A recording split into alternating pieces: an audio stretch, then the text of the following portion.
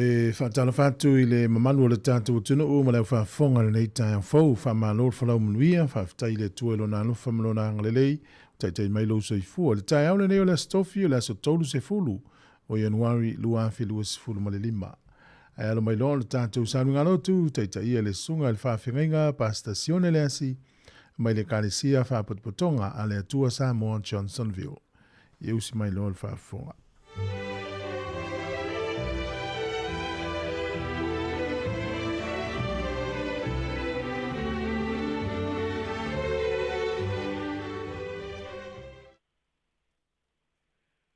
Ora tātou tāpua I atu I le atua I le nei aso fau. Ala whai mai le nei tai au manuia Sāmoa, se o tātou o atu whātasi māu. E si tia le tātou taunga ngau, si luma o le no whari mamanu o le tātou atua. E ala I le tātou tāpua inga whare a inga I le nei aso fau. E le skwafa mamanu o le atua le tamā, le alo ma le anganga pa ia. Tātou te amataina ai le nei tāpua inga. Ia ori le mamalu e ua mio atua, ia lātou ala langa fia i o lātou moenga. Ia iai o lātou ngutu o whaaneenga i le atua.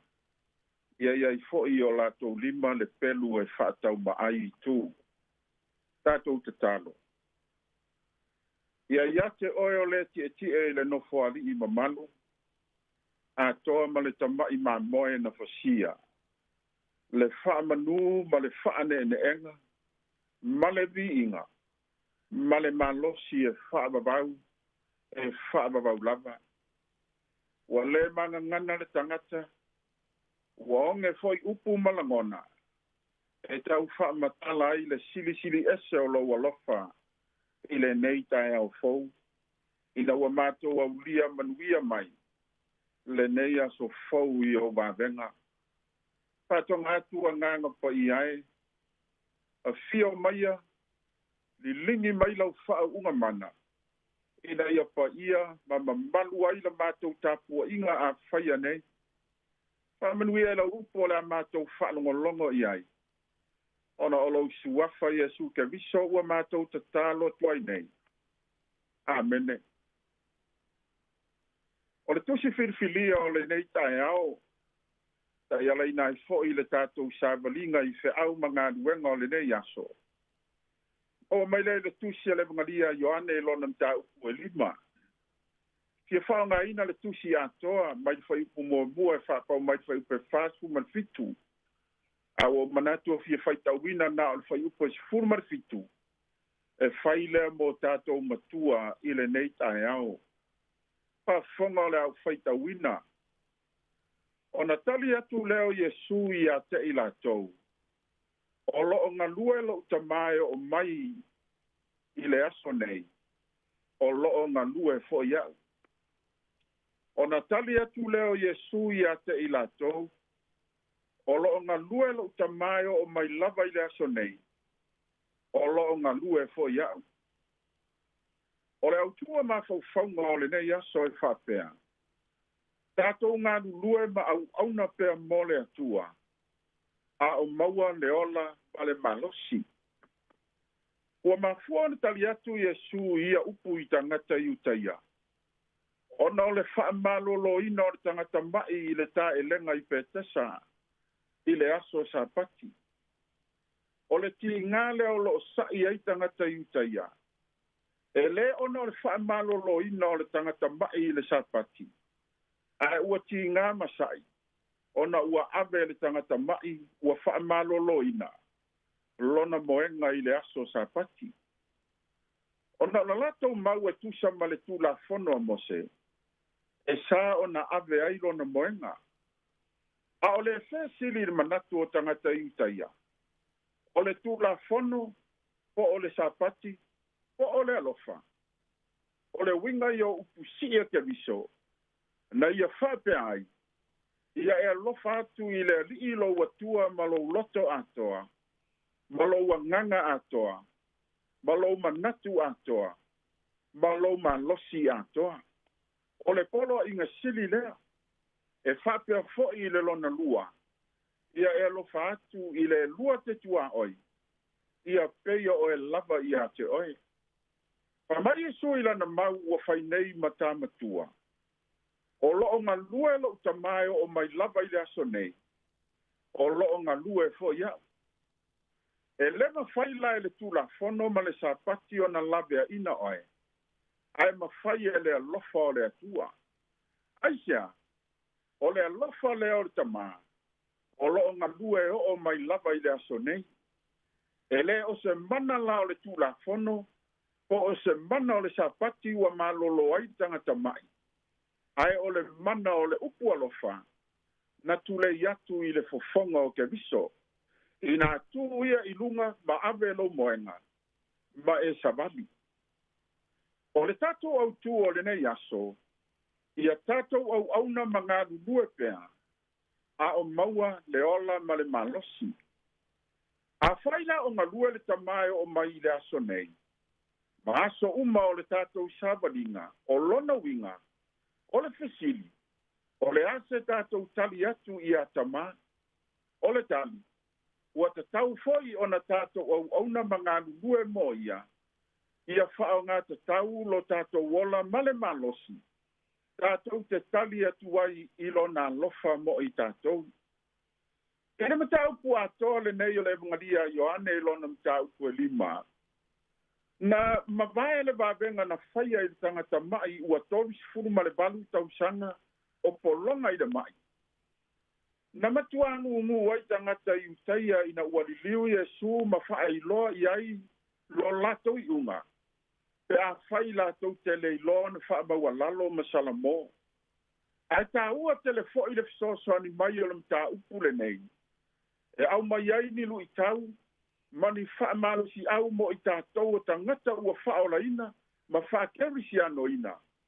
E wha ta ua, ma wha manatu mai ai i a te i tātou. Ia tātou au auna mga lue pēr mole atua, a o maua le ola ma le malosi. Mua, o le oti ma le tuunga mau, e le toi au auna mga lue ai. I le whai upo lua suma le balu ma le lua suma le iwa. Whai mai e su, aua tau te ofo i le nei mea, aua e o mai le aso e whaalongo ai i lona leo, o i lato uma ua i tuunga mau, ma lato o mai ai, o e nā mio le lei e toi tutu i le ola, a o e nā mio le anga, e toi tutu i le whaasala. O le tuunga maula, na whaia whapitoa e mālolo i le tino le tangata, e le ai se toi ngalue, le ai fo i se toi au auna i nā. Nā ona mālolo ma whaataritai i le aso, o le toi fia mai o Yesu, e i lia le pua le atua, whai mai Yesu, o e a mio le lei, e toi tutu mai le ola, a o e a mio le anga, e toi tutu mai le whaasana. O feo ia mea e lua e te fili, e te fia iai. O le ola e whaavavau, o le whaasala e e whaavavau. Tāua tele le neilu i tau ma se whaamalosi mo i tātou. Tātou au auna mga lue ma le whaamaoni mo le atua. A o maua le ola ma le malosi. Aua le tui vale ina lo ola ma lo malosi mea le ao ngā. Ma fau le lei. O ai e ona ia mea. Ai aise a fo'i na avatu ai i a te oe. Whai mai le tātou pese masani. Ave lo wola ia o ngā. E te au nai i lo atua. Tātou ngā lulue ma au na pēr mo le atua. A o maua le ola ma le malos. O le manatu e lua. E whaamasino ina i tātou i a tātou ngā luenga. Ma le tātou au nanga sa whai. Pa mai whai upe lua su ma le fitu. Ua whoa i mai fo i a te ia le pule. Ina ia whai a ia le whaamisinonga. A wā o ia o le atali i o le tangata. I oe. E whaamasino ina i tātou i le tātou au nanga. Ma tātou ngā luenga sa whai. Pesa le lei. Pesa le anga foi. Ba o le lui fo i lea mo tātou o le au whātua tua i le nei aso. Tātou au na mga lue pēr mo le atua. A o maua le ola ma le malosi. Aisea, a wā iai le aso e whaamasino i nai tātou e Yesu le whaamasino a mia tonu. Tātou te le fia whaalonga i le siufafonga o le atua, ai whaapea mai. Le au na le anga ma le whaamaoni. Ulu fafo atu i le mea o iai le tau whaitangi a ue, ma le lili vau o nifo. Ai ese le mānai o le bala au mai o le atua. Le au na le ia ma le whaamaoni. Na e whaamaoni na i mea i titi. O te tōwhia o e pule i mea tele. I nā uhu whale maia, i le fia o lo wali. Tātou ngā rulue, ma au na pēr mo le atua. A o maua le ola ma le malosi. I le manatu e tolu, ina ia wha waula ngā ruenga mori mau. Ia wha ola ina tangata. I le wha upo e tolu suma le tolu, ma le tolu suma le wha. O lo toi whaatapa Iesu tangata iutaia ia Ioane le baptiso. Pa mai Iesu, na o tau awina atu nisi ia Ioane. Nana mori mau fo'i le upumoni. Ai lea o ngā ia te au le mori mau tangata. Pei tai, o te whai atu nei mea ia te outou. Ina ia whaola ina outou. Ua mamoni mai ai fo'i selu i tau, ma se whiau mo tātou. Ia tātou au auna mga nue pea mo le atua. A o maua le ola ma le malosi. Tātou te whaau wai le ngā nuenga mori mau.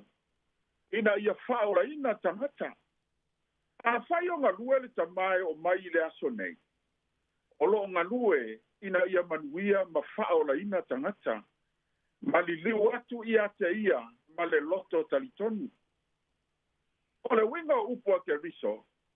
Tātou te le va ai atu i le tama o ngā lue. A o tātou ana mea whainga nuenga. Tātou te wha ngā lue ina le fina ngalo le tama. E pei fo'i o na whaia Iesu. A o iai o ia i le lalo langi nei. O le tātou ngā nuenga wha wau lea. Whai mai Iesu. Ia o tau atu e whai nuu malava maso. Ma baptiso atu ia te i lātou i le siwafa o le tama. Ma le alo, ma le anganga pa ia. Ia o atu ia te i lātou. Ia tausi mea umalava. Ua o whai atu ai ia te outou. Sāmoa e. Whai mai le tātou matua o le nei aso. O na tali atu leo Iesu ia te i lātou. O lo ngā lue lo utama e o mai lava i le aso nei. O lo ngā lue fo iau. O le fesili, o le asau mea o whai, e tali atu ai i le alofa o le tama. O lo ngā lue ma fesoa soani mo oe, e o mai lava i le aso nei. Abe le tātou autu e whai mo tātou sao i le nei aso. Tātou ngā lue ma au na pea mo le atua. A o maua le ola, ma le malosi. Mua o le oti ma le tuunga mau. E te le toe au na manga lue ai. Lua, ne i whamasino ina i tātou ia tātou ngā luenga, ma le tātou au nanga sa whai. Tolu, ina ia wha au la ngā luenga mori mau. Ina ia whaola ina tangata uma. O le toi whamanatu ma le tua lalo ala utou au na nei. Whao ngā ta tau lo wola ma lo malosi. E te ngā lue ma e au nai ma le whamaoni. I lo walii ma lo whaola. O Iesu te riso. Ore a tātou vivi i le vi inga o le atua wa saunia.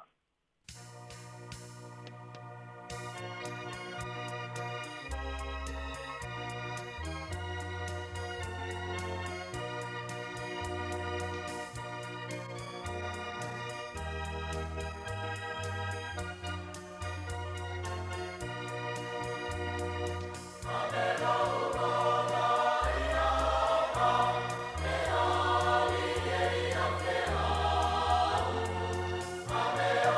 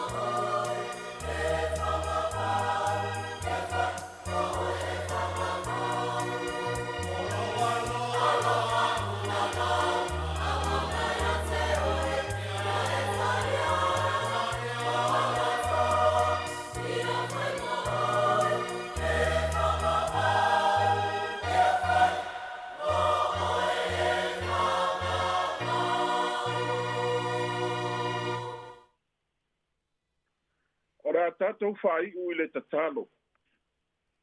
Le atua siri e se, mo mori atu la mātou whaftai tele i le nei aso fōua e fōa i mai. O le whaalia fo i leo wa venga mamana malo wa lofa ua tele na wā. Ina ua mātou to e ala whai mai manuia le nei aso fōua e au mai.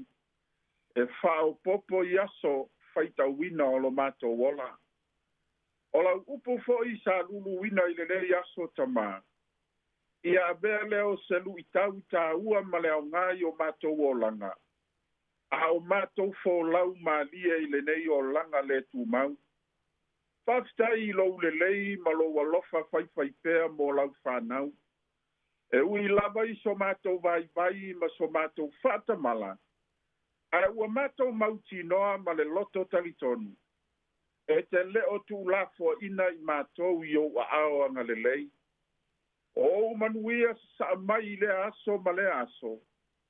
Whawhetai tele lava tamā. Whawhetai mō lau whaolatanga. Le tongi ola na e saudia i le vāo le langi ma le lalolangi. Ua afu ai lo mātou tai au fou. Ina ua sulungia i mātou i ave malolosi o lo malamalama Yesu. Ua mātou wola, ma ua mātou sa o loto ai. Mātou whato e se atu le ali ie. Ma o mātou loto e tumu i le wha mawalalo. Ona o anga sala ma le anga mātou te whaia pēr i aso uma. A o si sila mai o fufonga lofa. O le ala leo la mātou tangi atu ma le loto sala mōta mā. Wha mole wha mangalo Sāmoa lo watu nuu. Wha mangalo lau whanau ke Rusiano. Wha mangalo o taitai. A pai foi ua mātou whata mala i o mātou tiute. Ma o mātou tō whinga na e vala wina ai i mātou i lo whinanga no pa ia. Ta mālo whae, ta lia mai ala mātou ta talo, ma ia mangalo i mātou uma. I le toto pa ia o lo walo Yesu ke viso. Na whaamalingi fuaina. Ina ia mātou wola, ma ia mātou sa o loto ai. Fesoa soani mai la ua fio ta mā, i fe au manga ruenga. O lava singa uma le a whenga iai mau tangata i le nei aso. Tai ma tausi mai la ua fio mo i mātou uma. Whamanuia le tāpua inga na i o mātou ta mā matina mātutua te tono maota malawa. Tai nane lau au whai ngāruenga ngārurua le tala le lei. I la lato ngāruenga ta talo ma le tāpua inga. Ina ia manuia o tangata. Tuma o pēr lau whamalo longa mo i lātou. E le ngata i le ola i le tino ma le mafau whau. A ia whaasiri sili i le anganga. Pamanuia nei whanau i a lātou a onga o le nei aso. Ia e tausi ma pui i lātou. I so o se mea e iai. O e fo i o mamai matinga ina i le nei aso. I to tono maota malawa. O fale mai ma fale o tausi ai nai ta māma tina mātua. Ia pa ia tu ia i le mana o lau whamalo longa pa ia. E ala i le suafa o Yesu ke viso. Lo mātou alii ma le whaola. Whama whanawhana atu lau wafio i nai a inga whanoa noa i le nei aso. Ona o pe lenga o mawhitanga ua whaamuta ina. Ona o le malanga le maliu ma le oti. Pa mai se lo wanganga mo i latou. Pa mnui atu i sio mātou malo Sāmoa. I ona taitai ma le whainga malo. Ia iai pēr lo file mu malo alofa. E manu malo ina i pēr mea uma latou te whaia. Ai mai se foi le nei atu nuo ni sila wa mātou whai malo ai. Ia malutia i mātou uma i lo mana alofa. Pamanuia le ofisa whasala lau nei, le li pule ma le au whai nganuenga. Ia manuia nganuenga le lei uma o lo lato whaia pēr, a wale tautua ina o si o mātou atunuu. Toma mai o mātou lunga o malava le manuia ma le file mua oe le atua le tamā. Le alofa siri ese o Yesu ke viso, lo mātou wali'i ma lo mātou whaola. Ma ia mafutaina I mātou uma I le mafutanga bābala lata ma oia ngāna pa ia. Nei tai au maso uma lava o I le whābabau. Ono Yesu Keriso ua mātou wole matatalo tuai nei. Amene.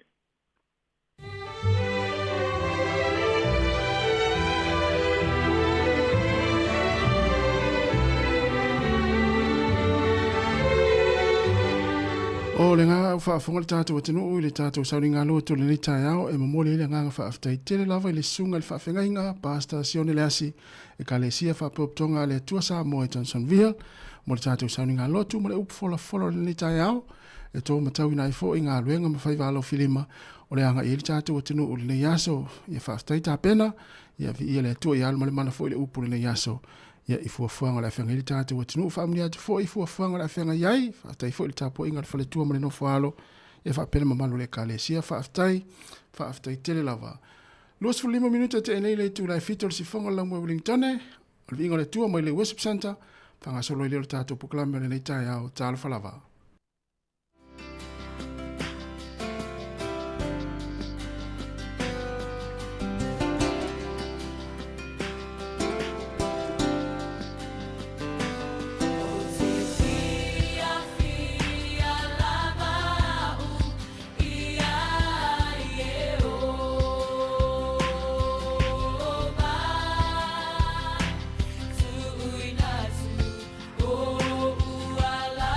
Uma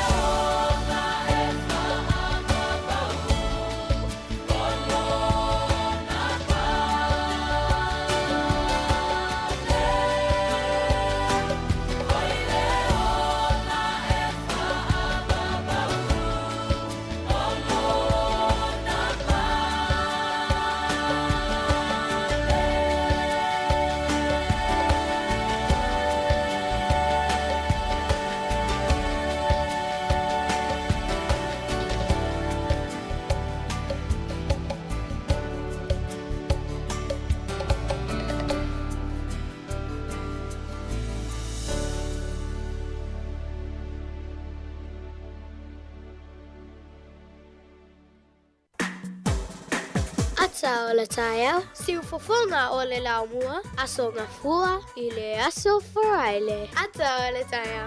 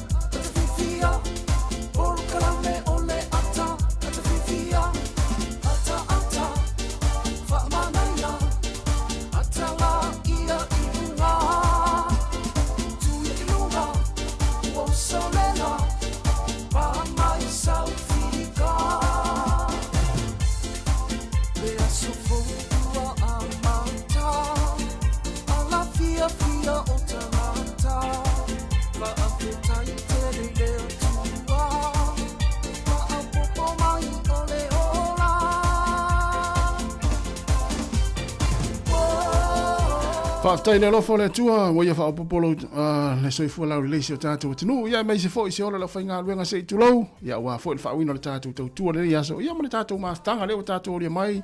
Ia o le astofi le nei tōru se fulu. O le masina o Januari. O le tātou wholaunga le luafe, lua se fulu ma le lima. Swafa manu malo le tātou oria whao le asu ke riso. Sāmoa le atinu pele. Tā lofa lava. Tā lofa fue, malo ale usu ni tai au whaatimu timu. Malo lava tasi. Tai le lofo le tua ua maufoilo taola, ia msoifo le leo le tunu. O ua tau te ia nei lo swainga le nao so me nei lo fatalo. Ia no le ovo lo fia pe Oia se mea fuele le amatal tau e tau una malo si lo sfai. Ia se ula kapi vole ana una ia malo e tau au no so fai fuit. A pauna me mawenga o sfai ia e sfuru minute o matana upu na na sa vole.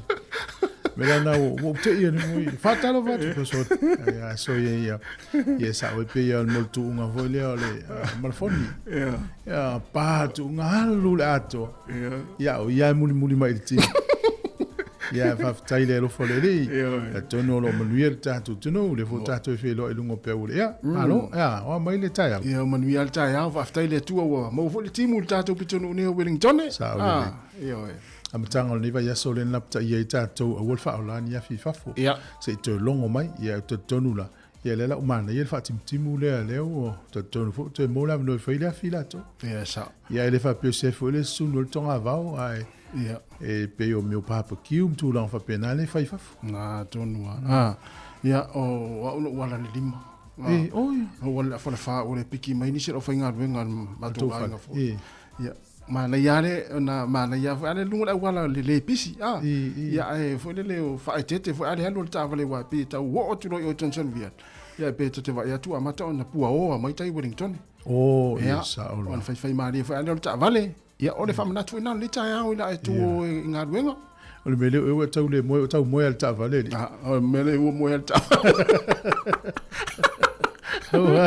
uso na mata tapena o mo le nga ilumana mo el ta vale ya na wale ya se meta te sulu i pe ata tu afi ma fu e mo longa ma fa ole fole le mo al ta vale usu mo ta vale ola va no lo fale pe ate ua i se me pena tupu ya o me yo maftanga fo e me tupu ai ole tu le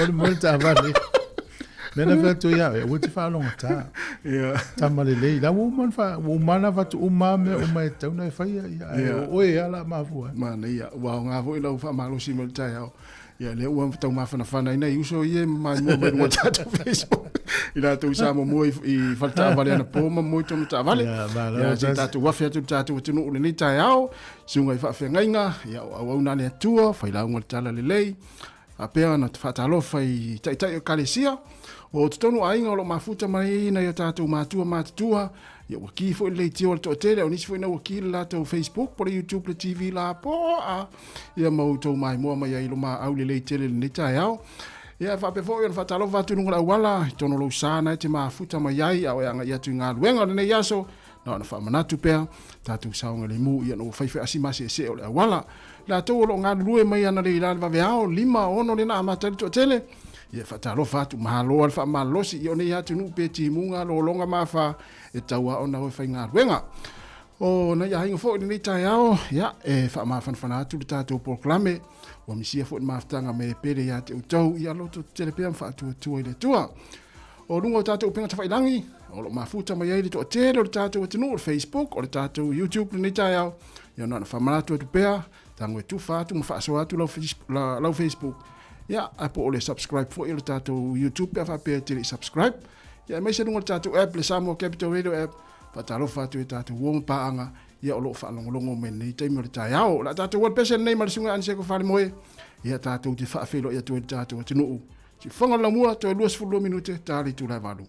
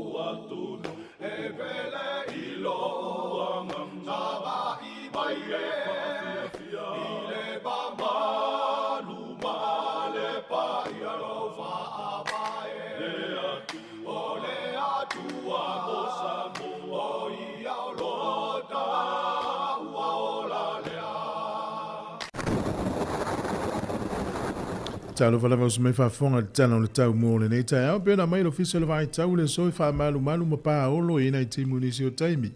O le aso a tai au e langi le i le tau, o le aso tō na i tutusa le tau le aso tō na i mane aso le nei. O le aso sa i fo i nei timu, aso ngafua e langi le i le tau, tō ulu timunga i taranaki, manua tū, whanganui, ma kapiti, e whapena ua i rapa. Maupra tau pom Hawke's Bay e wha malu nisi o taimi, a ia le mātau le lai nisi o taimi, au ki lani e langi le le tau le so le motu i saute, langi le le tau le tele o vaenga le motu i saute, o le malu rua le ea inu una uta ua mua lo i le sifuru ruanga i lunga le sifuru fitu, ea mawhanwhana lo i lufu le tasianga i etu i lunga le lua sifuru ma le lima, Hawke's Bay na i lufu le lima, o le malu rua le ea le motu i saute sifuru ruanga i sifuru lima, ea mawhanwhana sifuru iwanga i lunga le lua sifuru ma le tolu, o le telenga le tulu nei aso le pito i lalo le motu i matu nei e ina i timu mwha malu le au fia i whanganui, Waipuku Rau, Palmerston North, Levin, Mastone, Martin Brahma, Wellington e atoe au fia i mpapoli rua. O pia i le nei aso ina i timu lua sifuru iwa le fuo le vele lufu lima le mawhanwhana.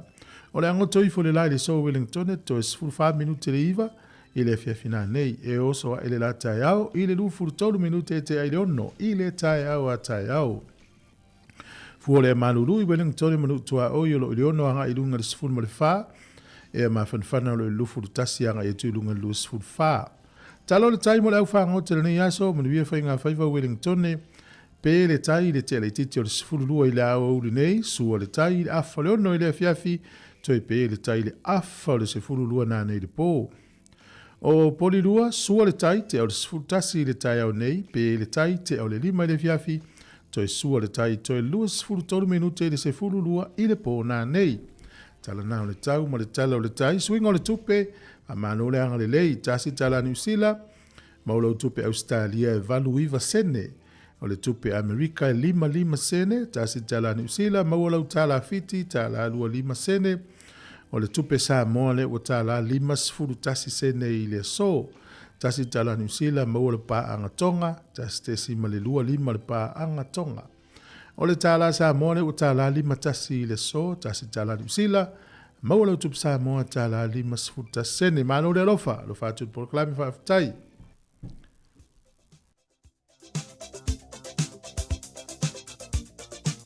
Whamunianga soifua, as whanau tātou meri masani lana, as whanau at samoacapitalradio.co.nz. Moni a tele lavo tau a soifua, le aso tōru sifuru le masino i Januari. Ia whamuni a tele lavo le atua i a soifua, mtoi whapopungi ni stau sanga si tele.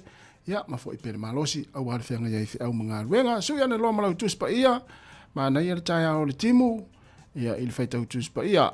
Kolose alon mta upu e tolu, alona whai upu e lua se furu mali 5. Kolose tolu, alona fai upu e lua se furu mali 5. O le a mio le tonu, e maua e ia le taui o lana a mio le tonu, e le fai longa ina fo i se tasi. O le a mio le tonu, e maua e ia le taui o lana a mio le tonu, e le fai longa ina fo i se tasi. Kolose tolu, fai upu e lua se furu mali 5, ia pefi fai tau iai. Manuia tero to wasa i fua, pese nei mai a wili tavita.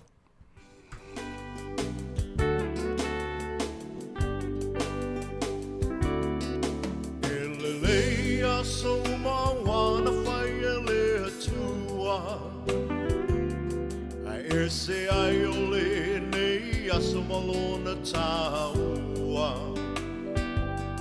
Wa ato ai se si tau sanga wha au popo e lo so i fua Ona le lofa o le atua Malana pule wha aso i fua Wai ele tangata wai o manatu mai ai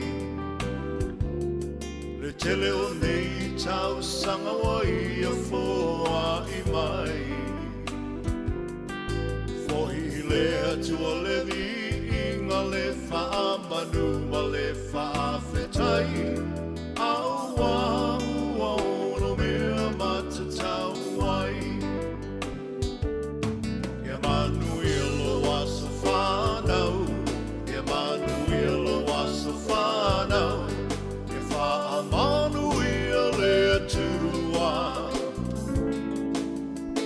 Low aso whanau, e manu ia tau aso whanau, e manu ia tau aso whanau, e wha manu ia le tua,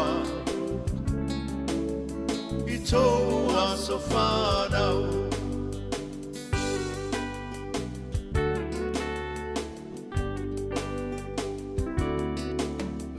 Tuaile mase uolo na fina ngalo A sa moli moli le nei aso e ale le tatalo Le tua faa fofonga tatalo O le tua e tali mana o ia foi E mali e ai o tatou mana o Whaathita uli whetai ai le o langa O mai o le tino e tampa tau tali ai le malanga Pawhetai le atua I lana whaamalo Longa mana mai malo si ai maula I le tele o nei tau sanga Emanuel was a whanau, Emanuel was a whanau, e wha Emanuel e tua. Ilo was a whanau, Emanuel to was a whanau, Emanuel to was a whanau, e wha Emanuel e tua. Tau aso whanau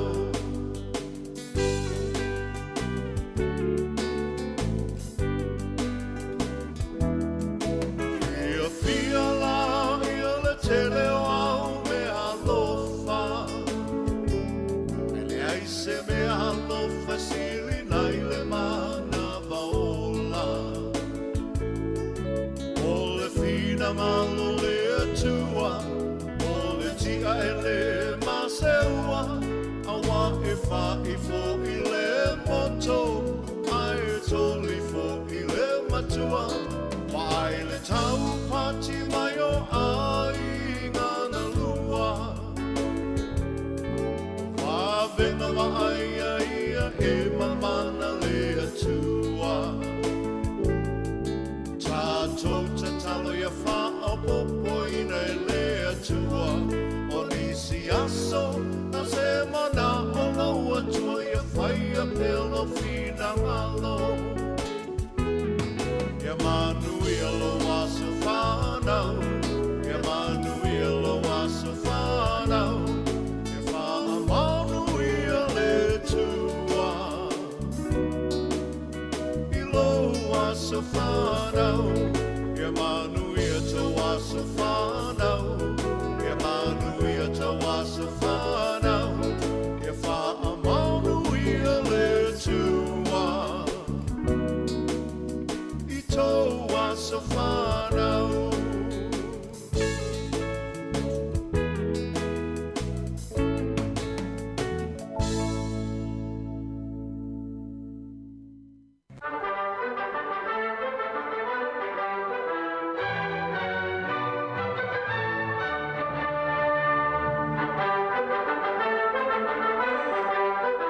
Tala whātu lea tino whamanu I atu ni tai au sma il whafonga o le wawai lea I le tala fo I o le tala whaasolopito lo langi na I mea na tupu I le soi tausanga umawai I le aso tolu se fulu Januari.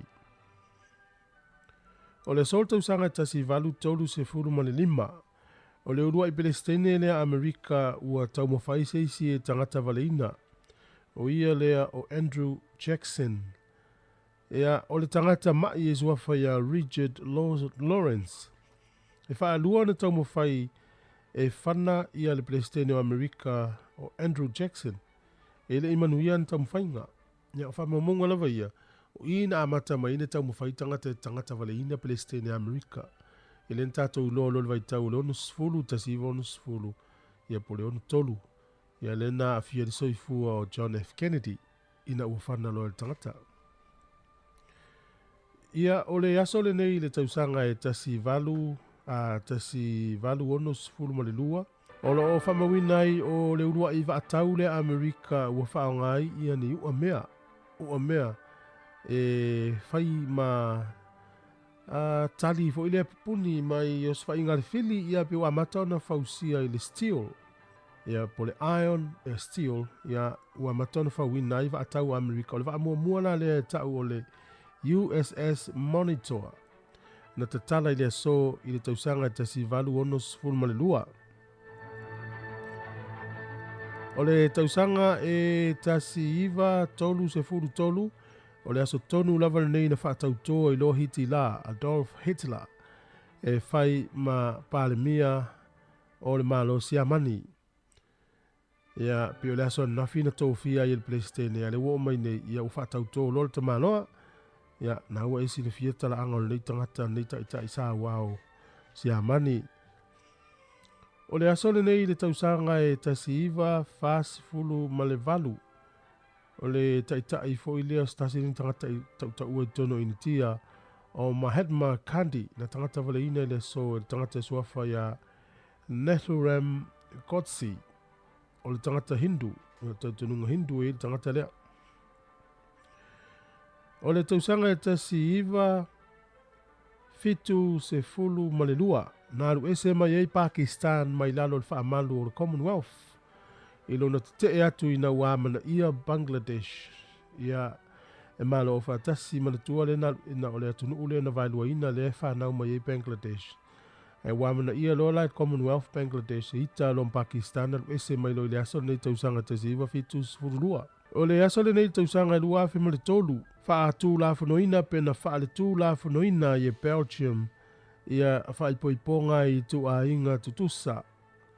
O pasia i lalo la lato tu la fono. Ai a mataina la ma wha maluina i le aso mua uni tausanga lama na luafi ma le tolu. O le tausanga e luafe se furu tolu. O le vaa e ta o le narrow one. O le urua i vaa lea le malo kore e saute ua whaonga ina toso i lato lo keti. O le aso whamanatu o le so ia e whamanatu ai le talaanga e whaingo le aso ne ta o le Saint Berthild Day. E whapea o le tamaitai nei na ave sea whamalosi mai lo na nuo Engelani teimi o na talavou. Ia ai te I munumuri ane I lo naolanga. I le vaitau le vā ono lua sifulu anga I le ono valu sifulu. O whai poipo atu le tupu I le tausanga e ono whaiva. Ai o I na whaonga le tamaitai nei lo na tautonunga kewisiano. E anga le leia I tangata mātativa. Ma mata ai o na taumawhai e tāla I atu le tautonunga wha kewisiano I tono le malo whanani.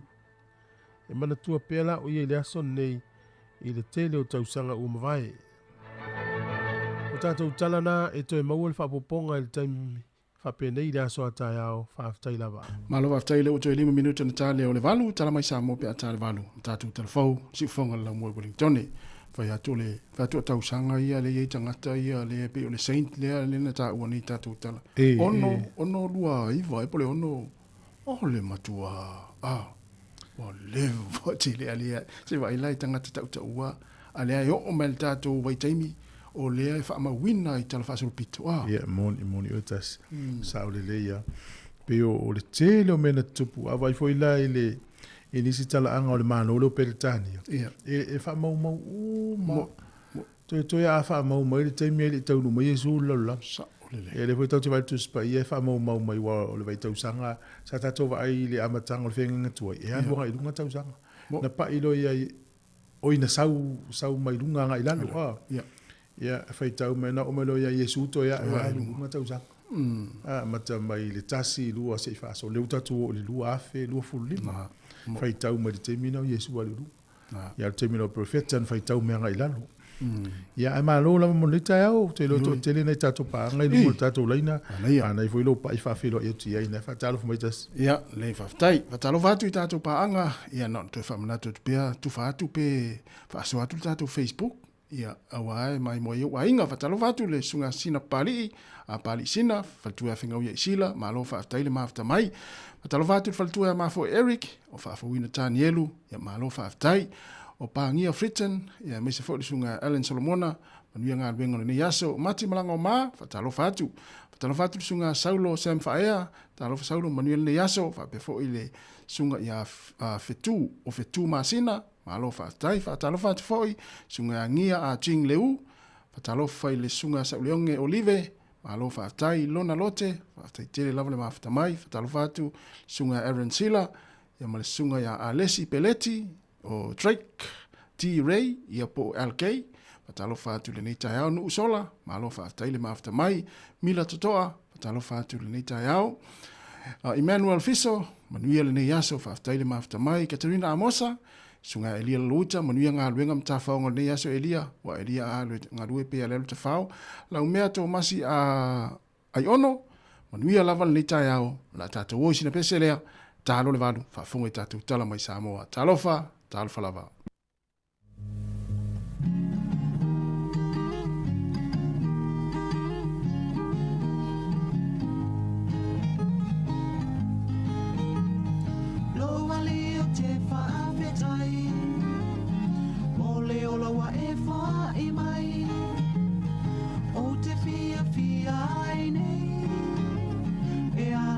Tuila upesene Bese fia fia Bese aleluya Bese fia fia Ina oma waleona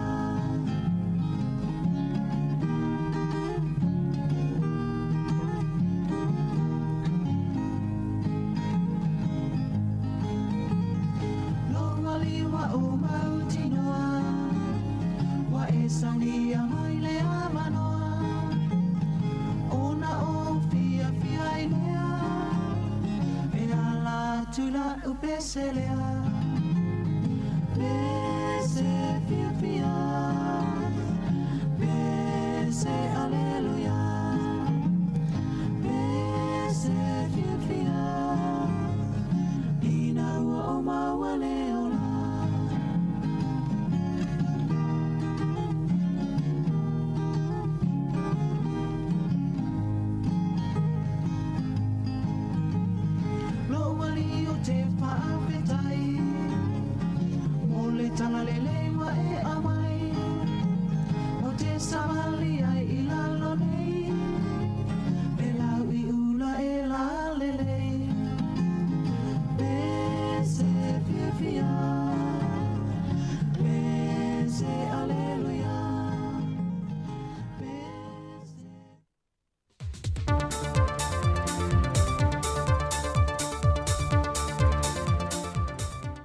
Tala falava o tala fōle nei mai Sāmoa o se mai alau whaafonga so na whao poponga. Au iei leo fiso le tiute i le whaantā wai no le vai aso a tōle nei mō li i matama i ta i ngā lulue lea mtanga luenga. Ai wa whaanga solo nei so e so e ngā mtanga luenga o leo leo e se wha momoli o container na wina mai lea tunu o e lata i le se fulu kilo kalama le mamafa o whala au whaasa ina o le aisa. Na mau e masini su e po wha ata na tanga ruenga o le tiute. O le pepo wha amtalanga mai le ofiso le tiute matupe maua, e le o ta awai po whea na mai ele wha amomoli, ma nisi vaenga wha atoe wha amtalanga tu ina mai autus tala. Peo da sela fiol tu sanga umawai, na wha pipi i nai se masini wha ata mo pusa la o loa po containers, e mawhaio na wha ata i nai containers ta i lua se furuanga i le fast food futu le titele. O afisoso an tele le au whai ngā ruenga, e le tūlanga sa iei mō le laui na ato i whafo se pusa o loa, ma whātino le vaenga o ta i whau se songi, ma le vaenga su e whala au whaasai na le ofiso le tiute. O lo wha ato wha amtalanga e tu ina mai le autu stela, ma le atu li loe au telefou, i tala o le asoa tae au. Na langa la ngafi na ngalo wha lio sui o le kāpenete le na whauntanga le vai aso nei. E na wala ngai le sui te i o le tua ngai, se mta ope o noa awhia i le soi fōtanga talau telo le atu noo, i le whainga malanga waa i le vāo muli whanua ngai salolonga. O le Se malanga al tātou waalea mai se la whai. Ia masina November tau sanga tutua pea di Toyota lea. O lea wa pea na o lea mano atu kapteni ai. Ave mai se seila waa. Mai sare longa I mulfanua. O la se li poti mai o tūlanga lea. O la se suenga na whai. Awa whai o lena ave mai le seila e le kapteni. Ia popo e taufi. O a tupus whaave lavi. Ia, so e se laisene ave vaale. A le seila na mai ale vaa. Ia, mai se ala pa fia in soifua. Pa tupu mas whaave lavi nunga le vasa. Me ia tau na sisira le iei a le pulenga mara o fionga minsta. Ia ma whai ese fufuanga o a lepe fōringa mai. Ua whai whaasalanga. Ia mafatu whaasalanga al kapteni le saulwa. Nā rol whaasalanga al seila le na mai al wa. Ai ile tali mai le fionga le minista o le company va ale atunu. O le co-captain lenga sau le wa. O ngā wai le whale kongo fo I le I kapkeng. Ia ma o le kulanga o kangakanga. Ia o lava lako sirfia. Ia wakula le authority I kako maritime, kako ministry.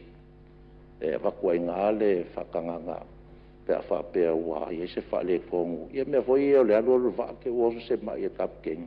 O le mafuanga lan ngā ia I le co-captain. Ngā ke whaua ua I a ulanga o whemalanga inga ka. Le whaamari e ina ni sa sui whaipule o fo le sui whaipule na la ngā le mata opo.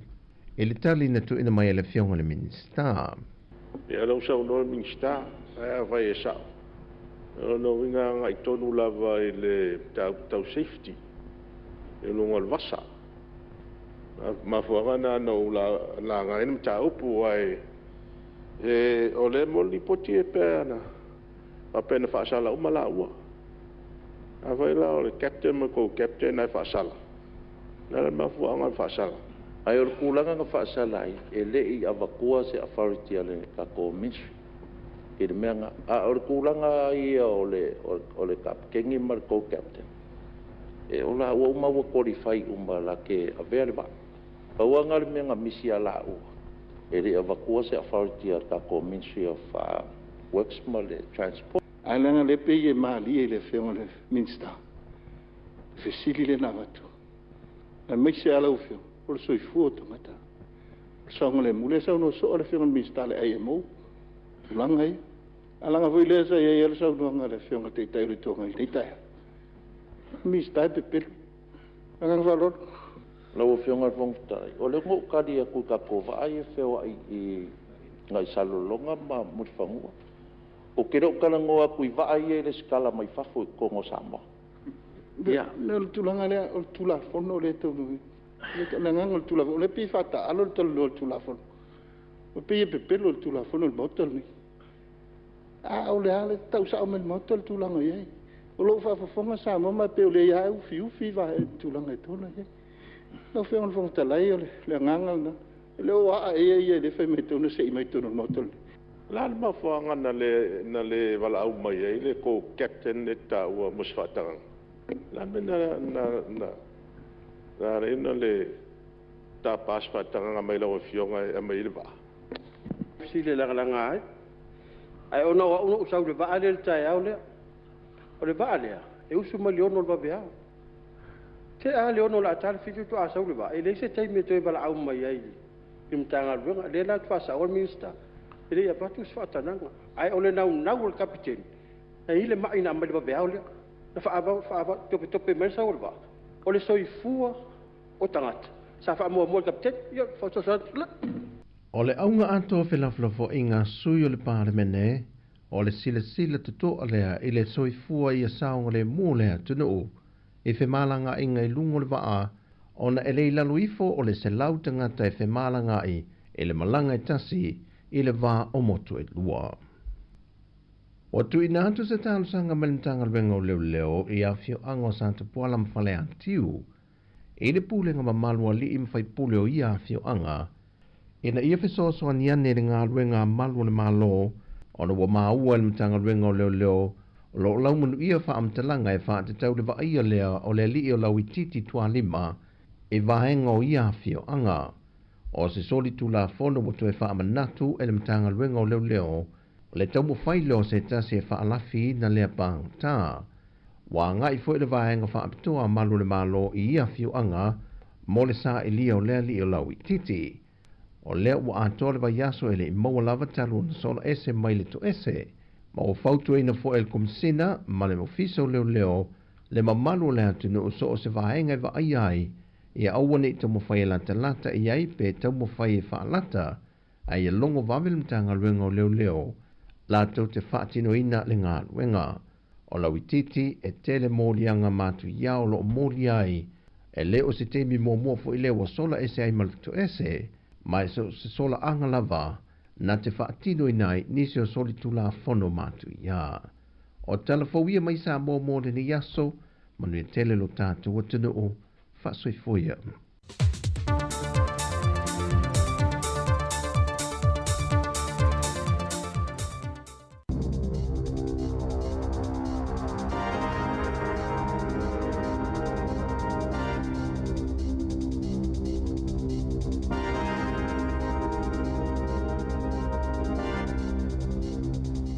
Talofa lava o talafou mai le sifofonga le lau moi Wellington e mo le nei tai ao aso tolu se fulo Januari lua fe lua lima.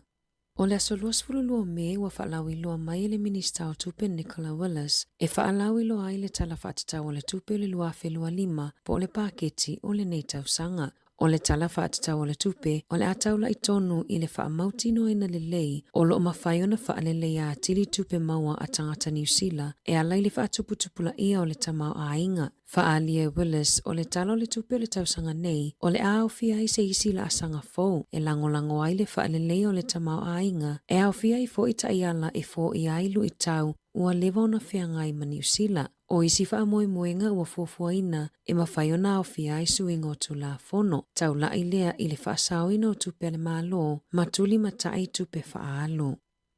Ua lapata ia tangata ina ia mataala ma whaai tete, au le I whailo ai atu I tangata ese e whaafisuia I tupe po oni o loa, whaatau atu I lunga o penga o fisota inga. Ua lipotia le toa tele o tangata e a fia I tau whaamatau, e au fia I lenga oi, pe a whailo ai e pikiina o loa na whaatauina I lunga o le maketi. Whaalia leo I Canterbury, e silia ma le toa se fulu tangata na whaamatau mauso whaia, a o au ina ma pikiina mai o loa o lo olisina I lunga o whaasalalaunga whaapisinisi, po o maketi I lunga o le initaneti, o nisina o atu e piki mai fuala au whaasaina po le aisa, na whaatauina I lunga o le initaneti peitai, na whaamatau mauso whaia e tangata na whaalau I loaina fuala au. O le popolenga o leo, o lo fefefe pe maasi asi tangata I le ipoti atu, ona o le mumusu ina ne I maua I leo aisa, o lo fe whaatau wai I lunga o le initaneti, o lo fautua ina leo le mamalu lau tele, a whaia whaatau ni o loa mata pena e whailoa I male e anaina le oloa I a mauti noa e whailoa ai se nofuanga lau tele, ai awane I mali lie e whailoa ai I le levo le po I se nofuanga pongi saa e le aini tangata. O ngā inga e lua I Canterbury e iai wheso o ta inga makeni, pei ona lipotia le li teo New Zealand.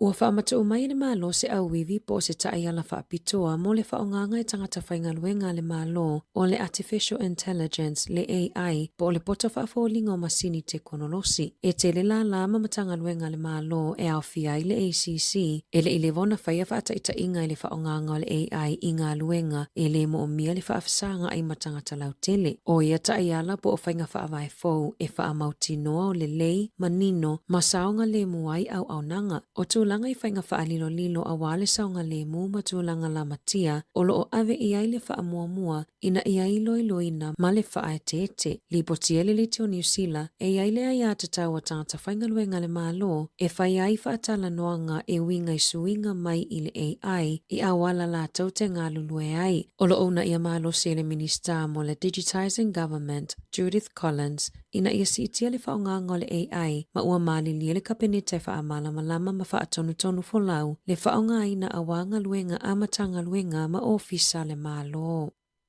O le whaititiai o fōma i whale ainga po o GPs, ua sitiai le sawai no fōma i tutono o le whale mai o na ole u umi o taimi whaatalitali a tangata i whale mai, pe ona whaamaonia e le General Practice Aotearoa. I se suesuenga le University of Victoria, na mawai e tolus fuluono pasene o GPs e le o talia ina ni tangatanga se ngase fōu e resitala i ala tau au nanga o na ole whaale e tonu o le whaatupenga. Whaalia le Minister for le soifua maloloina Simeon Brown, o lo avela na whaamuamua i au nanga tau i le soifua maloloina, ma ole aia sa ili fesosoani mani whautuanga a wale fofoina o lea whaafita auli. Ele o whaamaua lalo le New Zealand First i la fonga na lafo e nisio ala tau whaipule i tutono le palemene. O lo whaamauina e whaailonga lanu. I se whelaflafo inga i tutono le palemene i le asolua. Na wala awai Shane Jones o le New Zealand First ina ia toi whaafo i tangata Mexico i lo lato atunuu. Sasa uno fo ile taitai o le pati wa wasamana ia Winston Peters. I nisio sui whaipule le Greens e te tauona whaali mailo lato wanganga whaafetai o lo ono nofo i tutono New Zealand. O atu ina atu se tusi le pati a le Green i le pale mia ma le fonga fetalai ina ia whaiase ngai o inga i aitu a inga mionga ma la fonga whaailonga lanu e le talia ina i tutono le pale mene o New Zealand. Ai mai se upu whai e anga i whaipule whai mai tutono le atunuu. E pe ona sauno le sui whaipule le Green Ricardo Menendo March na soifua ai i Mexico. Nataliane Peters ina ua fisilingia le leiti o New Zealand. A le mawhai le whaipule o Natali upu malolosi pe a whaia whelaflafua inga o lona winga e te tau na aru ese malenofoa. O le masino iu lai le tausanga talua ina whato ese ai Todd McClay lea sa avea ma minista o whataua inga o na uaia wala au ia Menendo e tele o nofo i tutonu o Mexico. Ua whaalia le popolingo se fōma i sinia i Northland i le lava i o fōma i pole au whaingaluenga i le whale mai Dargaville i pō na te talitonu ele o saunga le mule te tala umi o le whale mai pe ona whaalia i whaamaumau loa ia i lalo o le Official Information Act. Na whaalia le lisi o tangata whaingaluenga ma la tau sifi e mai le aso se fulo o ki topa i le aso mua te se mo le tausanga taluai na whaingaluenga i le fōma i e to atasi i le pō i se whale mai e se fulu lua moenga i le na o le lima mai le lima se fulu lima pō pe ona whaamauina. E ui ele o au fia i li poti whaamaumaunga i luma mai o le aso mua te sema ai olo o malamalama le li te o New Zealand e le ai se suinga tele i le au whaingaluenga talu mai le nā taimi. I se tusina tu inatu i le ofisa moa lungo le soifua malolo i Northland i le aso tolu se fulu a se tema. Na taa uai e le pulesili o le soifua malolo ina i te tai toke rau Jennifer Walker o le tulafono le matangaluenga o le soifua malolo ina o lo o manino le leiai le te tauana wano se fōma i tutono le tai se fulu minu te taimi uma i au nanga le whale mai e tali atu i whaalawe whafua sei po o le ER e tali tonu o le whawhitau li leo lo o tele ina whea ngai ma whale mai le atu nuu peitai o ke topo le tausanga taluai na o ai le whale mai i Dargaville i se tūlanga o ngaonga o na ole le lava o fōma i. E to olua tala wauta e sifulu ono tausanga i au kilani na lokaina leo ina ua lao so fa ia mga o ia le fale o loa le cash converters i au kilani i le tae au ana nafi na ulu fale ia tala wau i le cash converters i Queen's Road i le te ala i titi o le iwa ma la fa au ngaina ni a upenga e tale pia i sefeti o ata o lo o tewi nai fili euro fa a pia le pusa tupe. Na maua mulimuliane leo le taawalenga o i leana fa au ngaina e ia tala wau o lo o fetawi ma se pā i pakuranga. Ua mawhaiona toi whaafo i umatupe na ngā o ia mai le fale o loa ma o lo o tālia se aso e tūla iai i lumo le whaamasinonga. Ua mawhaiona whaalawi loa mo le taimi mua le ingo le talawau lea sa whao o maliu i a Bram Williams la taipaihia o Kian McNamara sa whao o maliu i a Williams i le lua whelua tasi a o se fulu whao na tausanga na mo lia McNamara i le whasi o te tangata ma na mua i whasalaina no fosala i le to ese mo le lei titi fo ma le se fulu tausanga peitai i ayu lai lua whelua tolu sa whaaleo ngaina i le whaamasinonga o talosanga le whaasalanga o le solo a toa masui ai i le whaasalanga o le se fulu tolu tausanga i le to ese. Ma sa apolo aina i le talavou i a le titi fo le 5 tausanga ma masina e lua e nofo sala i le fale pui. O le aso luluna whaaleo ngaina i le whaamasinonga o apili le talosanga le talavou e tau fia i le whaalawi loa whaalawa i tele o lona suafa.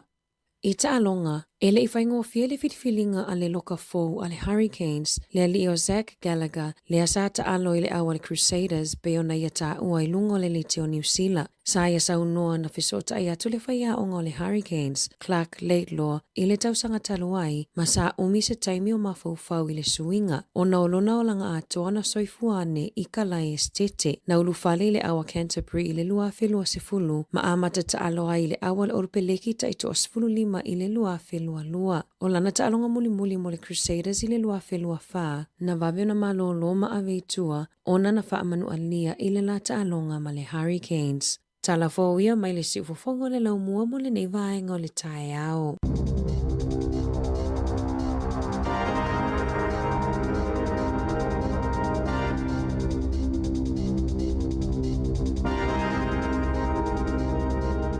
O lau whaafonga le tinu i tātou tala amata le rita iao, pe on whangoina le tamaita ia ana whaasolo, ia mai si tātou tala mai sa mol sunga a tāse Salem Sam, te whaafonga le tulai wa i le tau nei, wa se fulu wale minute, wa te nei le tulai valu, tātou proklame le ata le tai ao, ia awad fosia lau ata le ni tai ao, ia tam whai ia fwilele ia se lau pasene loa, ia le au le momoli i lo mawhau tulo wana ngana ni tai ao, ia ona i lono lea, ia, tau ana ata, wel tengah tu esa we ata pi fani.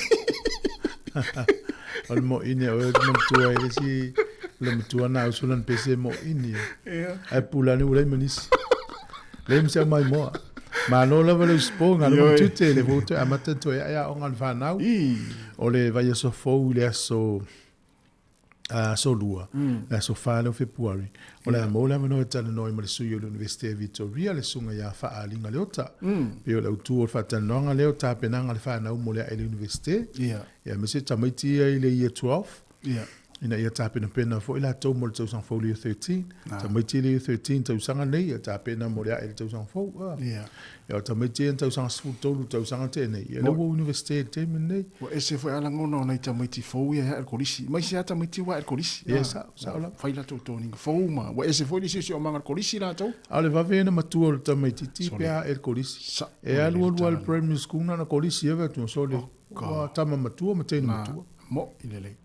Ya manuia o nga amata ni tausanga ta po ia pe le tunu ulo to wal faiva o le me i lo tamaiti e tau o fama tu o le nga o nga tamaiti ti tu pu lu ngolo tausanga ma me i malu atu ma le to ya o nga ya es fulu valu ne tausanga o le ai mar kolisi o sui a le politek po walu fenga luenga ya po walu universite nga fata o uma taimi ya wa le to fo i tu kolisi po primary school mo intermediate na ya ya manuia fo i o to matua pea na mawhai atu e le website le nae whatau e to nginga i se tautau ngofie pe ave fua fo.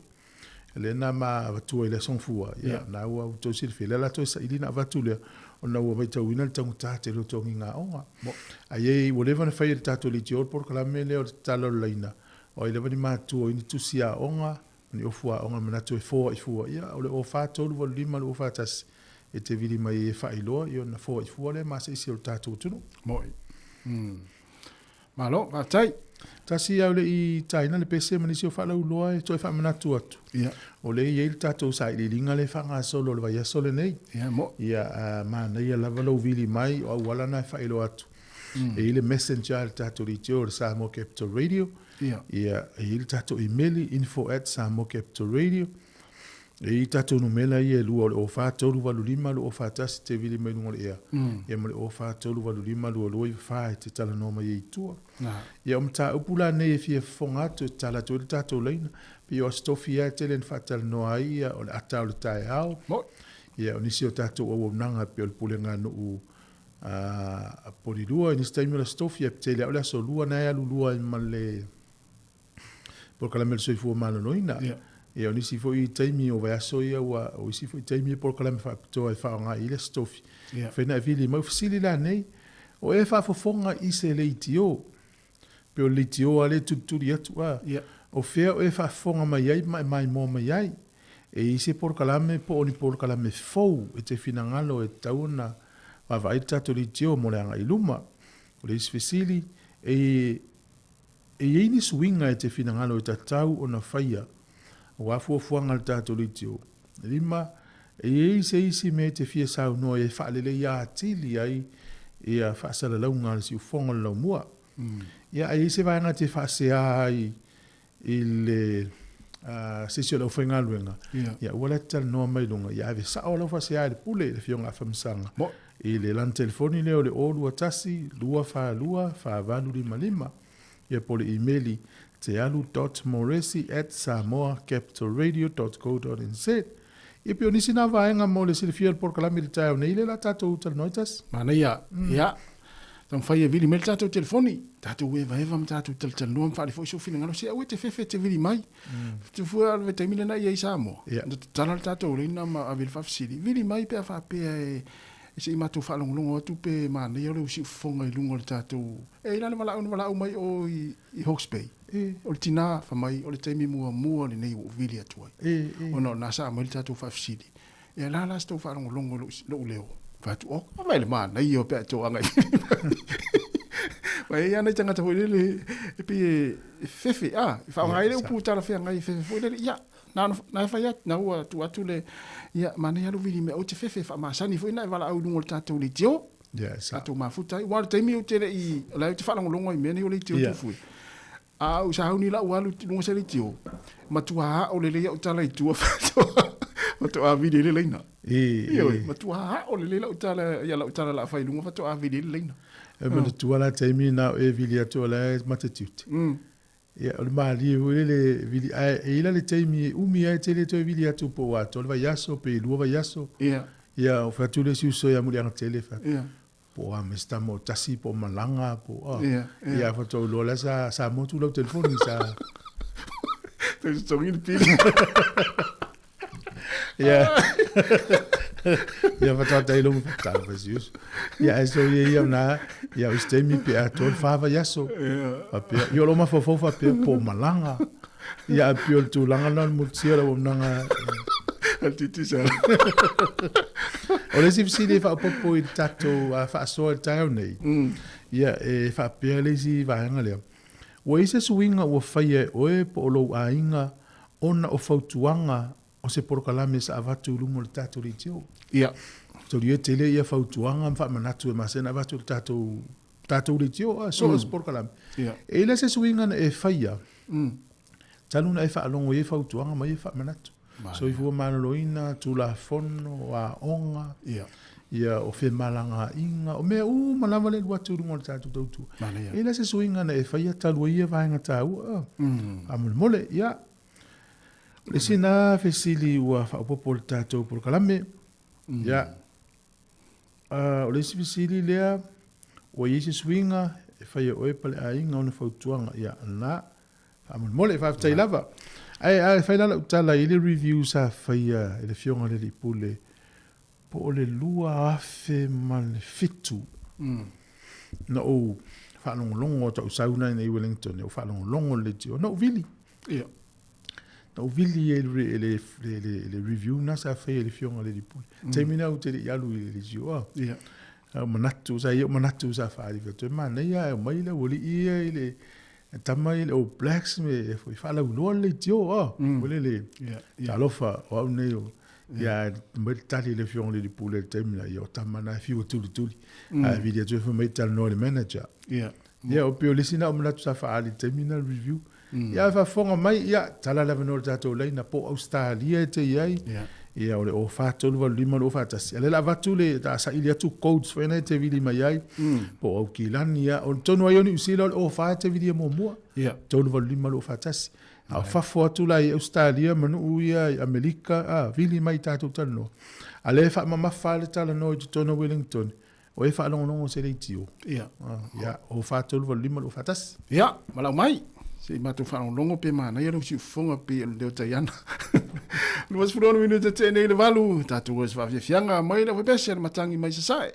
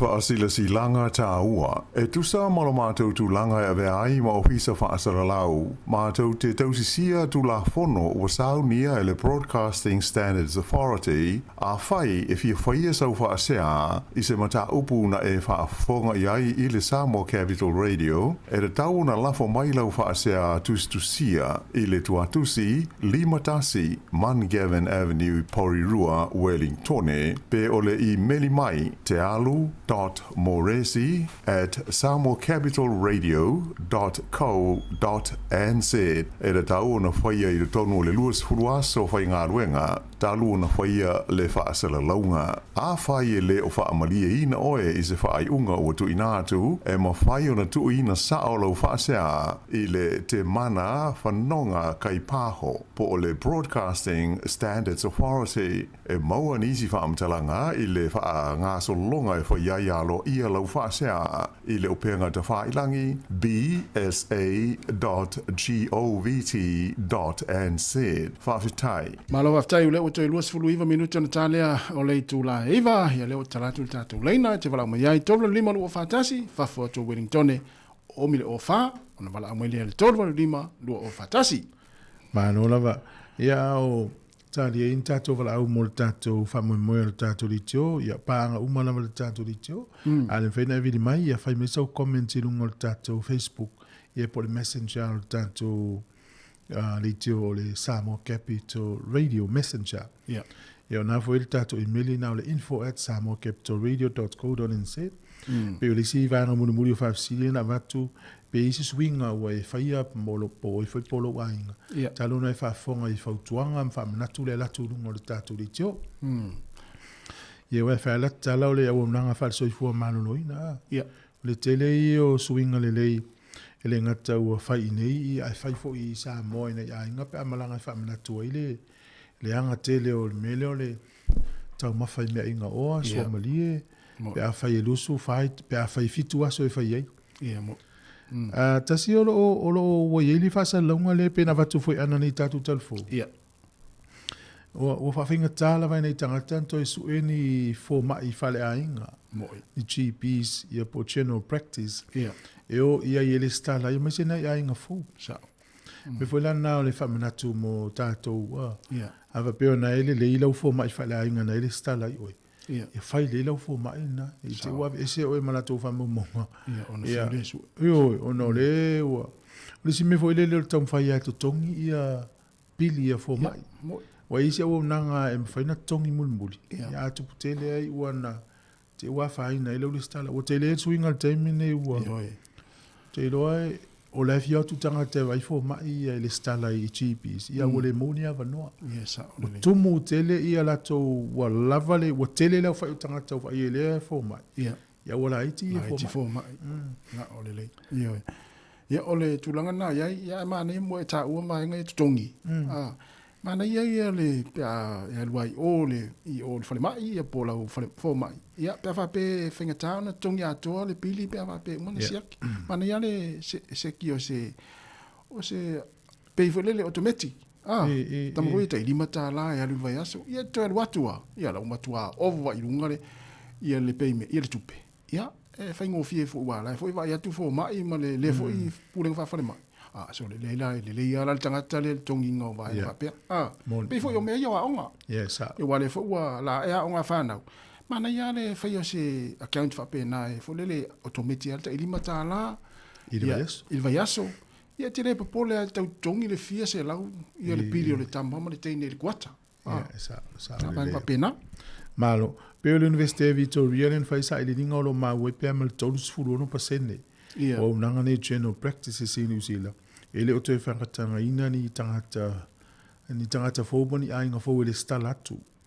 Mai le tausanga lente nei ia ona le uti mo la iti o tangata whainga luenga ia po le whainga fō mai.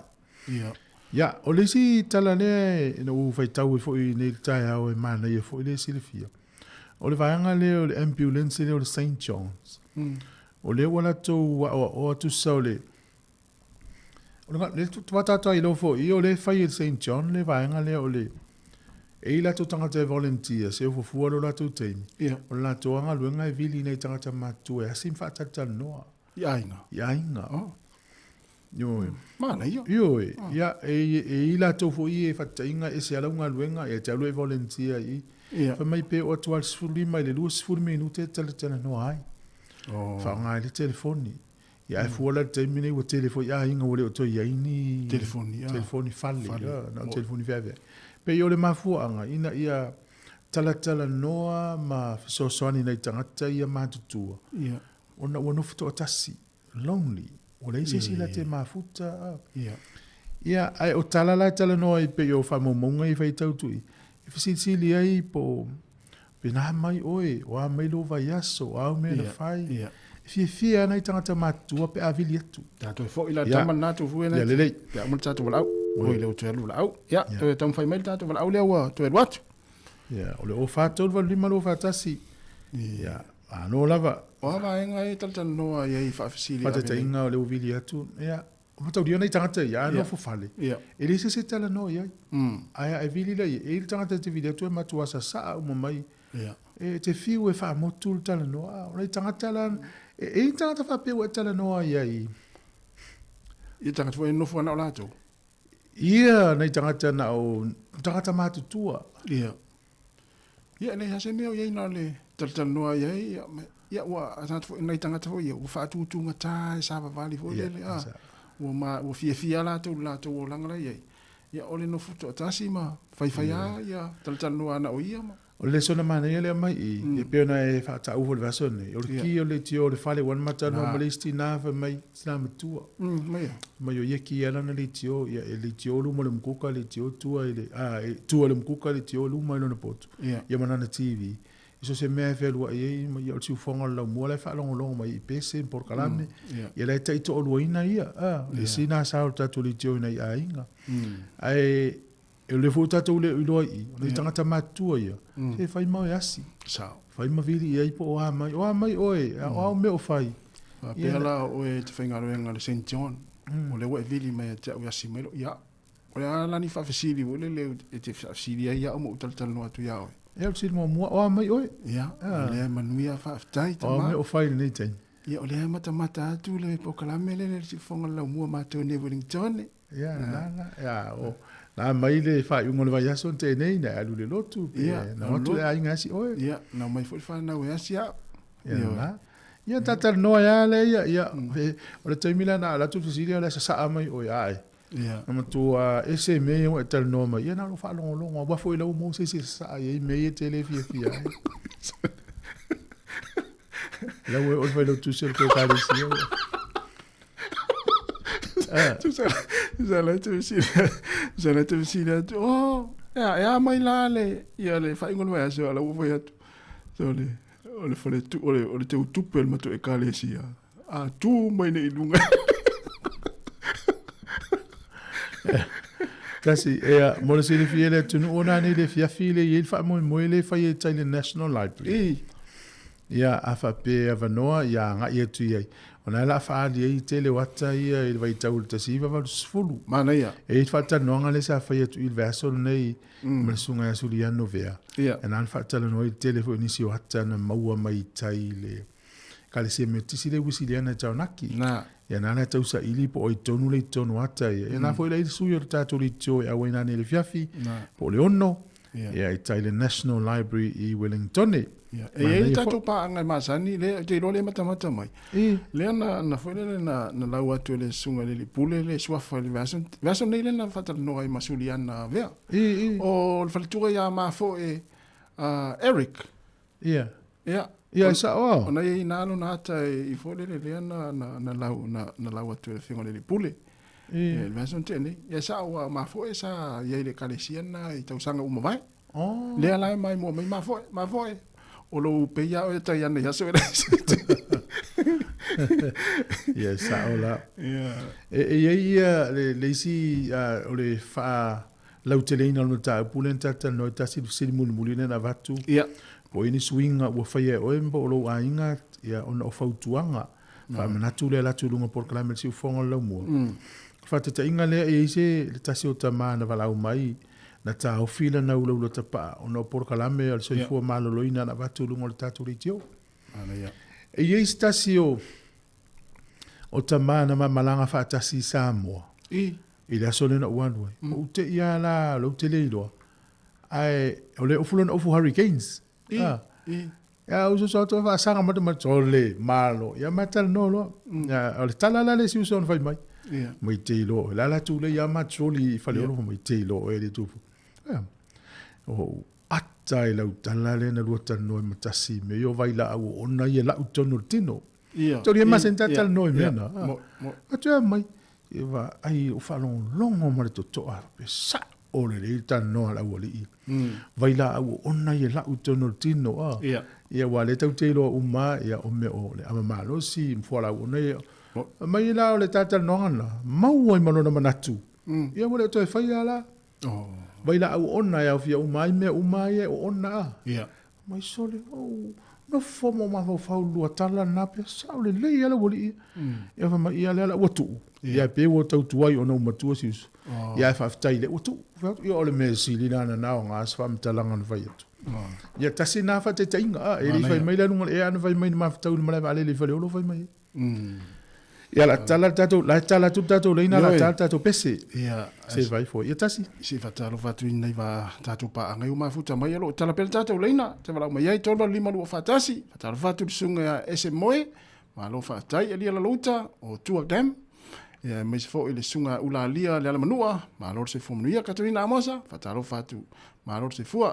to e tu filiki talo fatu ma vuta mai fea sa fata oi ia fa tai ia le sunga talia lene so poanga oi fa tai tele lava le sunga ia miri ma sila va ia sunga le lua pe matsila ia Rachel Sifa ia le fatu ia Mari ma Jerry ia antele aliva talo fatu le sa viamu tele fo ma tamu ia sunga sauvao nila tofa fa pe fo ile sunga ia fa tua Erika ma oe ia fa uliuli pule yata ia mai fo Teresa ene Amelia Mikaele fa afta tele lava le sa Eli Robert manuanga luenga Eli ia o le sunga Alan Solomona fa tai ia Seine Mase ia male sunga ia Roberti Mailata ia William Telefoa ia o Lotte Lona Lotte mai Brisbane Italiano Pualaa to fina usu ese mafuta mai Amerika Samoa ia male toina ia pesta fale mai ava ia ma lo lava fa afta ma afta mai ia il nita ya o le weta to para ufue ia ma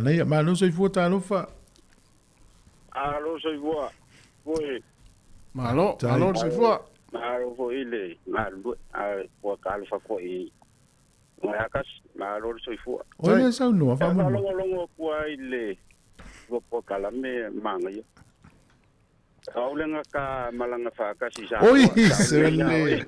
Ya vale le fai nei la utala sole, ya malo. O va tu tangi lo to fie sa uri. E malo la sa ole le ya e vinga. Au kalango ya o sole se lo.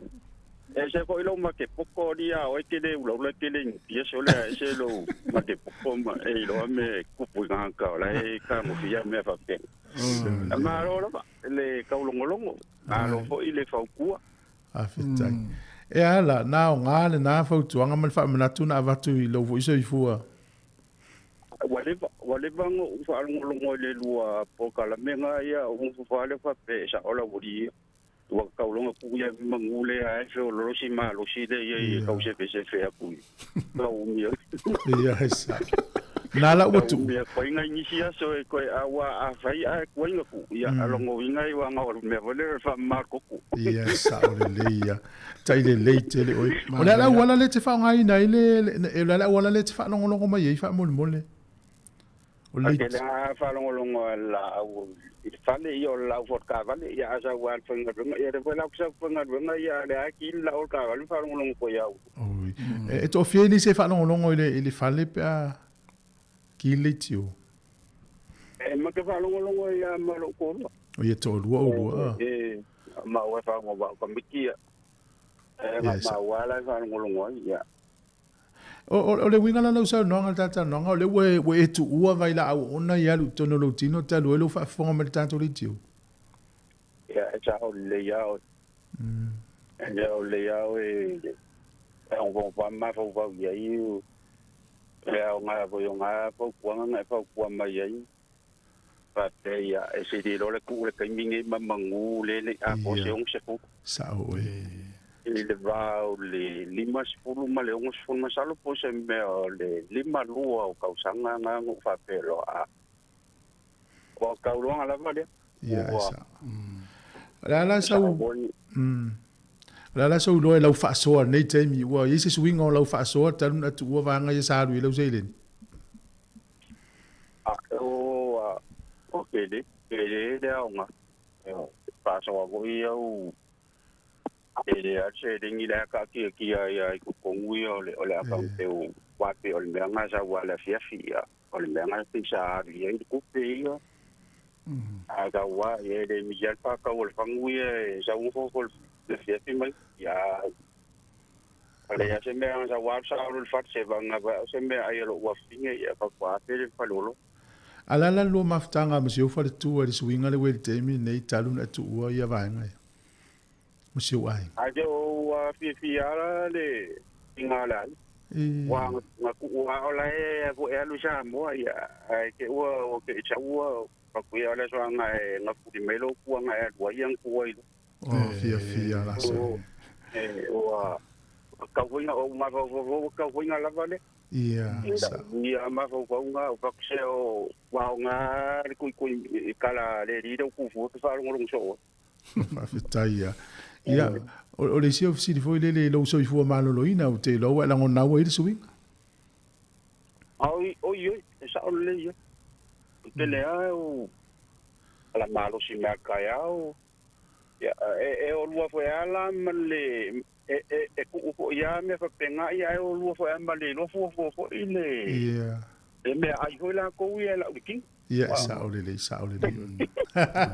Pa le ni tamba na sa o le ia. Wa fai foi ku ai se foi me la uki ngo me kwa fai ngo. Wa ja wa fa ngo me o me ai ngo me fa penga me lo. Sa o le fisili le fatua ni por kala me fo te manatu una so ni fo fa le ia tatu tu ni si vai nga te fisa no tu langa ia.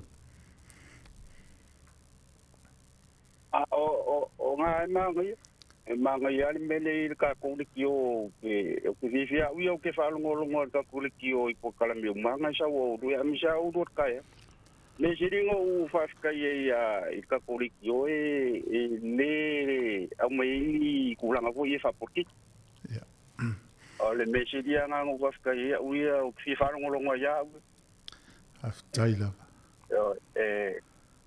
le peila o isle ki o foi le ya la ka falungo longo ya ka falungo ko i me pa penga ya o ka ngolo ka pelo ka ke le vi falungo ya ma nga ya nga lo nga ka pula ko ya mauru lo ka ku na lo vi vo el manu la ku afta ya fa ina ta o melo suafa o nga u manka ya le ya fa ina o te pole ai mo mole tu fa tai tele lava fa tai mo lo fa soa ia fa mo foi le tu e la mtango fa un alwe ngol te usanga me se tape na ngolo malanga fa un fo te usanga lo vete ko malanga fo ia lo bitu tao fa tasi fo ia lo fatele tu ia arba que la foi mo ia lo fat sto ina ia ah sei Le tato wala ure fu ela wa ai wale na luo se tangata vo le te lo a to fo la kapi wale sa o fulo na o fu hurricane e to le la kapi o ma fo wale walu burner o le afa o to inga faitino na o le afa o ya le la ufa ma ni la tala tasi ne va ya ma lo se fu ta lo fa o ya le to ya o le numela le mo la to Australia afa bete vili mel tato numela ia ole o no fa tolu walu lima lu o fa tasi ia o la to Australia ia comment mai pe mai sa u message tato messenger ole to tele o tato pa nga Australia le fa long mai ia ole so soni na tato litio to Australia ia pe ia nga ia o to fa sili le o feo e fa fonga mai ai e ni por kalame fo te finangalo te fa fonga ai e ni suinga te finangalo ta una fai i fuanga al tato litio mo langa lumana ia pe i fu sisi vai nga te fia sa no e fa le ya ti di tato tua ti fonga lo mo so se fa se a fa tau lo finga luenga o le fili mai lungol e ai vili ni mena le fionga le pule e o le o lua tasi lua fa valu lima ia po le email I te alu.moresi@samocapitalradio.co.nz. Nei, ja, tala pele tātou leina, te wala mai ai leo te 10 minuta ni tāle o le iwa. Io, whatala watu le sunga, whatua se filina waoa, whaftaite I lawa le mawhata mai, waa sa se aso, wape fo I le sunga ia vai ai ono, sunga whaalongo fui Solomona, tala whatu fo I le sunga whauliuli pule iata, ia maise fo I le sunga ia tala salu, whaftaite le lava, ia le mawhata mai le neitai au, ia le wili tātou walau, talo walau.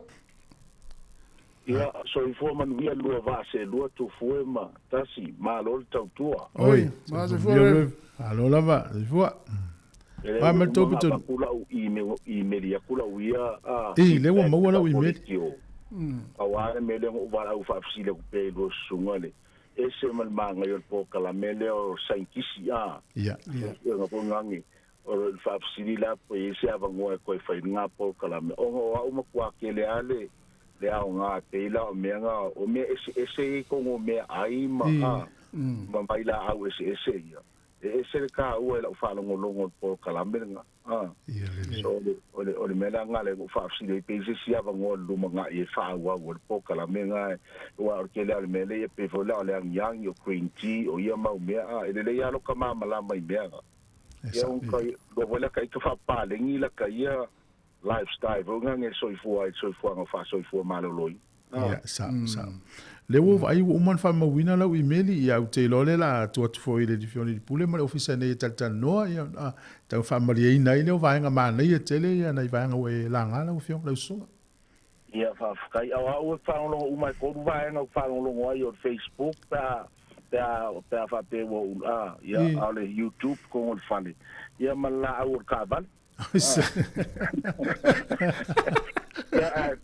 manguia kelele le lo kaukua tai lava tai tele lava ia so mo le tai malo ole aso ataya ole asforele ole se fulu tasil taya ole la fatala no ai se le suyo ole litio New Zealand ia litio fava malo New Zealand ia ole tamaita ile o moera tuila e pataila ia o ia lea e whaululu iei po le manager leo le whainga Pasifika. E mretua leua mai ona saini le tatou MOU po le Memorandum of Understanding. E le whaua i me whimalam la mai o le Sāmoa Capital Radio.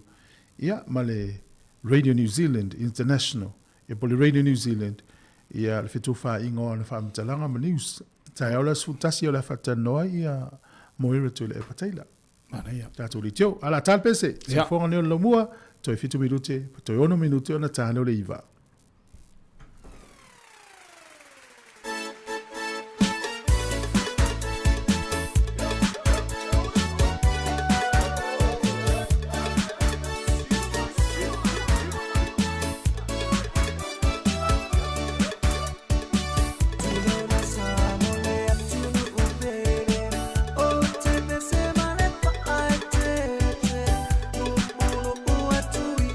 Mama,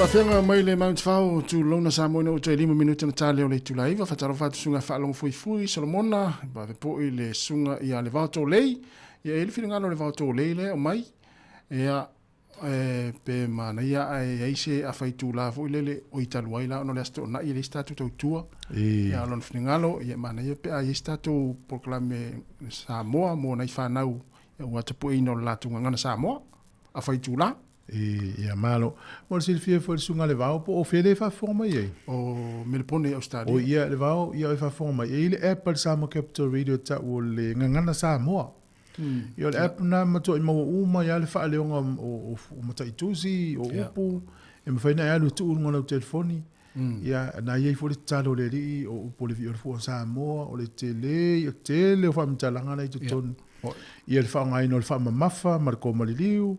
Ia, o leo ngafo le abletas. Wana ngalo uma me, ia so tala itit. Sa, o le rei. Ia, o le whaamamafa, o le whaonga ina na le able, wata toia onga uma ia. Ia, wata ilo ilo, whaonga fa pesole. Sa, o le rei. Ia, le la wata ilo, il whatata inga, ia, tu lo, alenga ngana. Ia.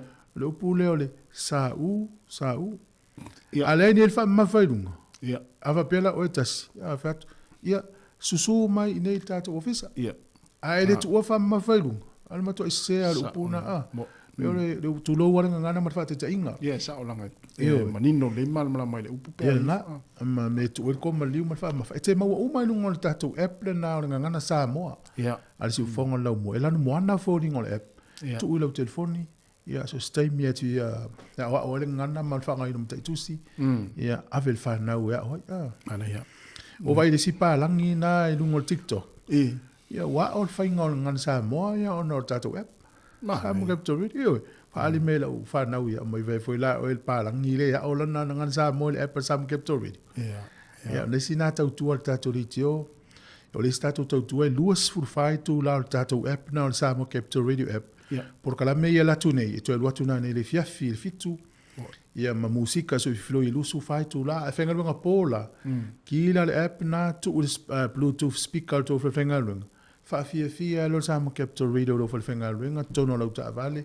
me se lo li e feo ile le volleyball ia na e vai vale musika Sāmoa na what to luas full fai tu la fitu asal vais na ana ia mo la tu fa sini me tatu numero o le o fa tolu lima lu fa tasi o fa tolu lima lo fa tasi e mo la tu vala me Australia ia e me faina e vala mai le o no fa tolu valu lima lu o fa tasi to tele la Australia e vili mai mata mai a mana ia la valu fa so mai ia pe a uma tatu telefo ia no le ua tasi o le tali va ia le to lu mi no tali ia vai le vai ngale tata no tu ai la fo ko le ni ele St John's ambulance ia istangata o luas fu lima o silia ma lufu lima tau sanga o fai ele St John vai ngale e pe ama e volunteer i tangata pe a maleonu se lau po lau koleni tangata volunteer onu se lau o le vili tangata matutua lau te tala noa po wa mai e vai lele mana i o le fo o nanga le tate leilo to le anga i ta o le matu o le fotuanga la po le familatu mo ta o le anga i lu ta won to fai lau landline vili dunga pela le hotline fo nga le PlayStation America na le wa tu te milinga saingi mai e Trump ia mo meo tu la fo fo pe tolu e telefoni na i dunga na laula sao no nga si ia ile tau video singo mela na si ia la tan no sa ol pal mio Britania na tu ila si ia tan no sa o ya Putin na e lo po ina tu la tu numero fo le free CX ia masanga o tatu free CX le fa nga sa se vai nga lol langi no winga la ta wa ta matu ta na inta numela na ile vilia si ia lunga tas o meu fai na o fai terminei wa le ta vo ie lo terminei pe ta matu pe pula lo fole li umilo taola termina o i vas fulo le o bonus fulo ia tu no fira it Ola utamale ma fa sanga. Le na ola utamale te matua me mai fai. Ye le se me ya. Ma lo fa le tau le utari va. Tata, avo me tala mai Sāmoa.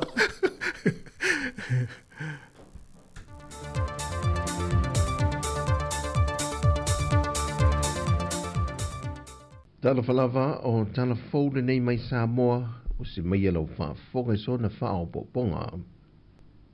Au iei le ofisa le tiute i le whaantawai no le vai aso a tole nei mo li i matama i ta i ngā lulue i le amtanga ruenga. Ai wa whaanga solo nei so e so e ngā amtanga ruenga o leo leo e se wha mamuli o container na wina mai le atunu o e lata i le se fulu kilo kalama le mamafa o whala au wha saina o le aisa na mau e masini so e po wha ata amtanga ruenga o le tiute. O le pepo wha amtalanga mai le ofisa le tiute matupe maua e leo ta awai po fea na mai ele wha mamuli ma nisi vaenga wha atoe wha amtalanga tu ina mai autus tala. Peo da sila fiol tu sanga umawai na wha pipi i nai se masini wha ata mo pusa la o loa po containers e mawhaio na wha ata i nai containers ta i lua se furuanga i le wha se futu le tele. O avisoso an tele leo whai ngā ruenga e le tūlanga sa iei mo le laui na ato i whafo se pusa o loa ma whaatino le vaenga o ta i whau se songi ma le vaenga su o whala au whaasai na le ofiso le tiute. O lo wha ato wha amtalanga e tu ina mai le autu stala ma le atu li loe au telefou i tala o le asoa tae au.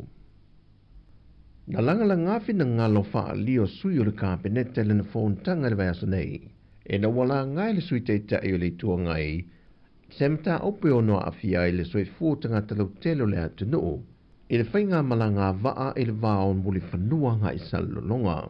Ole se malanga al tātou waalea mai se la whai. Ea masina Novemba tau sanga tutua pea di piriota lea.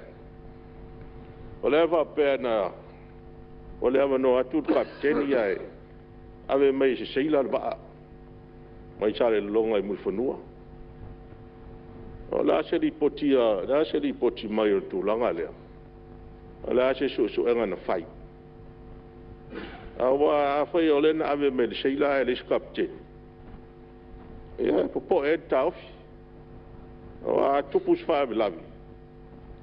Ia su e le se lai sene ave vaale. A le seila na mai ale vaa. Ia mai sa la pa fi e soifua. Pa tupu maswha ave lavi nunga alvasa. Me ia tauna si sila le iei le pulenga malo fionga minsta. Ia ma fai ese fufuanga wa le pe foringa mai. Wa fai fasalanga. Ia ma fatu fasalanga al kapteni le saulva. Na ro fasalanga al seila na mai alva. Ai ile tali mai le fionga le minsta o le company va ale atunu. O le ko captain lenga sau le va. O nga wai le fale kongo fo i le i kapking ia ma o le kulanga o kangakanga ia o lava la ko silfia e vakula le authority i ka ko maritime ka ko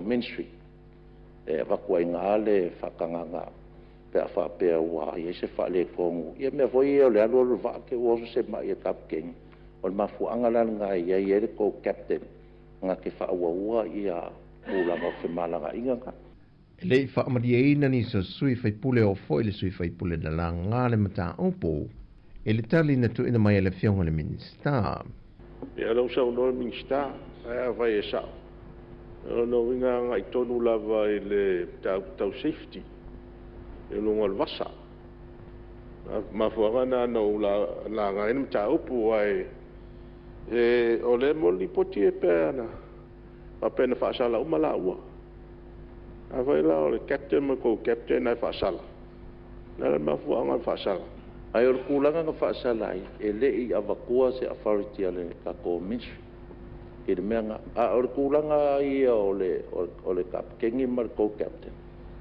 e o la o ma wo qualify uma la ke avele ba o anga le menga misi ala u e le avakua se authority ka ko ministry of works mole transport alanga le peye mali e le fionga le minsta fesili le navatu na mai se ala ufio o so ifu to mata so ngole mule sa no so le fionga minsta le ai mo langai alanga voi le sa ye le sa no ngale fionga te tai ri to ngai te tai minsta pe pe alanga valor lo fionga vong tai o le ngo ka dia ku ka ko va ai feo ai ngai salolonga ma mo fangu o kero kala ngoa kui vai le skala mai fafo ko ngo Sāmoa ia le tulanga le o tula fono le tu Le nganga le tula le pi fata alo le tula fo.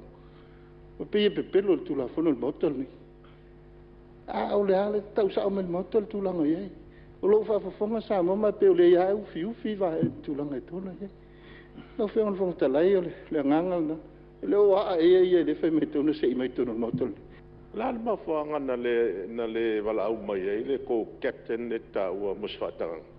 La mena na rena le ta pas fata nga mai lo fionga e mai le ba. Si le la nga ai ona o sa le ba ale tai au le o le ba ale e usu ma leono le ba bea te a leono la tal fitu to a sa le ba e le se tai me to ba au mai ai im tanga le la fa sa o minsta e le ya patu fata nanga ai o le na o captain e ile mai na ma le ba bea le na fa aba tope me sa o ba o le soifua o tangata sa fa mo captain yo fa sa O le aunga ato whelawhilawho i ngā sui o le pāremene, o le sila tuto alea i le soifua i a saonga le mōlea tunu o, i whemalanga i ngai lungo le waa, o na ele i lalu ifo o le se lau tangata e whemalanga i le malanga i tasi i le wā o motu e lua. O tu i nātu se tālu sanga melimtanga lwenga o leo i a fio ango santa puala mawhale antiu, i le pūlenga ma malua li i mwhai pūle o i a fio anga, ina ia fesoasoa ni ane le ngā ruenga malu le malo, o na wa maua le mtanga ruenga o leo, o lo laumunu ia wha amtalanga e wha te tau le wa ia lea o le li o lau i titi tua lima, e vahenga o ia fio anga. O se soli tu la fono watu e wha amanatu e le mtanga ruenga o leo, o le tau mo whai leo se tasi e wha alafi na lea pang tā. Wa ngai fo le vahenga wha apitoa malu le malo i ia fio anga, mo le sa e lia o lea li o lau i titi. O lea ua atole wa yaso ele i maua lava talu na sola ese mai le to ese. Ma o fautu e na fo el komisina, ma le mofiso leo, le mamalu le atunu o so o se vahenga e wa ai, ia awane i tamo whai lata lata i ai pe tamo whai e wha lata, ai e longo wawele mtanga ruenga o leo, la tau te whaatino ina le ngā ruenga. O lau i titi e tele mōrianga matu iao lo o mōri ai, e leo se temi mō fo i leo wa sola ese ai ma le to ese, mai se sola anga lava, na te whaatino inai nisi o soli tula fono matu ia. O talafauia mai Sāmoa mōre ni yaso, manu e tele lo tātou atunu o whasoifoia.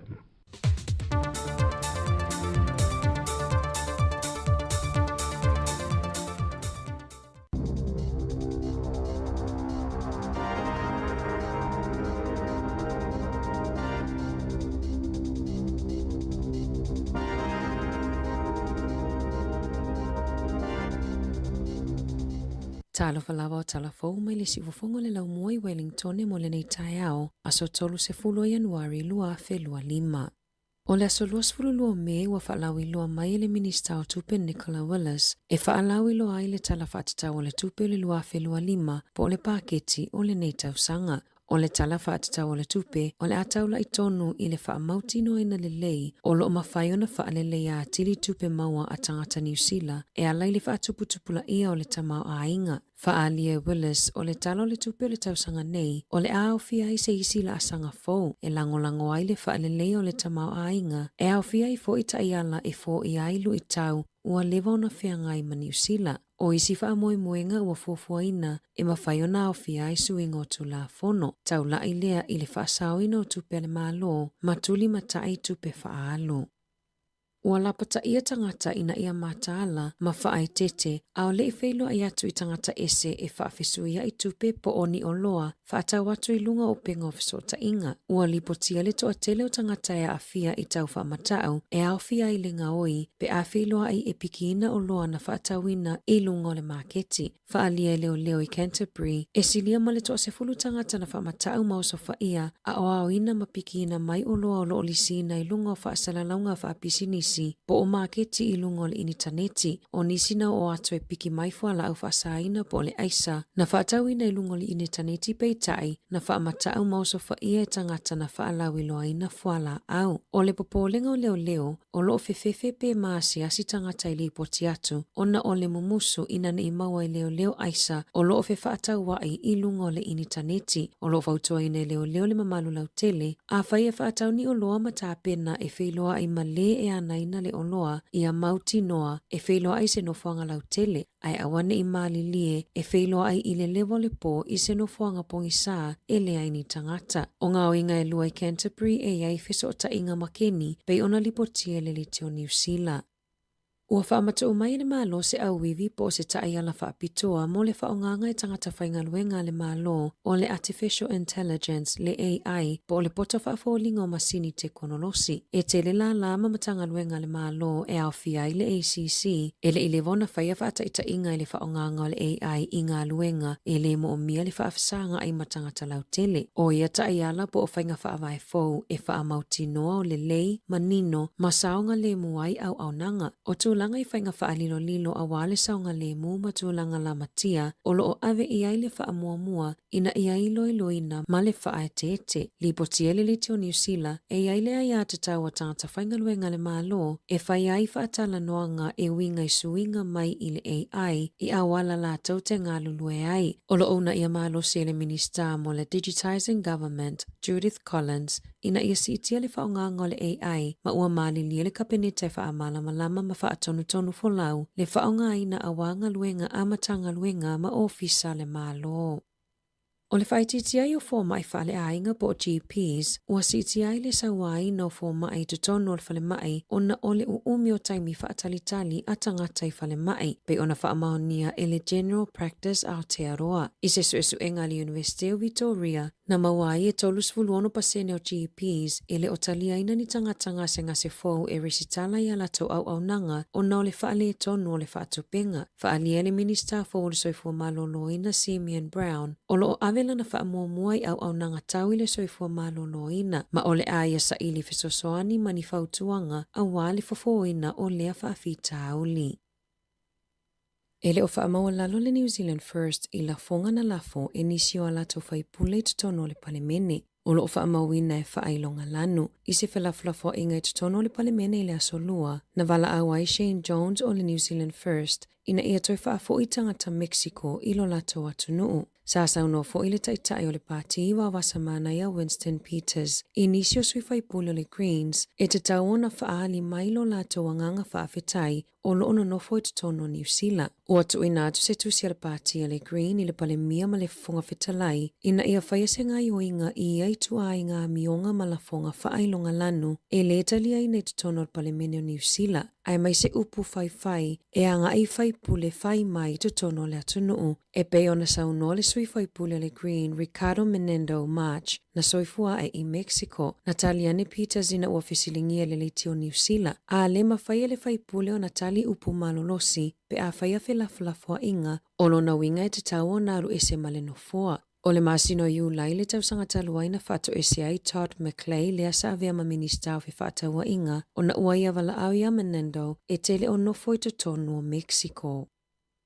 Ua whaalia le popolingo se fōma I Sydney I Northland I le lawai o fōma I pole au whaingaluenga I le whale mai Dargaville I pō na te talitonu e le o saunga le mū le tala umi o le whale mai pe ona whaalia I whaamaumau ngāloa ia I lalo o le Official Information Act. Na whaalia le lisi o tangata whaingaruenga ma la tau sifi e mai le aso se fulo o ki topa I le aso mua te se mo le tau sanga taluai na whaingaruenga I le fōma I e to atasi I le pō I se whale mai e se fulu lua moenga I le na o le lima mai le lima se fulu lima pō pe ona whaamauina. E ui ele o au fia I li poti whaamaumaunga I luma mai o le aso mua te sema ai olo o malamalama le li teo New Zealand e le ai se suinga tele I le au whaingaruenga talu mai le nā taimi. I se tusina tu ina atu I le ofisa moa lungo le soifua malolo I nei Northland I le aso tolu se fulu a se tema. Na taa uai e le pulesili o le soifua malolo ina I te tai toke rau Jennifer Walker o le tulafono le matangaluenga o le soifua malolo ina o lo o manino le leiai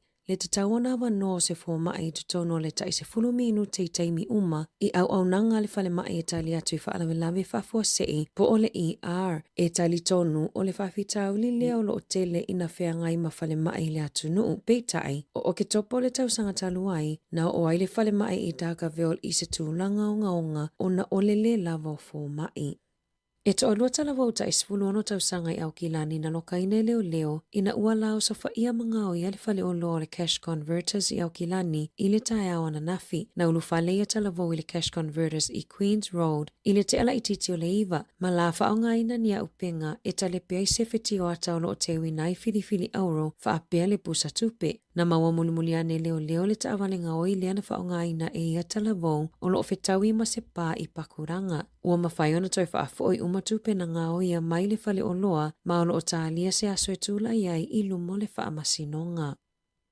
Ua mawhaiona whaalawi loa mo le taimi mua le ingo le talavou lea sa whao o maliu I a Bram Williams la taipaihia o Kian McNamara sa whao o maliu I a Williams I le lua whelua tasi a o se fulu whao na tausanga na mo lia McNamara I le whasi o te tangata ma na mua I whasalaina ino fosala I le to ese mo le lei titi fo ma le se fulu tausanga peitai I ayu lai lua whelua tolu sa whaaleo ngaina I le whaamasinonga o talosanga le whaasalanga o le solo a toa masui ai I le whaasalanga o le sefulu tolu tausanga I le to ese. Ma sa apolo aina I le talavou ia le titi fo le 5 tausanga ma masina I lua e nofo sala I le fale pui. O le aso luluna whaaleo ngaina I le whaamasinonga o apili le talosanga le talavou e tau fia I le whaalawi loa whaalawa I tele o lona suafa.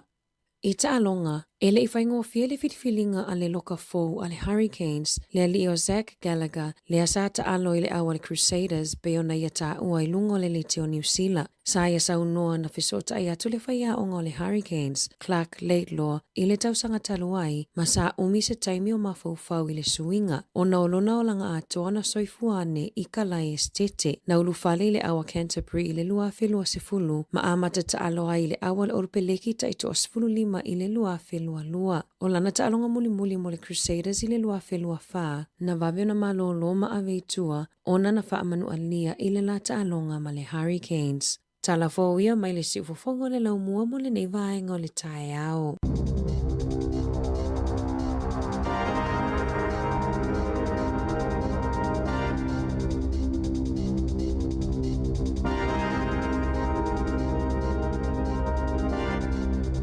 Alo whaftai le whaafonga mai le tenu o toi whaafonga le tu les fulma lua le whaaponga mulu tātou telefau o le nei aso ino os fulwala minute te nei le tu la Eva.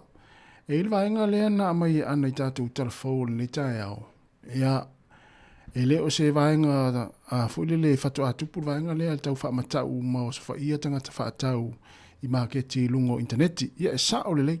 E I tangata fui e whailatu whaatau e fuli le ai tau mai se me piki ai, po se whale piki ai. Ia o inala le tupu mai le whaalawe lea ma le whaale tonu lea. Ia, ona o le o so fai o tangata yo atu e piki latu o loa ia I whatawa ingale I lungo interneti. Ia na on whaamnatu atu pe ona mai ma malapata I mai le matanga anuenga o leo ina ia whai tete I tu inga tūlanga whapena. Ia wae o le tele fwoi o tātou e maasani ona o I vaenga ia. Ia wae tau ngō fia I o loa. Ia a o le whaalawe lavela na. Ia e a fia ai ma fwilele ma o sofa ai ma tau wha matau I le taimi o atu e piki o loa pe ata o moise whale po se no whanga o atu tangata I e piki e lata o loa le uman wha atau rungon marketi. Ia I fo ia sofa inga whai ai. Ia e pei o lea na lipatia mai a leo I le lo le motu I saute. I Canterbury e siria ma le toa se fulu tangata na wha matau ma o sofa ia. A o atu e ao ia ma piki ina ia o loa fo ilele ia o loli sina I lunga o whaasalalanga wha business. Ia po marketi I lunga o le interneti. Ia, o te rei lope maasani ona e whaia vaenga lea. Ia e mai tau fwoi o le toa tele o tātou tinu e whaia vaenga whapea. Ia mafsota inga foi lele ia e umalon to tongi fa pe ia ta umail address ia po le tua tusi e te lua tu piki ai ia le oloa po vai fa pena ia le na fa ta ulunga online ia na fa na tu pe ia tanga ta foi lele ele fa pe o se me volele ele sa Ne ai, ia tangata fo le ia le taimi e watu e piki o loa. Ia fa tangata fo le mai se tangata fo fa tau fo la fa saina. Tamalana ia fa itete ai tatou. Na ona fa manatu ni tai au. Ia ona o le wa mai talfo e ana fa solo. Ia fa manatu fo mo tatou tunu. Ia mai se fo le vai taimi o le fa to a matal tau sanga. Ia tu lang fa pena ia ona tu lai mai. Ia I lungo fa to inga I lungo interneti. Luas for minuto te nei le tula eva. Ia la tatou hos fa fianga nei. Ia talapel tatou leina. Ia pe ona watu tatou fa afsili ma tatou suenga. Ia ona o la tau ina wala mai. Ia ma tau fa aria foi la tau fina ngalo. Ina ia pole ale numero e vili mai ai. Ia fa fo atu New Zealand Wellington o mile o fa tolu valulima o fa tasi. Ia so se atinu na te mafuta mai ai. Ia na fa utu te sila fia code. Ia tau ona omi moa. Ia ona vili mai leo le tolu valulima lua o fatasi fatalo fatu le faltua le alanga upu tumuli fa be foi fish malo fish mo ni foi nga luenga le yaso ia le usa fa vale le fu semi talo fa vale ia manuia la vale yaso tamalei ia ftalinga le vauto lei fa tai tele la le vau o talia lene so poanga ia malo fa tele la vai le sunga ile fa fengainga ia terisa ene malo fa tele ma fa mai se felina va fa tai faltua se si lia tuinga mala ia ma le to tele ante le liva ia ma le faltua ia pole sunga ia ngafo pula sa lo tele muas ia fatalo fatu mo la sunga ia faltua ma no falo ia martina matua ia tau sanga fanga io ia le mafuta ma ni taimi 2 minute te nei le tula eva te fa mena tu fa mo le na le fia file National Library in New Zealand in Wellington o le address o le fitus fulu Molesworth Street tai Wellington. Ma nei foi atale lima ia o ia tatou tunu. Na foi le isu ia tatou litio ia e awai il famo moile o le famo moile tasi o le tele wata le vai tau le valus fulu. Ia le na pu e le la faali I. E pe ona e ta o le nei sil tatou fa longo nei ia so tala bo. Moi. Le ionata ia anga I foi ia na le fiafi fe lo I foi ia ana fa solo ma ni sil tatou fenga luenga o ai. Ia mto mai mo le tele wata na la faali ai. Lopo iso wata na tai. Ia wata sile kale sia sa to tele tatou tunu yaso la sa lolotu ai mata po ia. E kale sia me tutisi I na etaronaki. Sa le foi na maua fa peo isa nga lulu ai ia matua o le faletua o le sea le ia nei hata tai tu lo la unga sea. Ia sa nga lulu I le vai temi na ia sa lopo le valus fulu po tu atu po luma mai. Ia to tele la to sa ile kale sia le. Ia ma nei ia lu to hanga ia ia. Le fiafi mo fo ta fao. Te lo ta si le si ai ngale no vai nei tangata matua I Sāmoa. Ia. No fale ia. Moi. No fsili le o ia te. O le mele fata tali nei tangata matua nei. Ia. Ia o fa pe foi le o matua foi fa pe. O te le fia no fale. O te fia lo te asiasi mo te fao mo. Ia mo foi fa fo wina o le malos. Moi. Ia afa pe la o fa fonga mai wa leva no fale e fisi me te vai na le fiafi. Ia. Ia o ina le National Library in New Zealand tai Wellington. Fa fa lingo ata ia al Pacifica ia ma le tale lima o iai. Ia wa te lo mo fo isina le te o mo sina iputi wa le fata mala tangata nei. Ia. Ni te o se atu stala wa le o men por kalame. Ia ave pe va fa vai msau. Ia e vai na le fiafi. Wa le ia le fiafi. Ia ma o te drain. O te drain na matu tau foi na ave fa fo fale o e fa sa vilima. Asia tu le pito no, asia tu o. Ole mo maua ina na I tamali I mana I faletua I nga lue ave pasi. Ole tu mo o tangata asia o te pasi mta fa ngal code card le o fu. Ia. E tau le Sāmoa. Tangata matua I fitus fulu valus fulu. E te alo le iva ia alu te enga o soile pasi. La tau lo tolu ia te o solo le pasi sa fale. Ia o tatou Sāmoa sea aiona o le masani. Ai fuala nei matua ia fenga na tun fio I pasi. Ta uala. Ia ta matua. Le ta te lo fio I pasi. Le ngol me foi le ta u fai. Moi. So buka kone o des pasi so buka kone. So lo talo tu pe a Wellington. Fa pasi a Wellington. Ia. O ngau fa pasi. E to ina to lu ai o te pasi.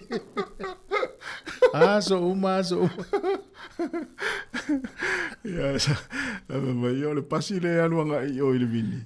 E tangata whaaurusina sinna le la. Al pasi le aluanga i o i lo wāta ma pāta ma tai. E le uru po o nā sa whainga luenga si whonga lamu. Le to o lua nā. Wai atana noa tangata i teimini pape. Le to o lua nā le masina na pukamira ataltau. La le si pokako le si le pasi le aluanga i o i le vini. Si pokako le si pasi le aluanga i tai.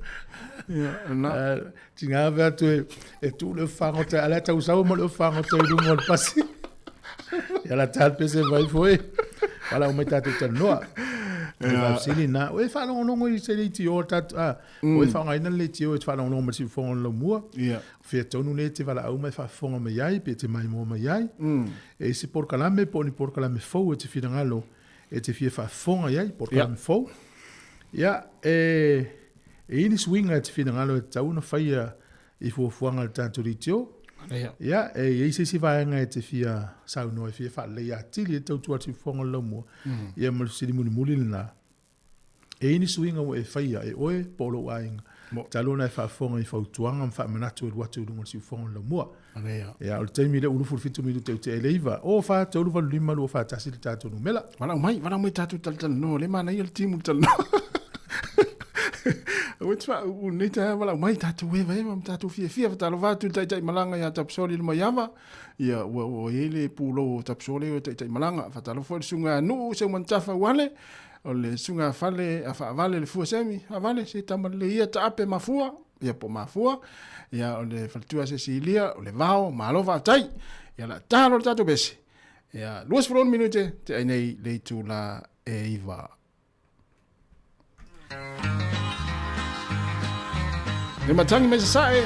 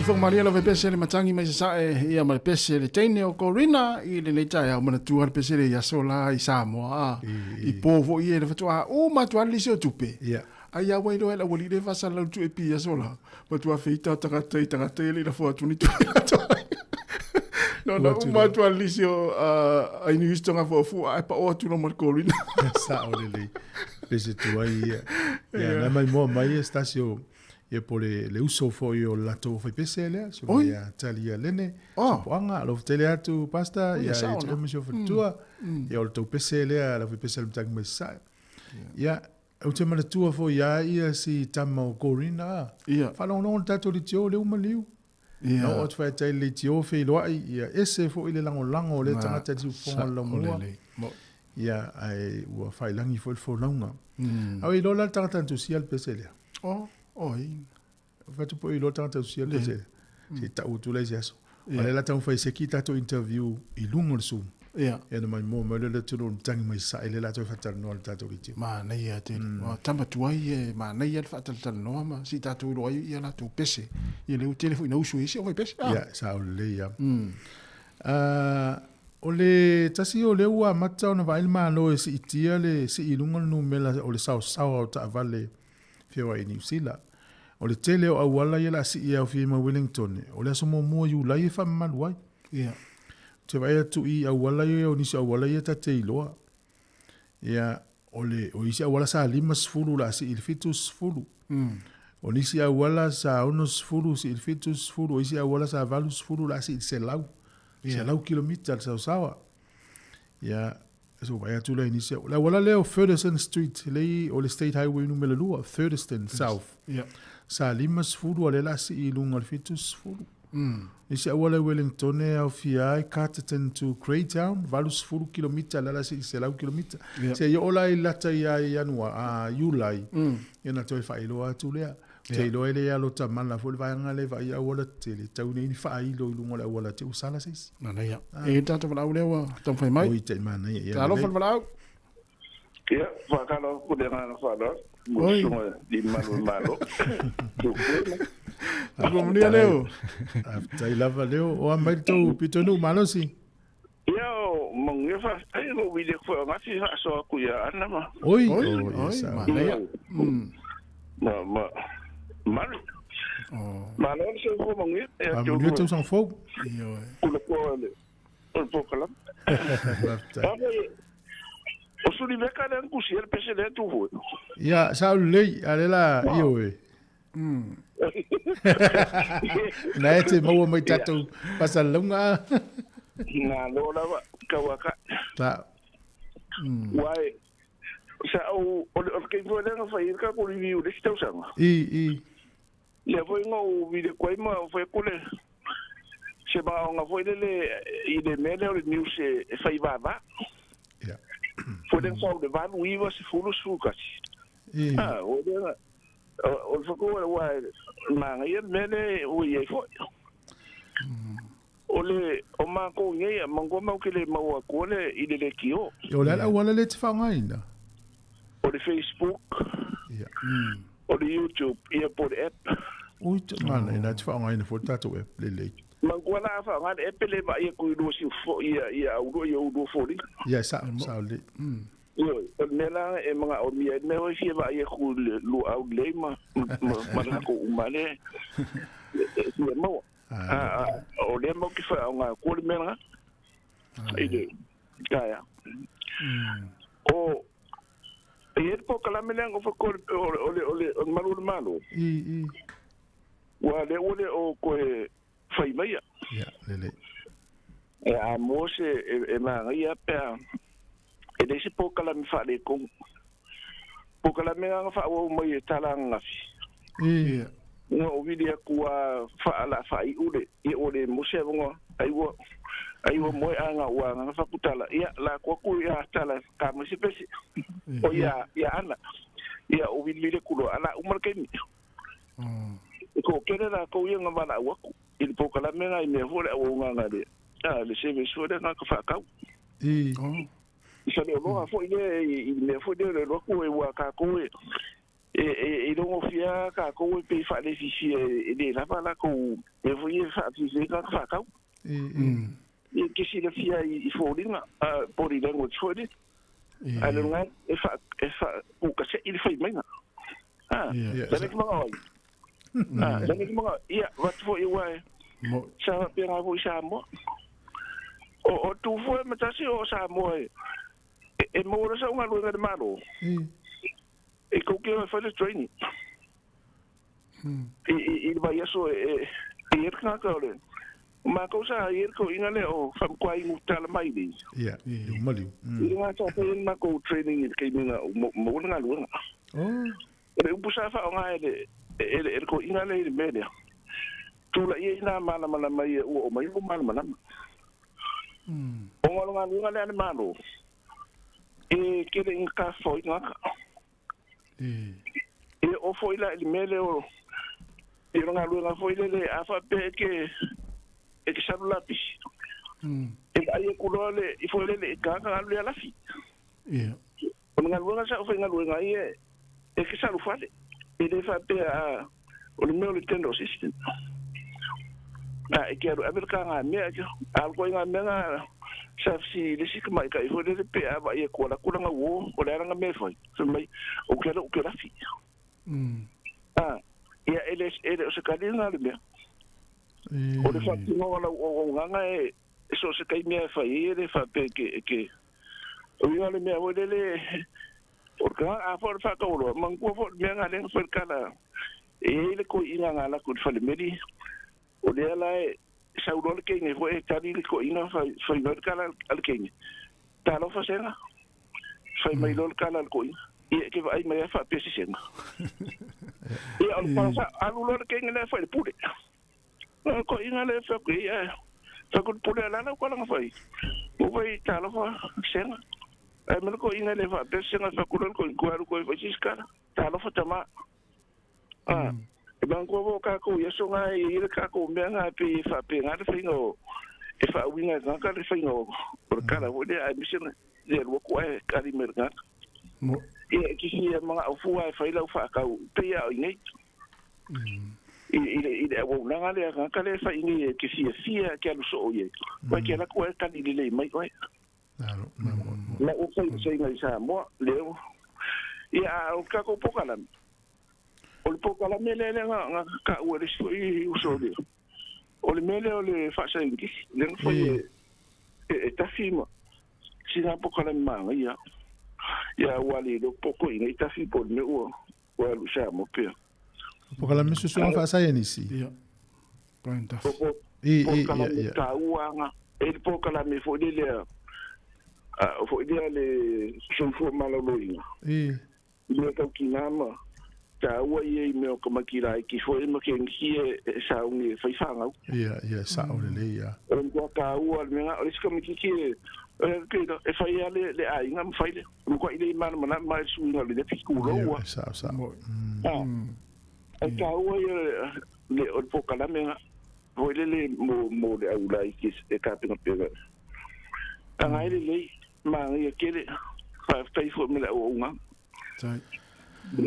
ti la fia le pese fo le o te fia se fa tau o lo ai mata ata pese na fatu ngal mal man Alfred Hankin na ma fu mai ono le na tu fa lo fa u fa tau lo fatu lo pese na o le fia tru fia tru te mina ngal man ke lo si la fia ko ina sa fa ko lo ya ma ke si so ya okay o ma ke si sa fa difficile fo le aussi di mukali po fede le va ngor ka ula ngai malulu o mo ke si sa fa malulu e condition le fa ke ulu lo e fa mela o ngene me kisi le ngala ko fa ka ule ba e ye ke malo ngai ina e ke o kulo le fa ko sa ulo kala ngoa mai lo ka malo e mela ka o nganga le e makua i e malie ho le signal e ki si rupe i e ma e ki fera ka la ho ma lu e so ya ma kesi e ka sa ol kala yeso a wa ka ko sa mo yeso yo un ko le ngal service ya on pa wo me man ko le sa ko sa fa ngalo ngali fo ni fo fi se fu anga fi ku fa sa tel ngo ma ila anga ma i le me le tip le mele fa nga mission ka Amerika le nga yengi ana e ma wa ngai e o ka di fa nga nga sa fa nga nga di i hotel o ka nga ka i o mai fa fo le e ngo fo i e le fa nga o se nga ka ngo male ka ngo mo le kupe ila lole Maraka ka le fa ngarunga. O le tip. Yeah. E ru ese ra e ke ruaku. O la i le kupe. La au mai mo oi. E le mor ka mo oi ai le ke se vinga ka i. Pe skadi fa Amerika na. Ia. Ai sa o ka o le aso ye. O ko inga ye ka sa lo ka. O a mau. O ti karara o Hanskael. E masangi nga o ku iuka ia mangkoi el tendo ofisa ai e mananga assistant. I ke kilo la e o kulo e alulo e Amerikan. I le tendo ofisa. O e la ke assistant i le mea e ia la appointment nga pe kulu. E o la nga luga ia mako. E ke fai le leia malo maukingoa. E avakoi le mea ia o e ko inga ia. A se furu kara o kala sa o ko inga no amau. A se furu kara e vaku ia oi. E umalo apoi me e kodu. Wa e vai eso uma o le skofi do aso nei a skofi do aso le marisi vai eso. Fa umalo a se furu kara le kupe mai ia oi. O le kukongi sa mau e se furu walu kara do vai eso. O ni le nga foi nga do nga. O le e mangu hoi ka ilima senga de pasi. E lima senga de ipuki ia songa. Ole kukongi ngai mo kwa kedea. Mangu ho aso hi ole small lo kan ko sukana. Ia. Ko sukana. Kusa afalo le mera e ko fule ko e fai ko fa popo a. So la vai tau le tal no mai vai ngai. O che un sanga va ia mera ia so ia. O e tal no mai vai tau fitus fulu po le onos fulu. Ficus fulu. So que a limas futa usando limas muito. Fai fo e ka ko ia so ia mera. Esa mawai de mele pesiti plena eva ko ka ni e maumia ka ia so. Va lo ko ia ananga ia Amerika e fa pe ngare fa ngai o. E mo fo ngai ai me se pe a mo ka mai fo le a mengo fo hotel ali ia ka ka. E o esa nga e mo si me o ima oi. Ka le o nga. Ja, sa. Malo, tai mo fa so, le fa mo wina lo fina ngalo, leo alo tele mo. To fia la e fa lo no mai nai no mauta po. Fo fia ni se fa lo. O ma wa ma lo kua ia wa fa le e fa le ke le la. Pa je ka mo ke fa lo mai. Ia, o le leila. Ia, tai to fia la se, to fia la tamiti. Kasi de ke mingi. O ia tolu la to. Le saure sika ma lai au kira. Ia fa tai tele mo fa so mai, alo fa tele atu. Va ke kele pokala, alo ke le ko. Mo ia ne ia so mo fo. Ia fa se fo. I ko ntasi, se go ia. E di fina ngalo stasio tato tangata masani an fa lona mai dungon tato Facebook. Ia e fa pe le osuliveta tu siel pesena. Ia le no silingi ia sunga fi au ia. Talia lene. E le fa mau dia mai talia lene ia o le sunga suliveta kurena tu siel pesena kurena. Oh, ia wana e mafuta mai sunga fa fenga. Tai fa malu toita ia mati o suliveta tu siel pesena ia kurena. Ia. Ia, dalo fa restato valau. Alfa Tasim tu foi, mas não vai ser lua nem tal. Alô, se for. Ah, mas su me la ele. Ia. Venga lui. Ia, le fa longo como. Nga luenga ia wa foi falar mas so kamiti. Malo. É foi o felete fa fonga mai. Eu las Vegas si por lua. Eu por lua o suide mo peso e ngole ngo America. Tá for Mexico. O Las Vegas. Malo. Wala let's fanga net fa longo mai. Ko lunga le YouTube. Longo kwa le YouTube pa ma wale wifi ya. Angale YouTube pa lu ko ka vale yo le kyo ya ka vale. To fieni se fa longo to fa longo fa tasima. Ja, le gaan dus hier waar je veel even ngale o hi ko. O ngale wenga ja kai of voor de visa ja maar fa longo ku. Vai kuskusinga ngai me like. Yo. Maar hier pokala me yo ke. Al wai pokala me uma. Maar wai pokala me ngai la so fa ka ku fa ka mai. Yo. O pokala me fona te na wi-fi. Iyo. Ai merda. Ma ia foi época, mas época mo calvesili la fiafi fe. O que ninga la fiafi wa makafa pepe le meu le coi. Ai ma ngai ya le passing aka foi ngale ko pe ko fa ki pe o le mo le energy drink foi ngale ah ko fa ki mai fo e ma fo ma fa ola mai fo le fi tadi na fisi ya e po kala me ma e ho mo me o mai nga ka insurance insure e mai fa longo ko i finga wa ke mingi mi me foi ngale mo funeral plan e ke le nga me au nga e le ka ke fa longo e ngale ka ko poka la me pola alfa ki ngongo ye me so so ngi foi ka mikima a wale ka pengan kulo mo ko a foi ai me au insure me o budget ye ma be foi ye le fucking ngongo home loan home loans ya a wala fa ka o em fa ngai u ia foi ngale fa ka ingo brokers mangi brokers foi ngale mai ngaru rue le alo oi fa so ka ngaru rue mo e mer bank sai poka sa fata not full tatoritio o nei tau sanga ile I maute dat ya mana ia le uto langa mai nei ya le fa o pela usa nonga ia vai me lai ki anga ka ma fo ko ia o ispo kala me mai ma ia ia fa o long ai pa wanga ngai me vunga ko fa ala mai o le subsidi le FFC le tuai e ini swinga we fa ia o polo wa inga talu nei fa fonga I fautu anga mi fa mena to va tu ngol tatoritio ia o le sui o le ai si kulu ai fu ngalo ke me ke fia ai o ke leo maka ele ki manga fa tu lo me fu ngale ka fa lo ngalo ko mau ala va ia kulo si me wo ha vela mai oso al me fu ngalo ska ia ki mo ni no ska ki mo fa sin fa malos ki ko al me ko vai so nga ka le sa maka fa malos ki mo a le winter putulu le sa o le le wa ka va I lungo me yo so media ele nga ka o si fu I ya ku so le fa peso mai mo pe fa pe mal malo si ko ke me le winter o pe le winter ke mi fa ka nga ya ma fa wa pu le ka ma fa ave se pai ya fai ngo fia se me fai fa kingo e ma wer kingo malo si ma so fo malo loi ai fa ka ya ma ye yo lo ka pui ka o ma le aso e ku sai ku sia ngai me fa un longo ala fa ngo me la o complain ni de pule e winga e de finga ring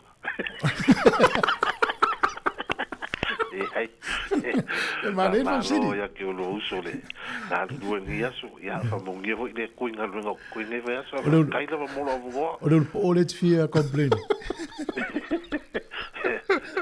digo casi o il forse fa mo le ma via la via fu fa ngi aso o il forse fa le o il forse fa le lunga tato le na fa mo ya o il forse fa o John a timu John a mala ia o John a la roia o vola ya lo te tu ya fácil ya malo ya sa ya pe atasi so le na umadu ai mane va tu numela so le pule ya mo la to I va pe le o luatasi lua fa valu lima ia pe te asiasi le emaili tialu.moresi@samocapitalradio.co.nz ia le email la foi so email mana e la tata to pese to e famani no tu vanga na ona pe yo le na o so tai ne sunga ya tali le nei ya le lu to pokala mana ya le fa mauni mai ai ia o le pese na ya Corina fatuina le sunga le fa au ya suliveta kurene o le si pese na fatu su riveta ku rende e o lo tele tangata pese le uso le vai va ole ua o falo ile tala taimi o le matanga sa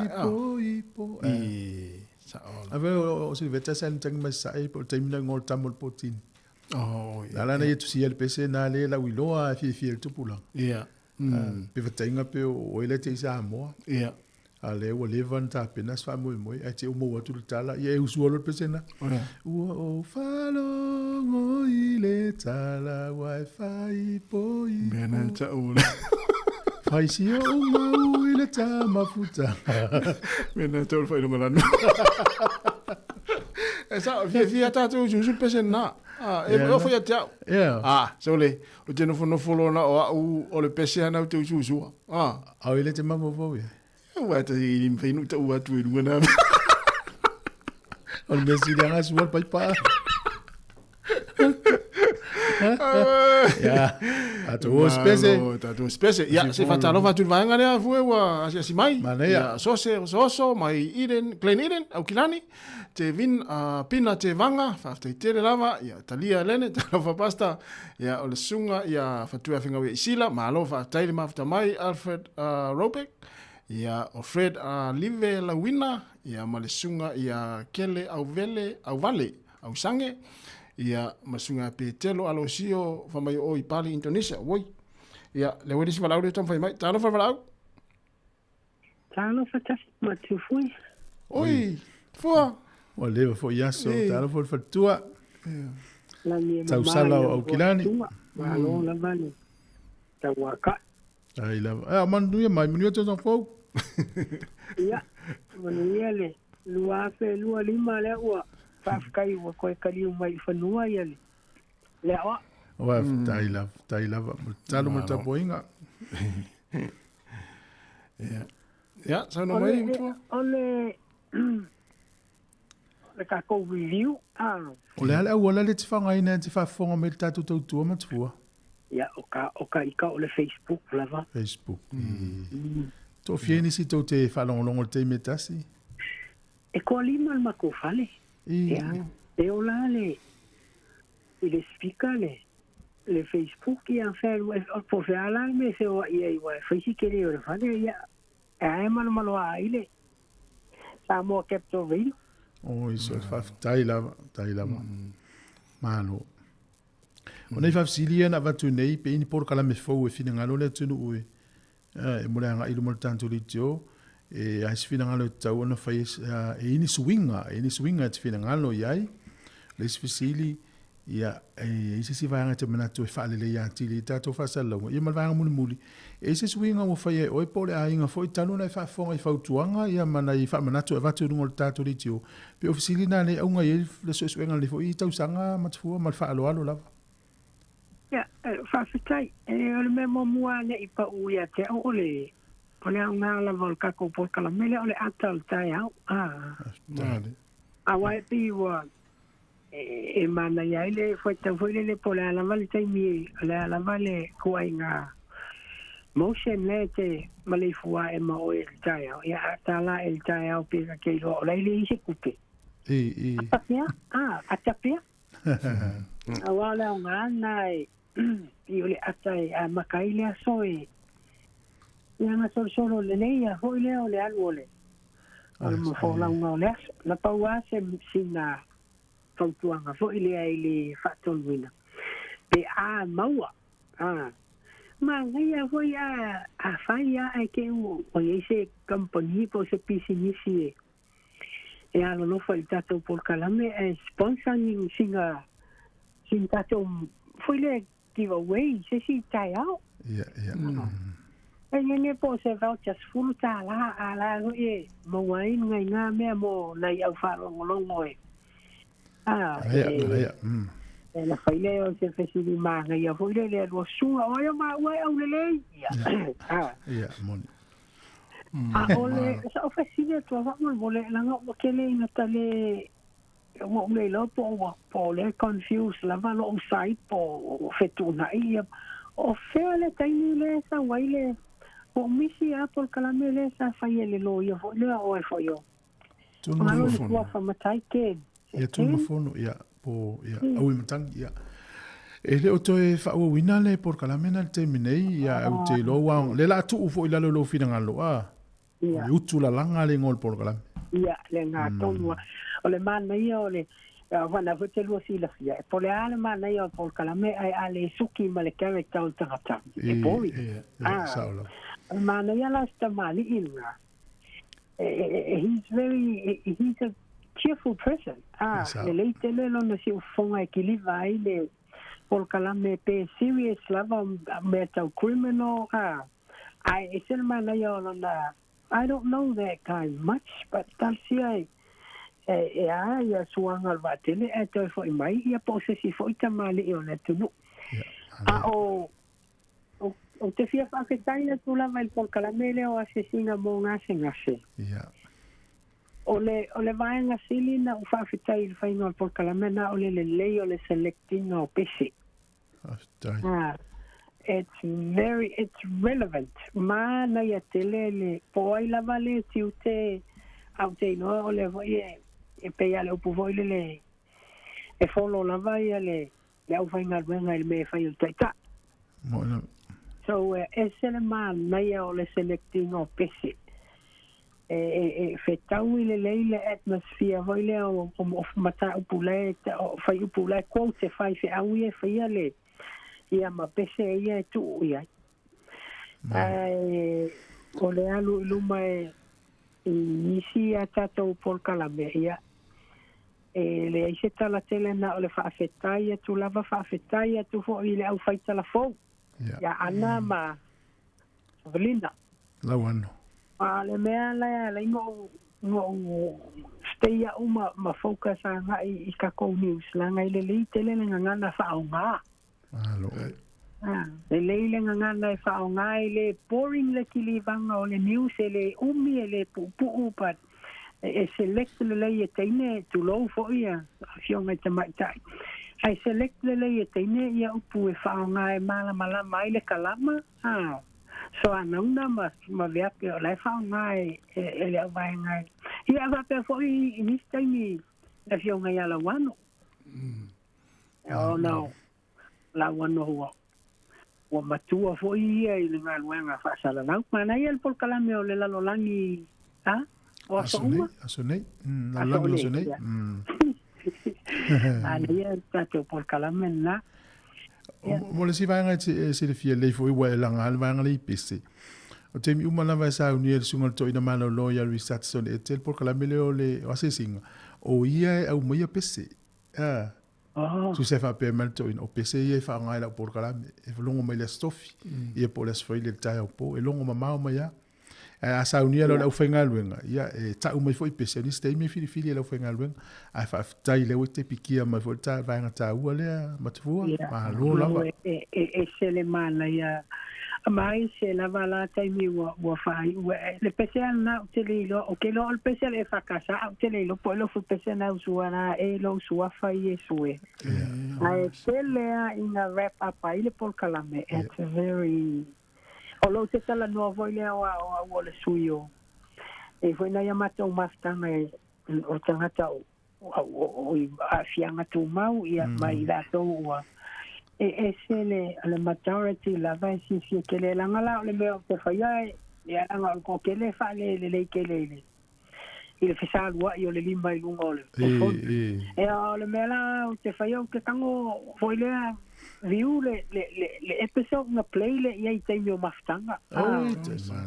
They really like it. Ya o le pese na usu ko lisi fa fa au a malua le pese na e lo usu fa Yesu. I see. Ko lisi fa au. Ai mana ia uma pese ia o foi tato la foi le ngore. Foi de ngol por a lesión a famolalo si oye eso ya tu la famolalo por su fo ya sua el faskai la faskai la va tu fue matasine o milo tai la faskai la va ole le leitele o ya wa tele lope tonue te lo tal tonu la chama pe sa no fue ni te la con por le alema yo por calame ai ale suki le kanaka lenga ke present mai el por kalame mala na me la fai ele mali it's kind of pe iva ala ufa fetaina ile ta mali in fai la una ia te affiliate fatasil fai no por kalame e fetau ile le o la ko characters ma por kalame la lo ke fai mai tala noa mai fo ilai au mai e o lava I loto tangata mai e le ngata o ngana whaonga. Ia. Ai, tau tu e uro toftafa, tau mori atu whaftai lau whainga wana mai asi. Wala au nana momo atu ngai tal noa mai I me ol fikus furu. E mane hui e. I se afi pe ona saunoa wala au nana so mai ma. I kei ni hui lele pi wa tauna wind down me uma mai tangata whainga luenga i le stress o le aso mai o iai. E mana ia ka manga e maua iei i singa lako. 10 minute. E whai mai ala ko. Ala ko kuruku o ia lako mena sa whai. Ia so ia.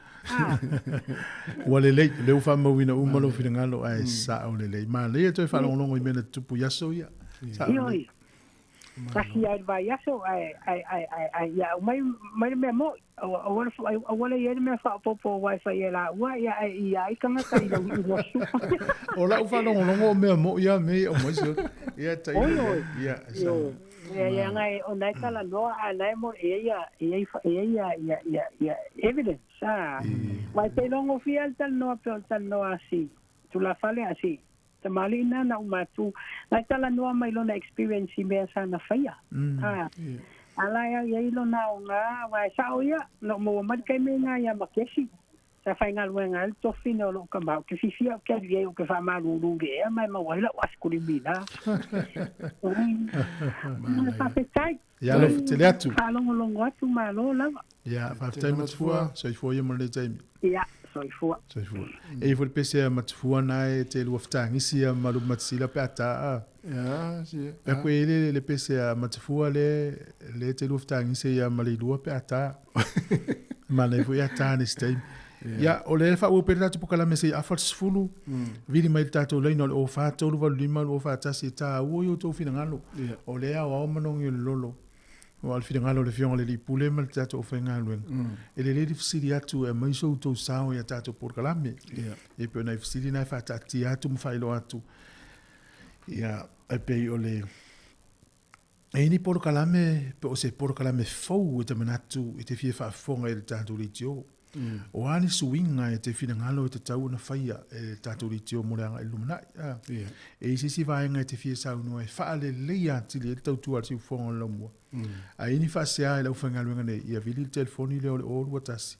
Lua whaavalu le malima. Ia po le te alu.moresi@samocapitalradio.co.nz. Ia le wēn malau fwoi. Malo se fua talofa.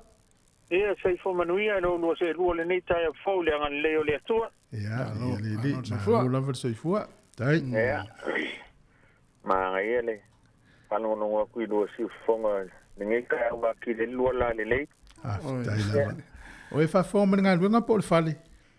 Le o ke mi ro fero ka vale esa u makale YouTube le fale ia le o kongor ka vale vo ke video quest o ko vai quale fale le mo se mo se fa facile tu o au wala i te fa ngai ne te fa longo tatu ritio le uma o le tio ma YouTube e me se sia wala ne nga le ki o ma le YouTube o ia mo le ia wala le o wala le o ke fa ngai nga ke mi ngai tai lava ia sa no mai to fia o to ma se ni fa longo mai o so da ki lo la YouTube fa no man ma ko ai e ko ke le lan ma ko ai ki YouTube fa no mai de le o di fi o ma ko ai ne fa no lo le YouTube ona ola ma ta tu ya te u le nai te lu sa no mai to no le o pisa fa sala tu la la sinu mela o la vale o to fa sala ia e mana ia le piloto le te ia le tal no sa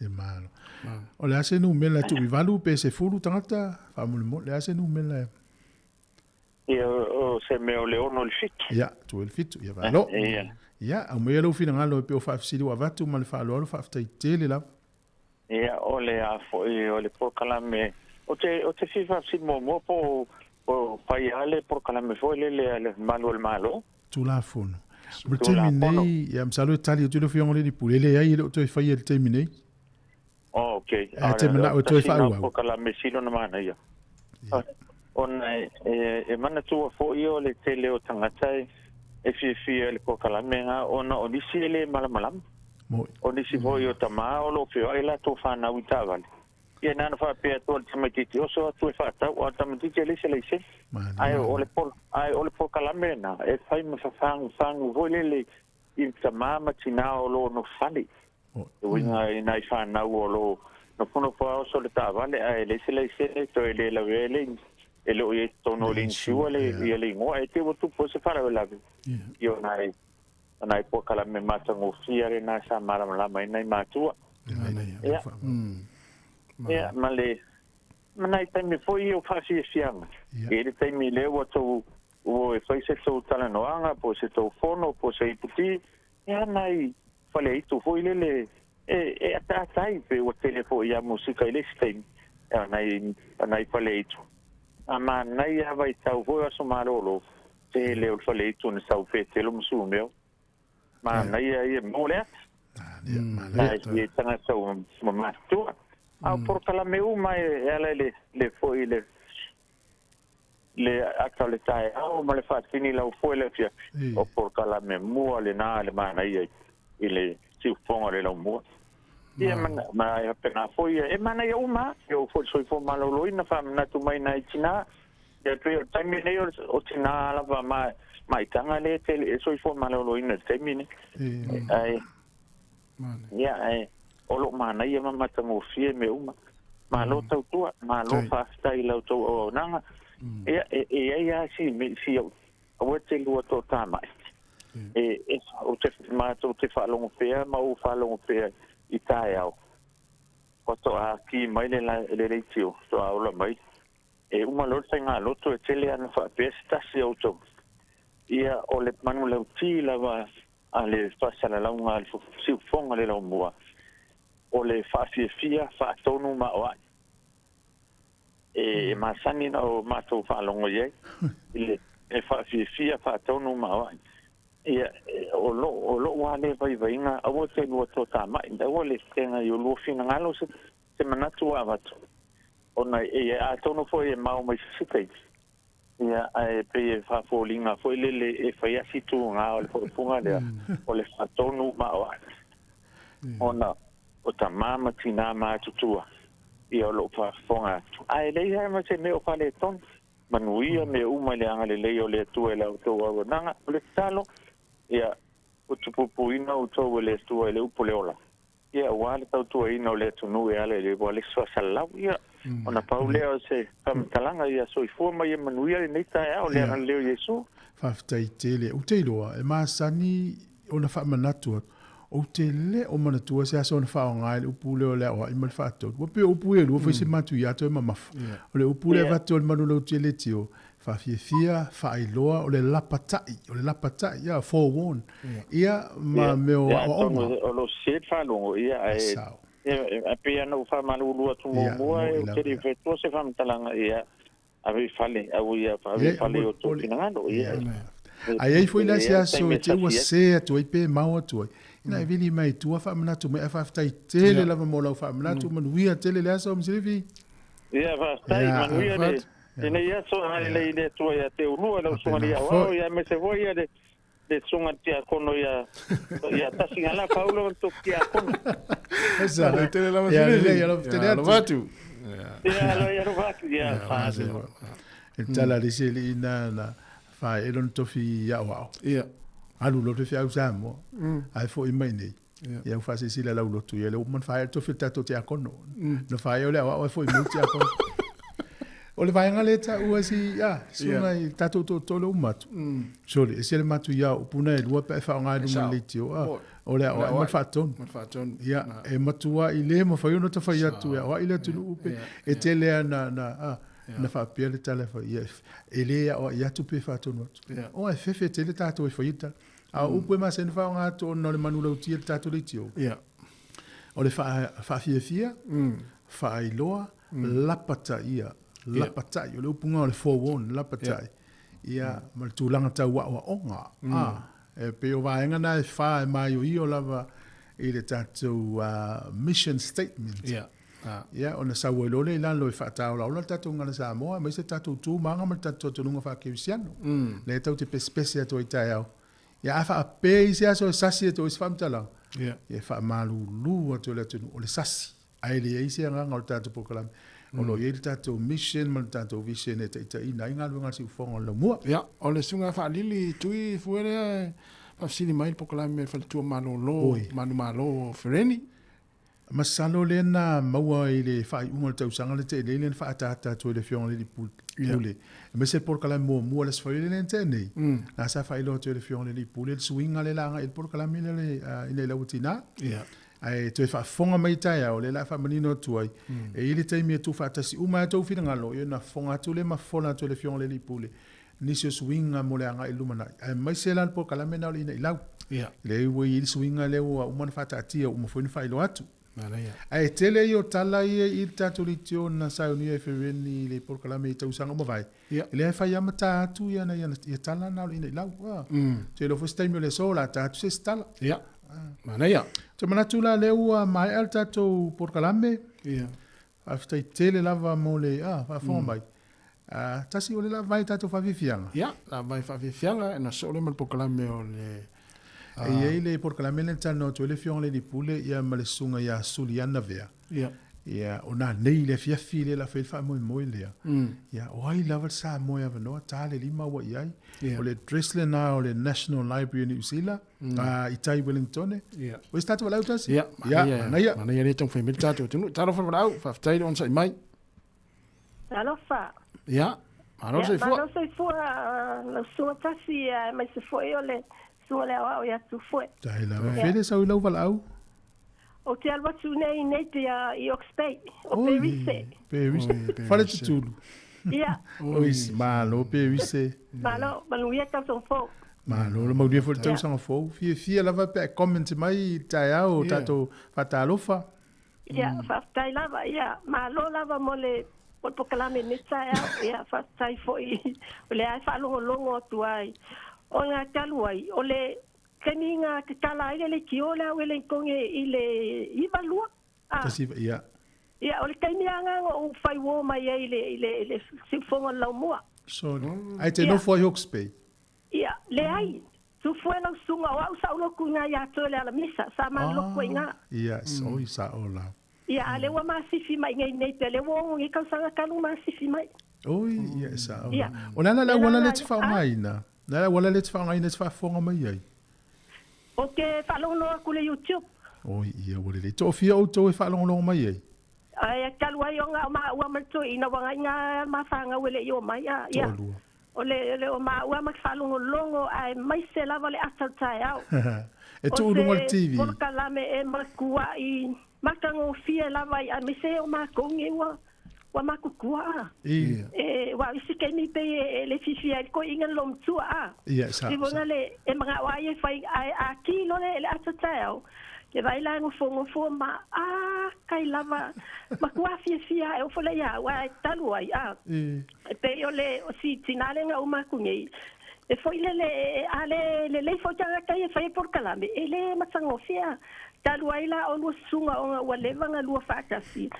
A fatela le ese penga o kasi sau ale yai o pe wale a toa fo ile ai yai uma olua o ke fai ya ku oli angelu le la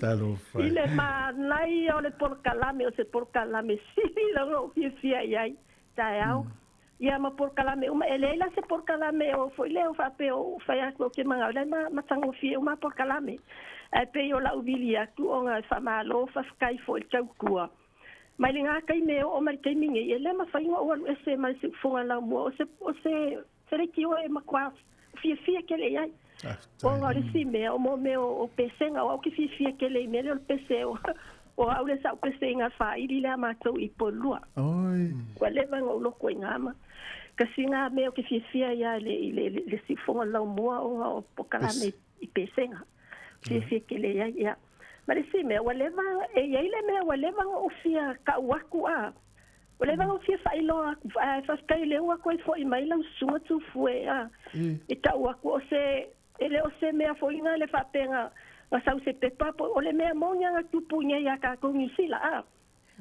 talu ai la le ka fo ile fa pe mo ka le lolo ka le lolo ngai ma ku ai le lolo ma o ka usai ai o le mele ka usanga o le iwa kolu aku poina mele o yai la le tengi fo ile peia o esta le ngoskengi le sanga faia mai la ka peia nga luenga savelina faya mai kala o la o ke alu la le kio ava falo o al fenga lu ke alu la le kio e ka lo la pe ko walu le fafo o ke falo longo la kala ya la ya me o fi ke le ya mo me o kala mai I ma o la ia ma me tupu ya tato mai e lo la le kala lea o le fa sa for ni pepa ka ko ole kama kiki e au ngā ke le mo me o plan salvo foi le I la ko o langa ma foi le ka ma fai e pi le li ma I me o ai e pui la ko ai me se foi o ka kalo a matua ole kama la le ngai ole li e foi e a onga ai fai la pa sai me le fenga luenga le respond le po alu lo le fenga luenga o ia ma so kina la ai ai wa o fiu na la makaya ele foi le kama I o long a inga o fiu so kinga vakari wow ele la kwa fali ai ole me fa ke ia o ke vili aku New Zealand wa foi la o fa mai fa makalanga ale kama kiki nga le fanga luanga le polia ai ke o kupule misa ole misa ke le nga fa ko kongo fale ai na le a pa me o ia la wa fe ala ku mai ala kwa piki mai longa o fuma fanga tau ka uli menga iai saulo savali mai lo savali sawa fe ko ai sawa ali fafo pa mai a wa ve si fa solo a ko le misa ko kongo wa ka yo in forma lo le anga e savali kula alu fe ko ai savali mai le kangaka o le mea uli e makua I tingo e se kere kangaka e savali sao mai ai anga sawa nga o ko fai ko anga kanga le o ya ba ku fo ya kai pese me fo ile si a velo I fafo ba ku a fo ya le lo fafo a me se fafo ale tuva e u a velo I fafo anga velo ko fo le velo nga o ko ngi fafo ai o mai ngi sila ele lo pe ke lo ka ko ngi er kala le faya al menos tu puisia o kai la inga vele ko ngi ke le lo pe ke lo sila fiele me island pay o la yo pay for me ele McDonald ela kalaka ile makafanga ile pitch o ingala pa o nganga yai asa mela ke sa fairo of mava fanga o kusor sama ka ko ke ninga a fenmena yai le tama o ko ilo ingale makafanga wa fo ke ya ilunga wa maalili fo ile ai wa kuno ke nge ke sa vale ko la onga e o la onga asa mai wa ke ro ki kil mai mai o le wanga so ka me ko la ang saulo yai saulo fesili ai fa mo le po fe ngai o fe ngai be asa ke o ngi sila awa ke ilo inga awa maura me vole le wafia ai ba kuale yo mai lo ke mai ya McDonald fa ka me ai ma vidi lo leo la vidi lo leo aku lo fa ma single po fa sama kala o ia America tu fue pe lenga wa ba kuale no sa ko ele fa fa ma kala ke le aku la lenga sa ku no ngale le mesele nga vakule ile asonga fa makala mai ka malo le nga sabali a wale lo le nga sue o ma fa no ye fa pese ise kaini o fa makala kule e maka o ki ale be ke lo e o ma ke ni nge pe yo se me fa fa no ma ele ma fa ya le se lo ma fa le me e ku fa pe sa amazing Vale o langa fo nge ka me kikima wa se ma ese mangue o ki ai ko ngole ande tu solta mai titi o Amerika le in me le lo fa ma singo ai lo le po la ke fo no kinga video la no la fa pe no kinga po fo ai video ku le nge no kinga o la kama le nge sela ai fo le pe wa va ku a me pa la va le ma ku pe fa fe no me nge ya fa ma kala ku me ya san ka kala ku no kinga ma it's me esa so mai lo la ia ese wala ku fa makala ku le mea ke lo fa lo leo ia ingei me ma ko fa fo ilo skama io me le no le la nga le ke manga fo le fa ilo ko it's a nice story in mo le o la mo ka me ki fo ile e ona lo fa ko lo nga inga mai singa o ye mo so kinga o nga ko le fa le pa time fo ile ma ai o sila fiele tu foi o se kala bon fama o pe ka ke le lo pona ko nga la sa o Sāmoa ai ma ka ki o me o ya tu foi ma ele o se kan foi a ka ko nga lu le pepa nga New Zealand nga fa lu le pepa nga ile story nga a ke ka la ka o fi foi le ke fa pe ya se me ka o ko le nga story ma ka o fi ke le Pe yo me ngale wo vi le so ni ta ya. Le wo por kalame ya le se me o la wa por kalame ama nga ya ke wa yo le atata ya fa ma lo fa ska ya o lo. Se le sa e ko kusa le yo lo. Fa yo la ka ta si e ko sa pere se kala ngale aka e ka ke aka ma ko hanga ma ko kala vai lo por kalame le. Fa fica ya le ko le tsaro skalo ya ye pe ka lengi ya mo fa una Mangisi mi kia maka o fie fa popo aku I luenga o whenga iai. Au ale mama le o tako waku o lo fa fofonga I kuri mango e whao le ngila no langa ia. O kena ila ingai o peipo I se inga o whanongo longo ai. Au. Wa le mango su ea wasa whanongo longo lau le tio ingai le lo. Wa le se kele fongi le o sauro ingai o whaila o kele fongi mo o ngo whale masu ea po fise me e mawai le o maua loa. Ia kaya uma le le fai ngalo ka fai ngale ma ia kaya ole sauni ngalo fai ngalo ku me so le upo le tuale wa mai ia wa ma le tuama ia tama ta o tu ni si ta to le tio au le no ai le ta ape se ama le me so fa ya wa ola ia so fa so ku ni kaya mai no ka ngalo la ka me lo me la u ko masi apena foi tala istanga te ia ni kaya alo tele tu pelise ai mai so tasina le o fi ai skiwele ya wale le yo tele tu ya ai mo na ba ya lo fa fo I mo lo suan ne ya so am foi le fa winga por kalame ya fa stai lava ya fa lava hele o mo mestinal tele oficilia tu ai ya se malo sino to fa fo mai Pio le saunonga whai ua a stina ia pe wise Ana lua lata mai nei, ni fa pena foi tala vanga le. Tasi lo mo so yo mele a. Tembe Christmas. E lo mo via tangata wa tutena oi.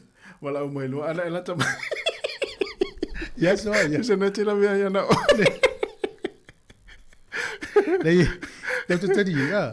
E tau foi se da fia e tangata Sāmoa. Fai tete me yo upu. Mai ni sa fa inga matai fa sala use maliu. Ya, ole la fai mel la unga. Ya, stai mi muliane ta to fe lo. Fa pele. Po a fela mo to fe lo I wale la o pe mai Sāmoa matai ya maukilani Ya. Ele misi, do ja vai so mai o tu pe o tu matai to pe file officer ya. Mo no fa sala o maliu ma ya. Au so ngale ya, mo le tu fa ta de fion le di poule. Stai muri ta to fe lo. Ya, na ile so to wanga ton fa pe. Ai. Ala winga yo. Ala na te me Christmas. Ya mai. Ana ela talata mai. Ya le vini mai tu atu le tio. Je ta un fai tete me yo upu. Pe for fine na for la puringi o me le ase. O me la na la fa pele atu nu. Wa. Ai le ni mea. Tu sana upu e fai. Pe for me for la envoyer le mai. O ya ile lima feta la. Ya duas futa la. Ma tu la. Le fa longo ita mai tin fa na nei. Pa pe. Tet. Fele lima fele la. Ana mai a inga. Ona u fa tele tangata len for folar me le fa tete me yo upu. Fa sauda to upu lo lo fa lo.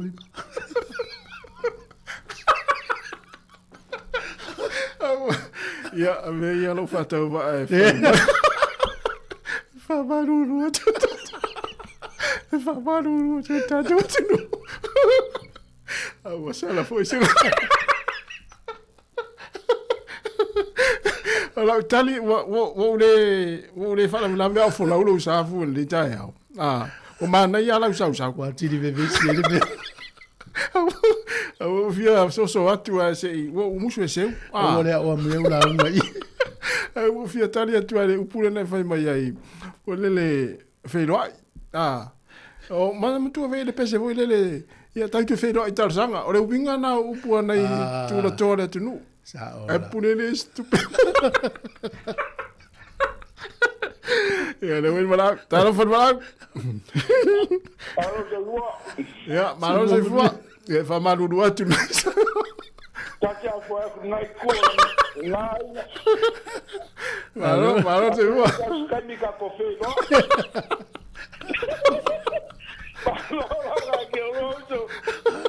Feliz o no fala. Oye, mi hermano Maros. Oye, mi hermano. Oye, mi hermano. Sao. Lo lava. Ole ko pero ai foi si rupo. Lo lava. La wala let's fangai net fa long mai ai. La wala lete mau ai tatu fa longa. Ole mo ai mo la ke fongi le. O YouTube or Facebook. O se me a le la va Facebook o mi ja mu me ke fongi video ko. Mana ia. Ale aka kwa ku o yo. Ole si no wa bi o li ke o lo po o wa ku si na wa bi. Le yo mtai Sāmoa pa mai ne.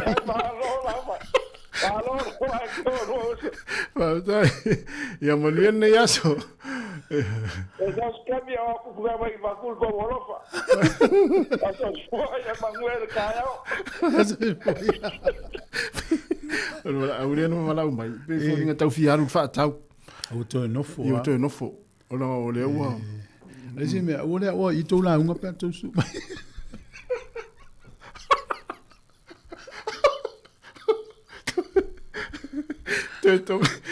Tôi nghe đấy là mà chút ya ba nó vui mà nó chỉ làm sao ta nó phân vào mà đủ đuốt ya mà nó sẽ phua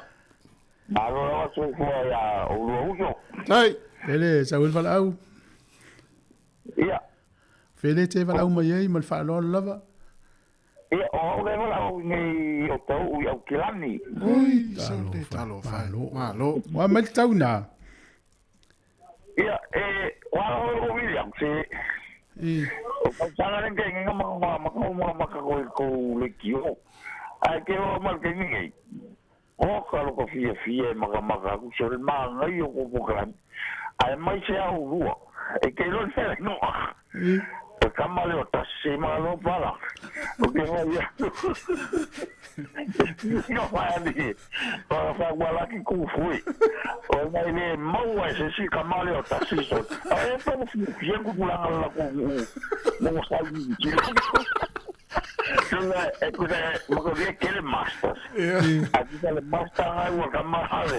Master e tipo pas. Esa malo.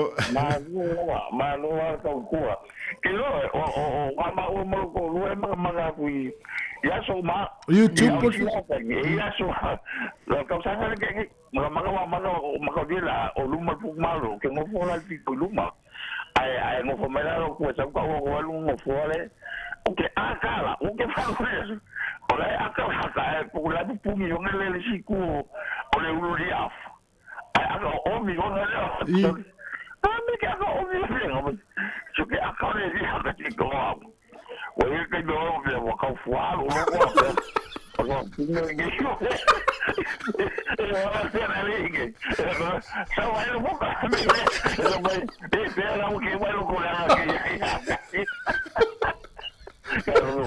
malo para un por calame y yo le dije es que man es muy Sāmoa. Se el man aí lá por cada mesa mas a que se esse mafinha era pifo.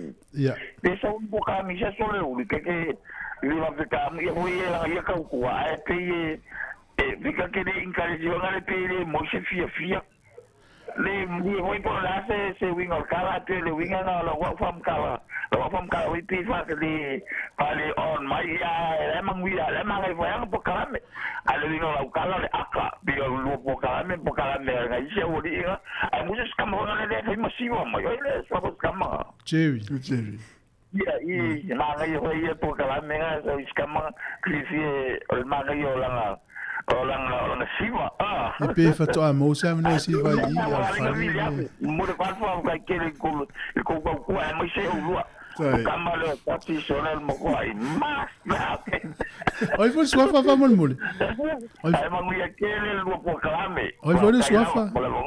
Oi foi sua fa. O mase fa sufia lo so ya.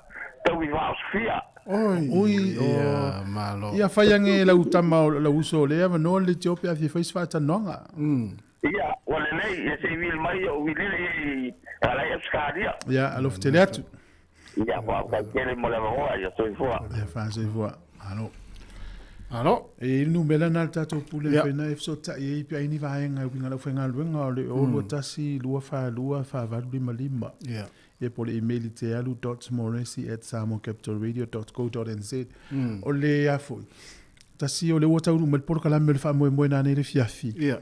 Nei tangata mātutua po i lava eva noa i au i e mai moa ai ma whiro i fo i ma o le National Library le tai Wellington o le Fitus Fulu Molesworth Street i Wellington la mo i loa to tele.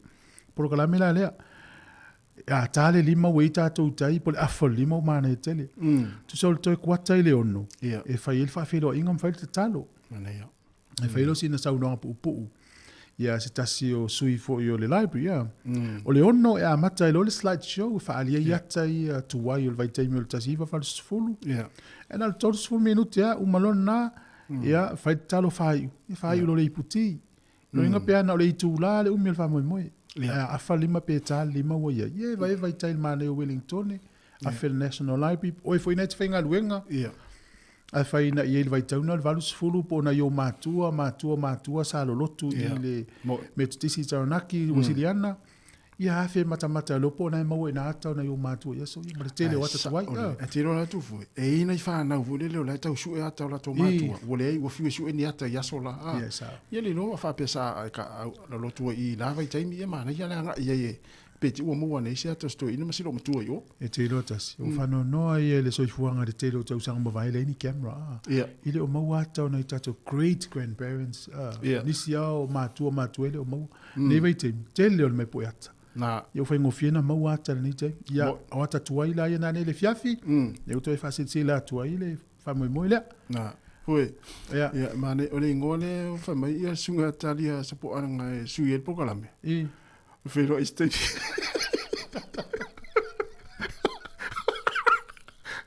lo va tu lo tal o lo fai fosi le vano fai ngalo ngai ma to fe ngai nei la mata mali nei ale o kilani ma sa kilani o mai po Sāmoa io se fa lungo tele o se maliu ia le la o mana fa tu si felicity la tu ia le te pisi tau edit mo mix le ia lo se salu ma se la uma stai mulmuriane ta tu te filo io na e iso to antonu ia o sa wala fa fa po fa la ma to filo ile la o sa mo le uli pe o kilani ale va to e mam la mo filo e tal sanga le ale la ia na la tas o masani u ko fa po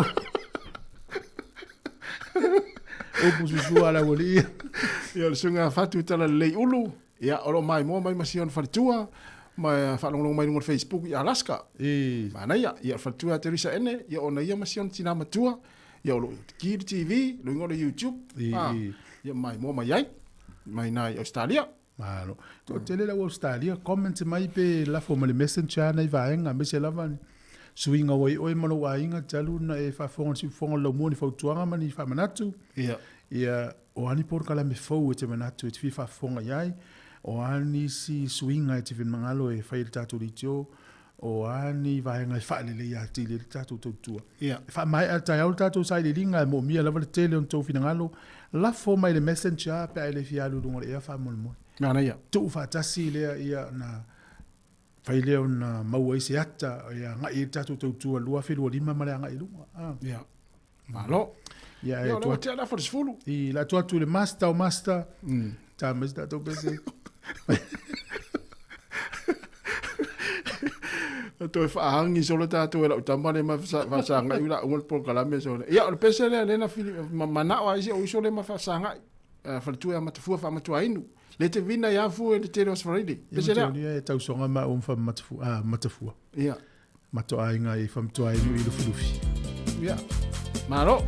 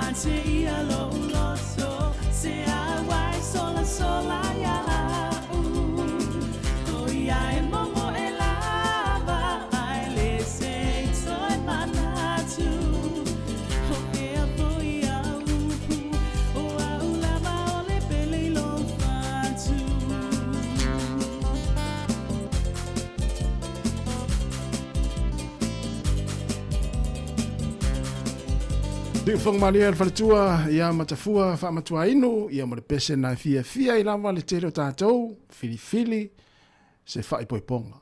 Mana ia wa o fa ingo vai aso o malama ele misi lava fa i poiponga ia mori foi matafo le pese le tātou tau tu as freile le taimi le foi fa tini e mo mori ero fa nga mo ila tau fa i poipo ia ma tu fa tsil sakalameta pa ia fa i poiponga ia freile le taimi le foi fa tini.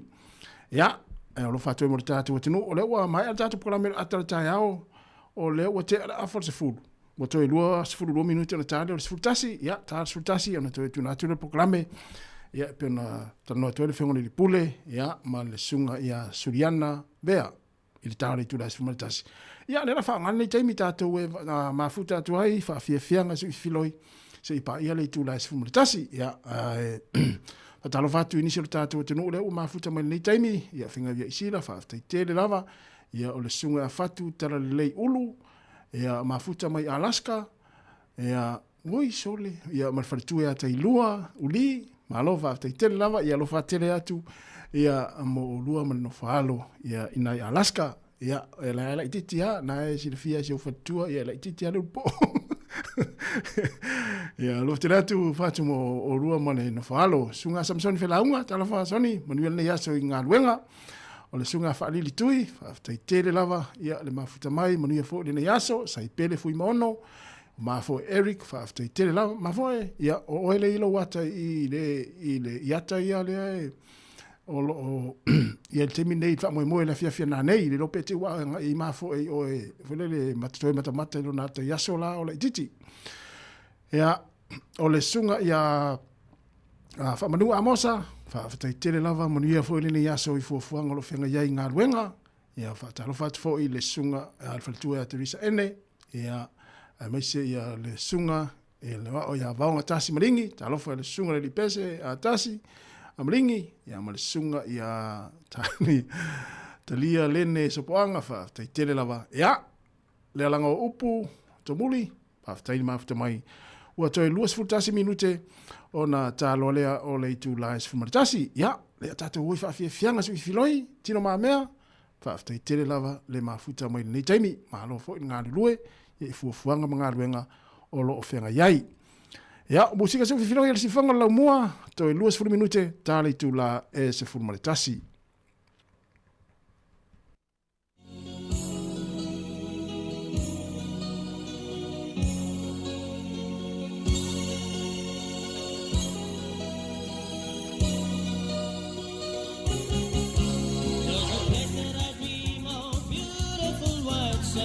Sitting in a silver bay, I see the shimmering water, the shades of a palm tree. I can see them dream all day. I feel the warmth of the sunshine touching the white shore, seagulls dancing the sea. I see the boats in the distance are on the horizon, sailing to my fantasy. Oh,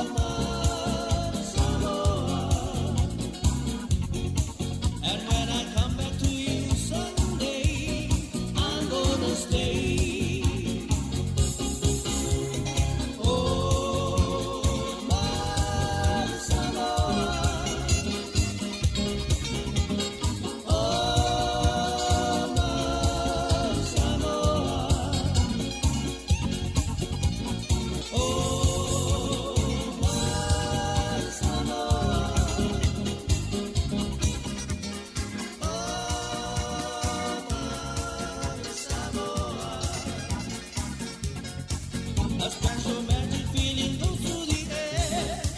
I feel the happiness, love everywhere. Oh, my Sāmoa. Oh, my Sāmoa. And when I come back to you someday, I'm gonna stay. I'm gonna stay. I'm gonna stay.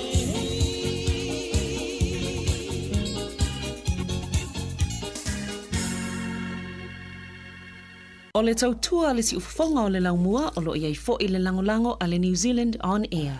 Le fafianga malisunga ya malesa ilisanga mai Sāmoa ina ua toe se fulu ono minute o na tālea o le tūlai se fulu maritasi. Ya, toe whaatalo whātu nei taimi. E masalo fo i na ua iai fo i nei mātua na o lo o whaile tari ngā sua nei taimi le tae ao, le la breakfast. Ia wa lea ua lata tfutas. Ya, whamanatu pēr ia whala au nei matua tausi. Ya, o lo o tonu ainga, me se fo i la tūlo o ngā lua i tonu mo tangase ngase, o mo tau tangata mātua nei taimi. Ia, malo lava le ona sa i ngā luenga.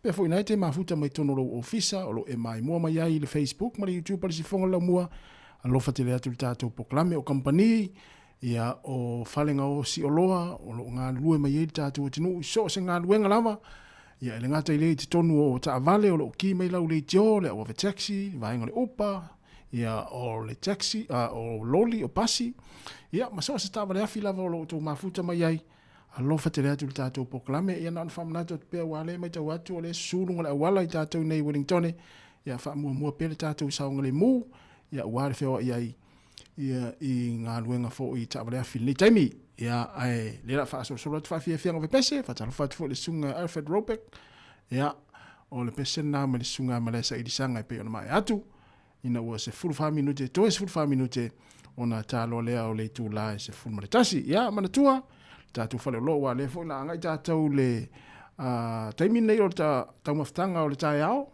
ia ao lo vevela pēle panikeke ina tātou whale loa e veloni, ia le Sāmoa taste, ia ngai ai, ia ele ngata i panikeke, ia o pai, so se tau mafa, ia tāle whea ngai lei, ia ua fo ili putia nei mātua mātua, nei taimi o le tae amo tātou Wellingtone, a meset vaenga le pito nuu le o loa hat, mapa hat, ia o Ebeloni, ia ma le pitonu matuale lisi tu o Wellingtone.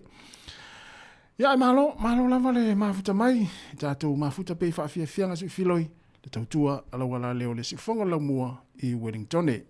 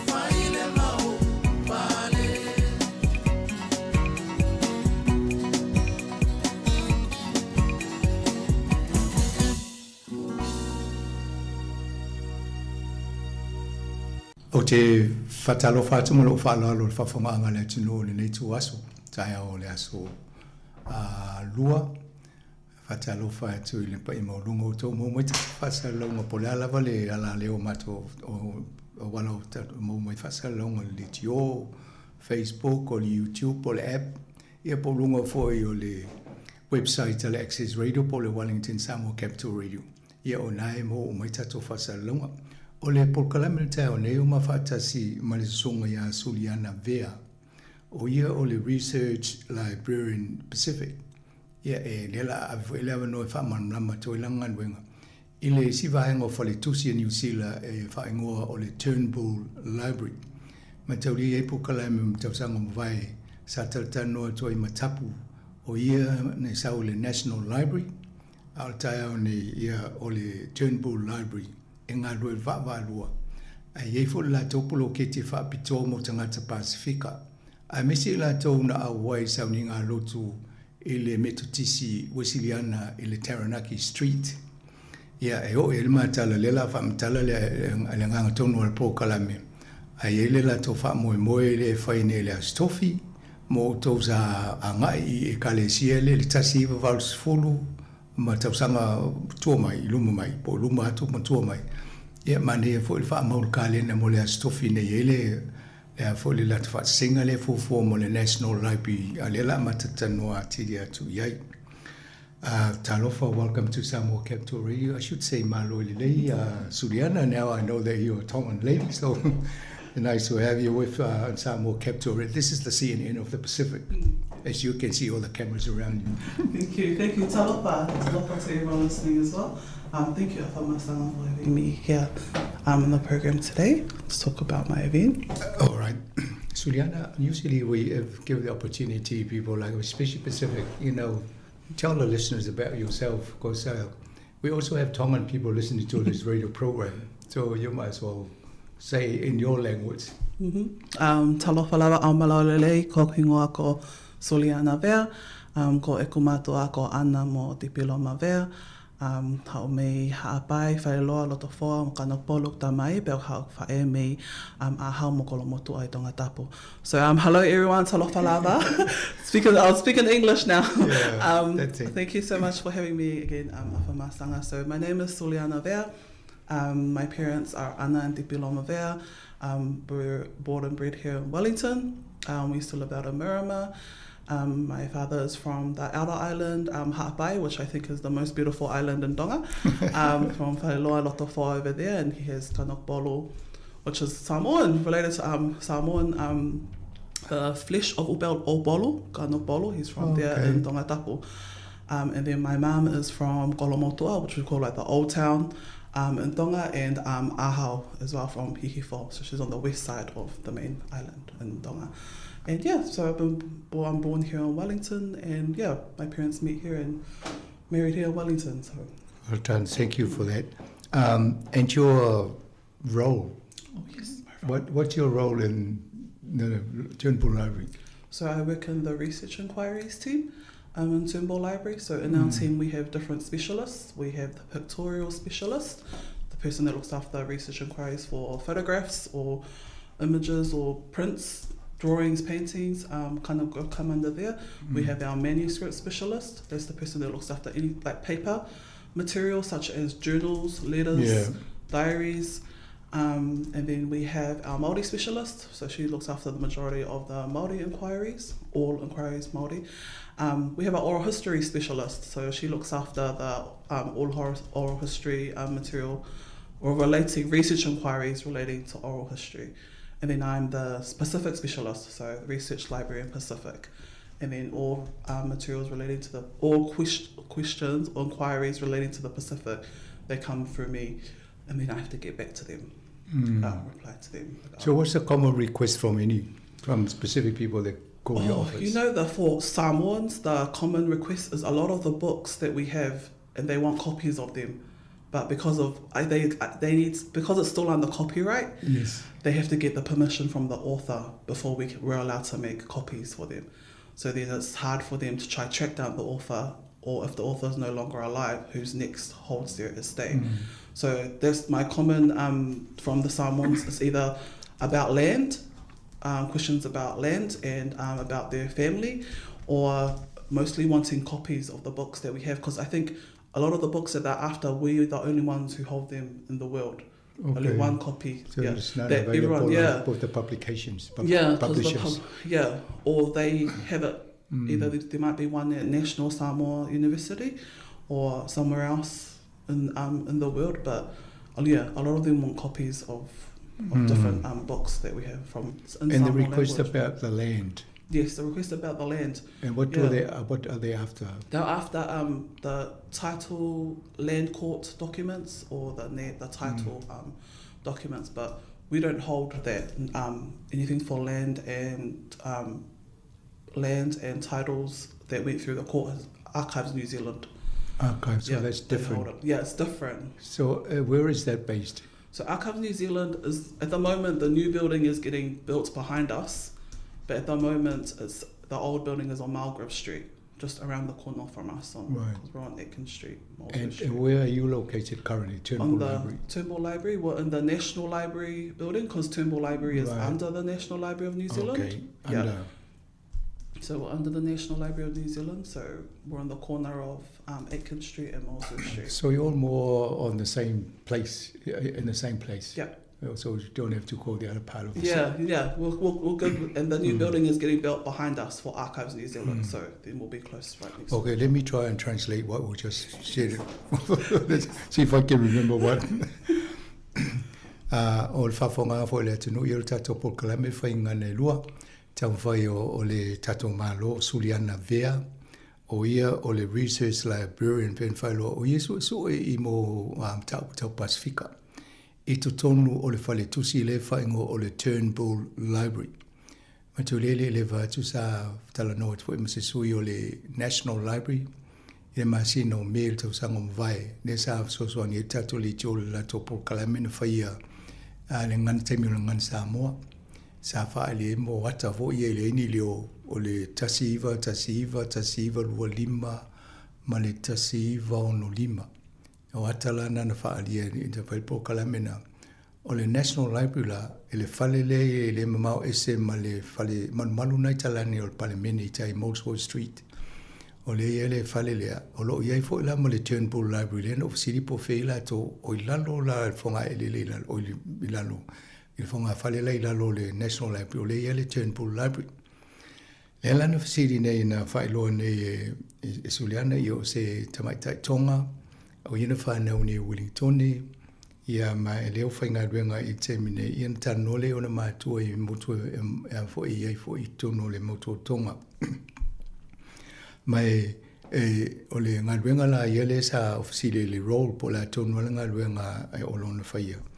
Ia o le wha mai I te tono le lato au o nanga e iei le vaenga wa ia mo wata ata fo I e pue e iei le vaenga wa ia mo tusinga e vaenga va ia mata apu tau maoli e vaenga va ia me ia ta o le oral history po mo a voi tala fa sol pitu fa mtala loinga e pu e matu ia me fa pena audio e mal Pasifika la lenga fa mai no sile e pani me mata apu sa fe ngai mai e tele ina va tu ne fsilia tanga te Pasifika fa isu suenga ia le fo fa mo mai mata apu tau fanua maswafa e fsilia tu tangata ia ale o whaeloa ia, ele te ua la tau me ia, ai te ua lisi vaenga tau le archive.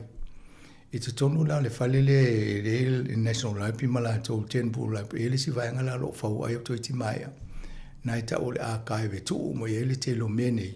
Ia o le vaenga na le, lono inga la e se so tau whain wham sinonga whanua. A e mai mua mai, ia lewa e sisila mai. O suliana le te le na tau nuu mai fo inisi o for your city for any mere if city. I just want to come back because Juliana, the listeners, there's a lot of sort of cases in Samoa about land and titles. So when they come to you, obviously they all stored at the archive. So archives. You refer the request onto them, or do you follow it through yourself? We have to tell them to go to the archives. Yeah, okay. They have to go and contact. So you don't actually do the work, but you point them. No, we point them. It's good to know because we now say don't go to Turnbull Library because you can't help them. Is that right? Yeah. Yeah. O le lau wha manino I afa pe e te whesiri I le Turnbull Library mata upu tau wha masinonga whanua maswafa. E whailoa atua I a wha mulimole e te anga I le archive. O inale ia mo fa mo monga na pe ai faila mta ai nem faina so sani ia oi ia mana fo ile fa mam lama le si vai nga ia mo to we atal no fa pe tato ole Turnbull Library ia le vai lo mai ele ia lo inale te oi me o telele mo il archive mo fam sinonga. Now we've learned something out of this program for people that want to do their court cases.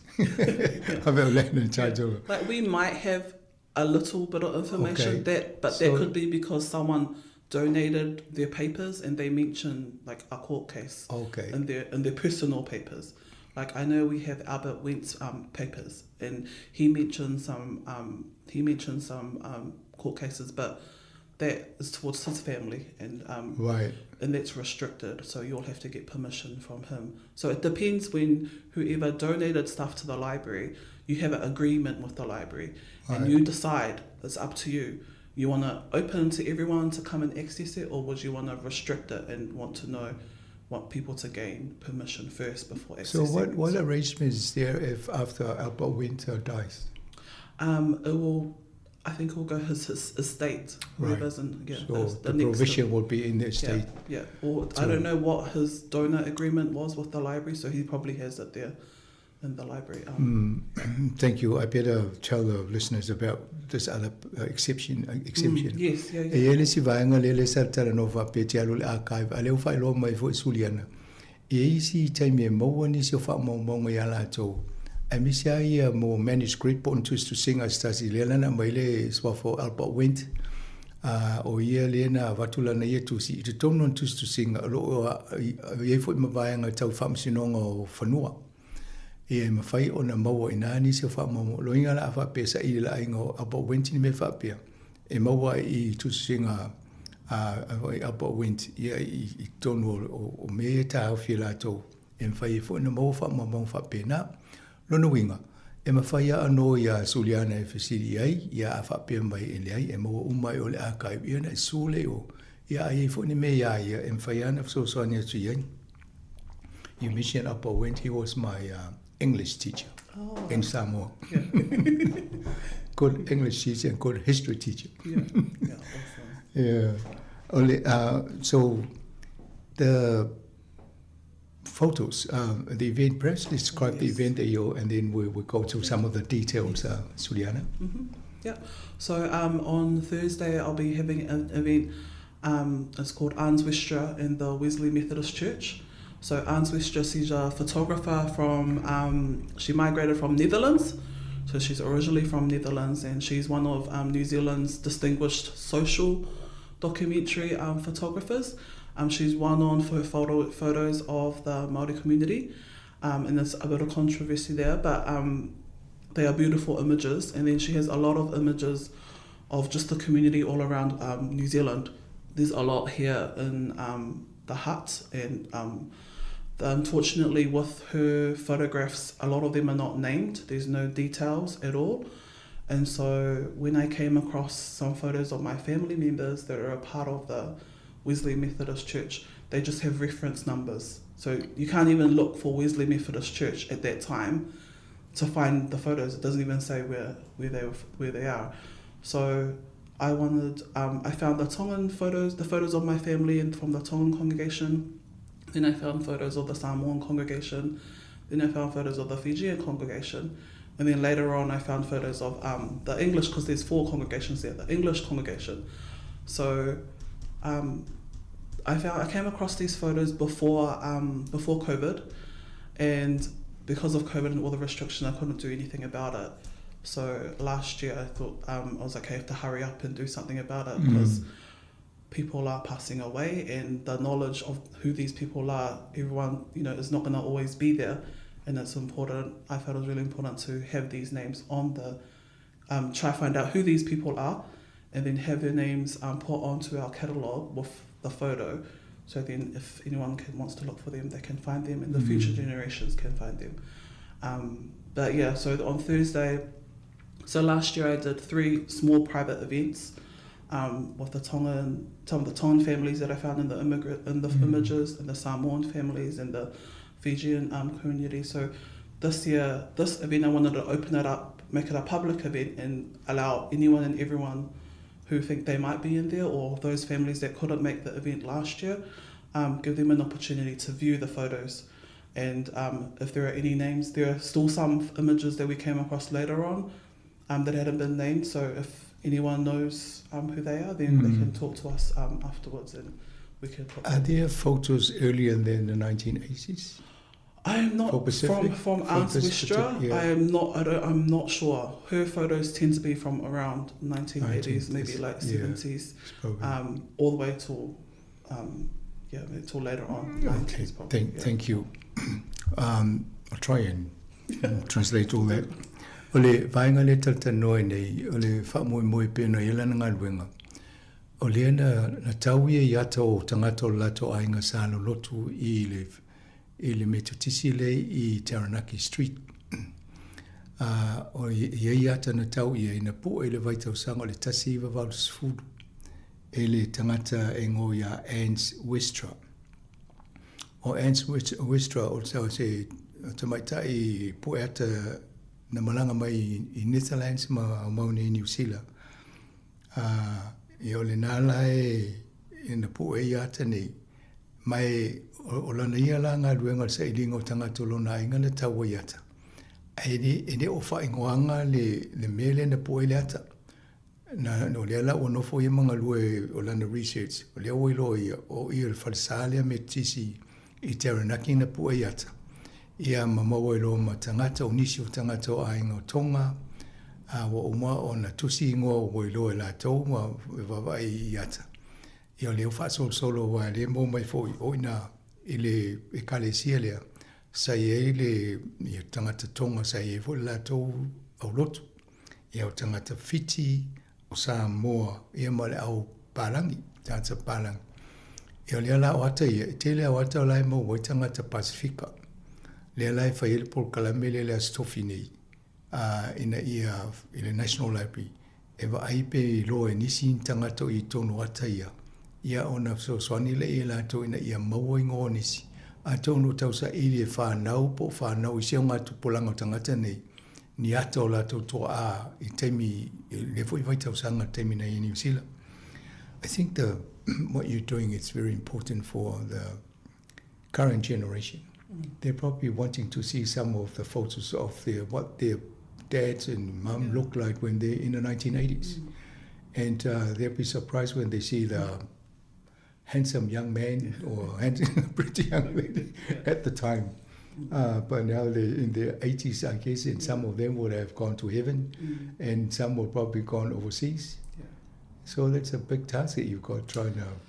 Yes, very big task. So that's why I wanted to start small last year with the 3 events, because I've never done anything before. I don't know how we'll meet the proper way. The library doesn't have a proper way of doing, reaching out to the community, trying to get names of people and putting them onto our updating our records, our library records. So just small, and then this time be a bigger, invite everyone and just let everyone come and see them. Yeah. So the events at because I had a look at your presentation on your laptop, and unfortunately we can't show it because of copyright and all that. Yes. And we need to apply the Pacific way of getting copyrights. Otherwise, we're following the English way of writing an email and waiting for a response. Yeah. We should make a plea and say, hey, we're going to put this on, and please don't object, just let us know. That's the way you should do. But the event on Thursday, and the next, what time is that? It's at 5:45. 5:45 p.m. Yep. And National Library, it's what's the address for people who are listening? We're on the corner of Molesworth Street and Aitken Street, but enter through the Aitken Street entrance, the glass doors there. You'll walk in, and then that's where the event will be. You'll go into the auditorium there at the library. Yeah. Right. So people come in by bus, because the bus stop is just down the road from Molesworth Street. Yeah. Or the trains, that'll be easy. The station. Yeah. Otherwise, you just have to try and find a or try and find a parking. Yeah. All those streets around in front of Parliament and the side. Ole vaenga le leo va mo le so tofi nei. Ole lima fasu lima to sulu lima leono. E fata sena le National Library. O moto le silofia me yai o le tulimanu o Aitken Street ma Molesworth Street. I lungo le palemene o Molesworth Street ngai sa mo le ilalo mele pasi albo ngai lunga o Molesworth Street na ai te alo le palemene e le si mga ala nai na i Aitken Street na na lai talangi o fale fa masino. That's by the court. Yes, the High Court. Yeah. High Court. I ole tula na o Aitken Street e le fai to ona o fale tangata ai te le alu lungo faskepu mo lungo ye luma ai te uia tua ina le awala ia na wai lole ina e whialo e uto fia awai. So the program, what do you plan for the evening?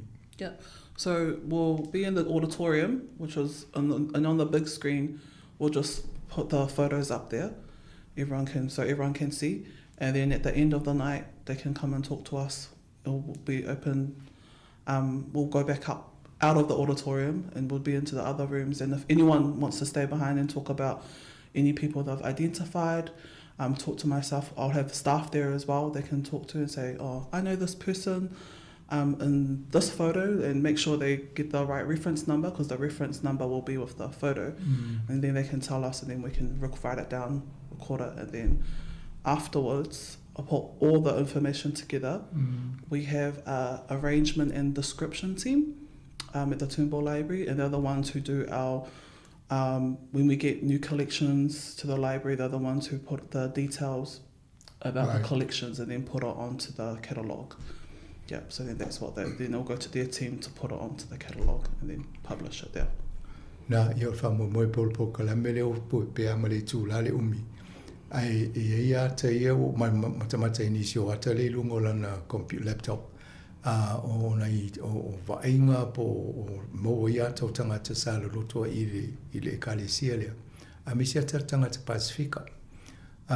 E a fo e mafai ona mai mo e le afiafidea. Ia mai eva vai man fa fo le fa ma o le atalena matamatai. Io na tala nole la to ma fa ilo ingo la to te silofia. Ina ia tam fa e fa ma popo ia tato fa mo mongolo ia tonu nei. O te tonu pe matanoa. E le nga tupulanga nei o lo mo o se fie mo ni ato tua ai taimina o talavo. Ia o le mo le avano I si ato tangata o te lo sa o ai nei. Ia o matu tua te mini. Mani ia fo isi te mina tanoa tuela ia. So, Juliana, the putting together of your project, and this obviously is part of your research, you're doing this. So how many photos or people are missing? Because you already named some. Yeah. About 40% or 50%? Probably, because I had those small events last year, I was able to name most of them in those photographs. But because I came across new photos, there's probably like probably 60 new photos that I came across that they don't have names. And they're just of all the English congregation, and I suppose when people come and see, they'll see if they know who each of those people are. And I saw some of them with the Tongan congregation as well. So yeah, the majority of them were able to be named last year because of that small event, but the photos weren't open. It wasn't an open public event, so everyone can see. So this time we wanted to make sure everyone can come and see, and this is these photos exist. Their families know that these photos are out there of them as well. O mena le ua whamamlama fo o sa i istama I whatsinga le tausanga mwai le na mo waingo to telo ni siata ia a le fo to mo I siata ia e tele ala le singa luenga le tau whama popola to ina ia mo le le ato toanga o swafo ila tolo I mo iata ia ton mulmuliani me fai fu ina se sim fa no I pe me fai na mo se kopi wa o lo tau so ai nga pe ini kopi o ia ta o to o lo ia ia mane ia e so ni fo ia inga te tonu le fai na pe o sala no to ele I si ngo ia te fai so I fa longo me le to o Eric Mafoi o le si ngo na le no va ia o tanga loa fanga loa for you for lingo ia o tui le funga o tui ia o le fo no vai ele ata ia manisi o to sa lo to ai a mai mo pa no fa no ia pem fa na mo sa te tu lungo tato Facebook ia po tato ia ai de mfailanga lai le fa tanga ata to no este mo na mai le wa te lo atu lungo tato page e va via na mo sa mo la o ta episode lo si va ngol ke lope ia ma fai lo mo o la to o na le atale ia na so ni fo le pulo ketia Suliana. I think Suliana, if you can get permission for us to post this on our page, there's all the Samoans around the world now, so they probably say, hey, that's my grandma or that's my and that will help you with your project. Definitely. So you need to see if you can get approval for media like us to post it. That will help you get all the names. And I'm quite sure people won't mind having their photos because you're trying to do something with the photos. Yeah. It's no point having photos buried in in a drawer. yeah, it's important to make sure, because I don't, in my work with research, we have thousands of photographs and people, no names, like, from 50 years ago, 100 years ago. So now this kind of really important, try to get these names on there before, because while people are still alive and still know who they are. So, well, I can give you an offer now on here. Samoa Capital Radio can help you. Anything to do with Samoa or anything to do with Pacific, like Samoans. Yeah. So if you're trying to find, just pass the photo, we can put it up and say, hey, see, now this is a good connection. So you tell the donors of all the photos, can you have permission to us to help? That way you got something meaningful. Yeah. Rather than having pictures sitting in the drawer with no... nothing on there. All right, so... and the event is free? Yes, free event. Yeah, and there'll be a cup of coffee? Afterwards. Yeah, okay. You can have a... And anything else you want to share? Just that, with looking at the library, anyone and everyone is welcome to come and use the resources there at the library. You just have to register and request the items, because remember, there's thousands and thousands, and we have everything's in the basement at the Turnbull and National Library. So, feel free to have a look online, go on our website, have a look, try and see if we have anything that you may be interested in looking at. But the library's open space for everyone. Yes, and we welcome you guys to come to the library. We'll have to arrange a staff visit for your so that we can come and have a look at the and we welcome visits from community groups as well. Since you're a Pacific group, you'll have to talk to me and we can coordinate that. We have a new room now that's big enough for up to 30 people. So if you're interested to come along, want to use some things that are related to you and your heritage of the Samoan items, then we can do that. We can arrange that. Mane le foi o bola no tala no ni se vai nga ia ma fa ia multa to ale tioni e afa pe se vai nga ofisa idea ni fa mo i ngoa po me fa pena tau Samoa ina mai le fa sala o ta to le tio te loi to te le lai ma futa mai fa fo me fa vo ona so ni mai mta fa peni ia la fo mai ele ava no me fa ni se o fa fonga me ami se to no ta to ai nei woni tone ma hat valley ma po rua fai ona wala watu fai se le stala ia no la ia fa sino i fo i to inga vainga se so le Turnbull Library ia i fo si fai ni su enga ia lo e me fai ni fai tau i pe mai mo i fo i tu so pe o ata le fa matala tu nei ai mo le kalesia pe fa o le mo fo i nai tanga te toke lau mo tu valu ia le sia tano mo i tanga te tu valu ia tonu e fo inisi o isi motu e o tonga ma fiti ia se vidi fo tato au fasa lau i tonga ma fiti e o fo ila to e tau la to po kala me a wale fa mo moia a suliana ma le Turnbull Library ina ia mo ingo la to lo ia yata ia.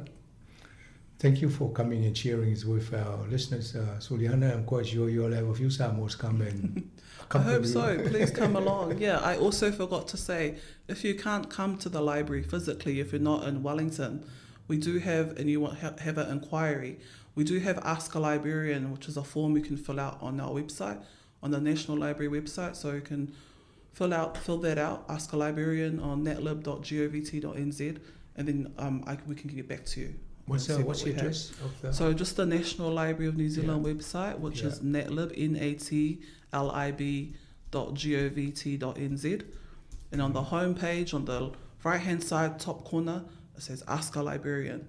So click on that. Yeah, Ask a Librarian. Click on that, fill out that form, and then we can help you and see if we, with whatever we have in our resources that might be what you're after. Mana ia mo tau leo fa mamlama te fo ia de fain awa ia tia ia fai ona tau fa nga mai le la to website ona ia le vaenga na pito lunga e Asa Librarian pe facilities se tangata ton fai nga wenga I faltusi ia ona fai le tu lo facility ona tali mai le se system mo fa mamlama mai fo se me se mata po e venga ia just a clarification here. If somebody requests information to do with a court case, is there a fee? Is there a charge? No. So with my team, we can do up to 2 hours of research on your behalf, but we can't do extensive. Right. We can't do extensive research. We can have a look on our website, see what comes up. There's a few pages, have a look at a few books, and then we can send you a copy of those things that we might think might be helpful for you. Right. But you have to remember, the research is limited just to our library and our resources. We're not going to go look at outside. Yeah. And that's free. Yep, that's free. Oh, you should charge a little fee so you can get paid some money. That'll be nice. For the service. I'm quite sure the current company, if they hear about this, they say, hey, they should put a fee on. Nei, a leo maua tu nei, e mawhai ona la tō whaise se suenga o tu le lua I tū la. Se mata o pute fia tu ina tia la tō. Ia a mau wha mau tal whea ngai malau mata upu I ana longa atu le oi, a lei fo ina whai loa fo lea oi. A le lua tū la na, e le se tong. Ia, le lau wha mani. Vai la te fo wanu se si, fo le whaisana ko keisi, ai whai loia, a la wha pe o le pili le na mai, a leo whai loa tui. Lua tu la fai susu ngai suliana I le ten pull out ele sit tong. Thank you. I'm quite sure the listeners love to hear that information when they do their paperwork. But all the best for Thursday. Thank you. I think some of our team will come along and, and support you, and then you have a look at some of the faces on the photos, and they can talk about that in their program next week. Yeah. Yes. Whawhetai te lava. Thank you everyone. Thank you Awamasanga. For having me here. I really appreciate it. Aloha pito. No, all the best. Ia nā tato po kalamena, mo tau e whai o nā awanoa lea stofi nei, ia ngā le Atkins Street, I lumo o palemene, ia ile awalana e oso I talanga o lesi whalwha masino. Ia o nāla e hui ei tono whai toa nei lunga e talanga le awala. Ia o nā whelo e lole msuliana malato fwoi awaenga. Ia tonu fo I ni sila fo inga venga tato e avanoa e atu e mai mo fo.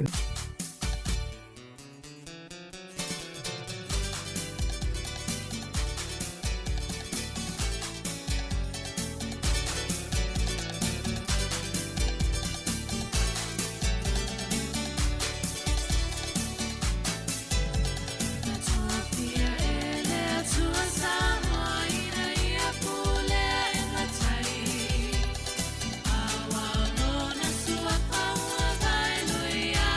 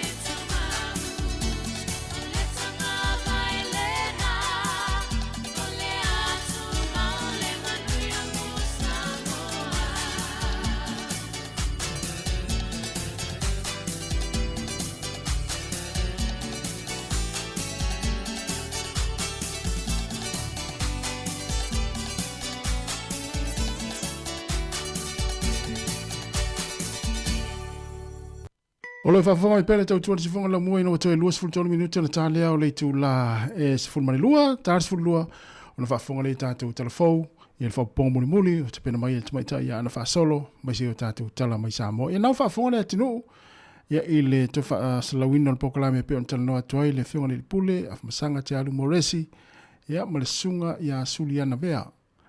Ia le whamoe le fia na nei tai le National Library, I le numera Fitzefulu Marsworth Street I tai Wellingtone. Whamoe le fia na nei, a mata I le toe kuata I le ono po le 5 ia e tasi le tula e le umi se polkalame. Whamoe ia ai mo tātou umai na lo whafonga mai ia tātou Wellingtone.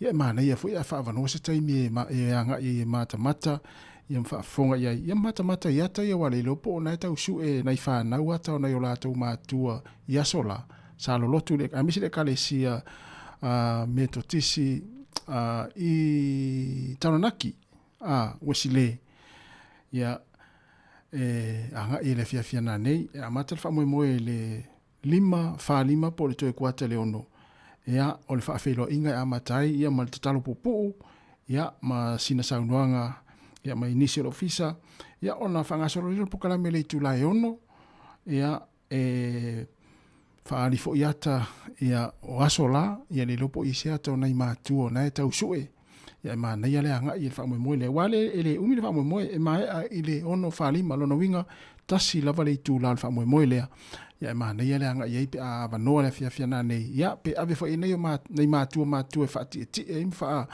ta whawhao I tai. Ia mai moa I ata I o le awha alia I le awhia na nei. Ia I le whamoe lea I tai le whalitusi tele ia po le National Library. Ia nau tele nei loe tātou Wellingtone. Ia o le tuatusi le na o le numera Fitzefulu Marsworth Street I tai Wellingtone.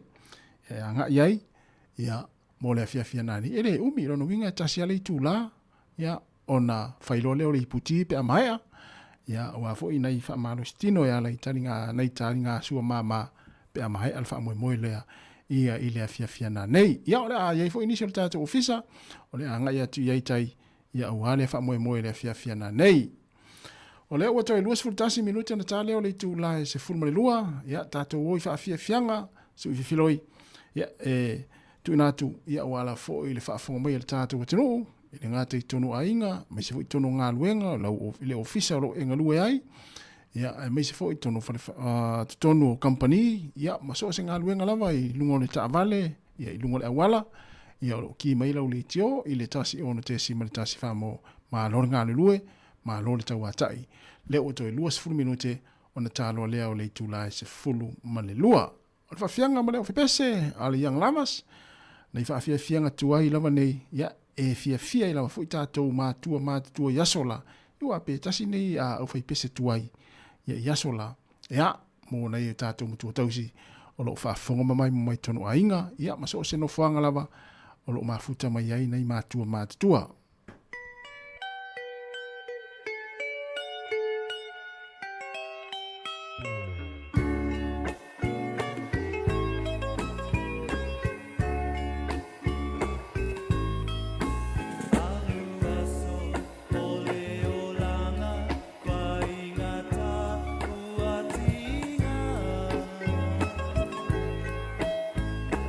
Le mapai o utino na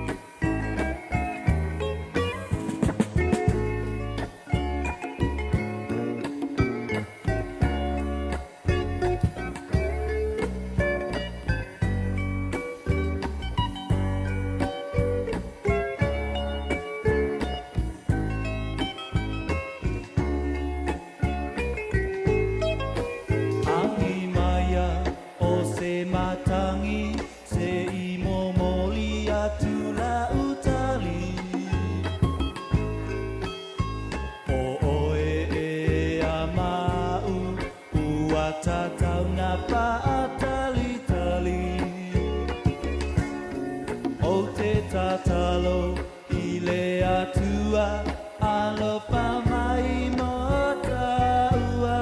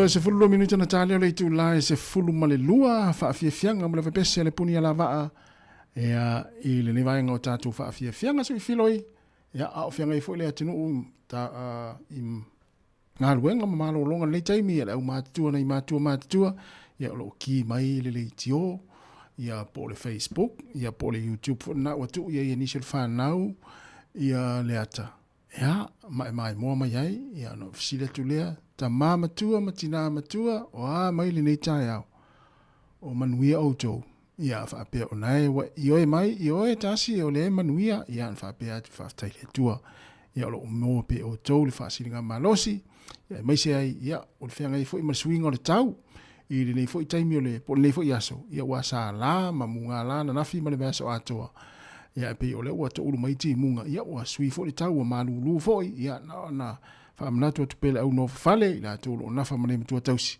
ia vai foi pani keke ia wai mo ia yo malulu foi wa ma vi foi ona po ia na matua i ngase ia ona o le malulu ma le ia le fa ma fan le ia o la tu la ia o mai mo mai foi ma tapo mai ia matali atu ai ia lau kuka na fai tu le mkuka ia i le tu la sfun ma le lua ia ona tali foi le la tu sua ia e mana tua le au kuka ia ona fa manatu masani tofo le sipuni ai aua le tofo i le apafano ona tatu fa manatu masani na ia tofo al sipuni lau kuka pe o manongi pe o lava tapena ia wal fonga tau mafa na yo tatu matu tausi o le tofoina i le paelo ia le paelo fo le vatu i paelo fa masima e wal telo ina tatu e tele na tofo ina i tatu kuka ia pole apa fano fo i se tulo o le uta vai atu o le o fa sala lau el malo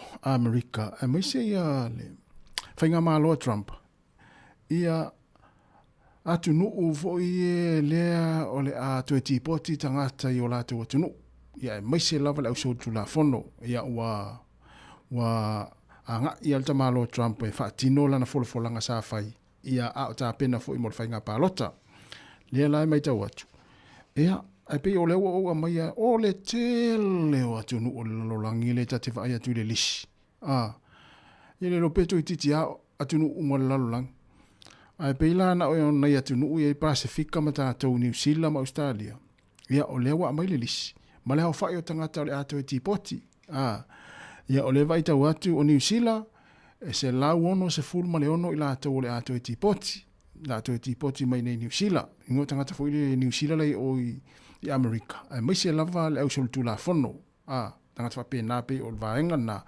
lea e whaamua ia i la tau o le ati poti mai. Ia mai la tau fwile lewa. Lewa na nofo whaasotu la whona i o.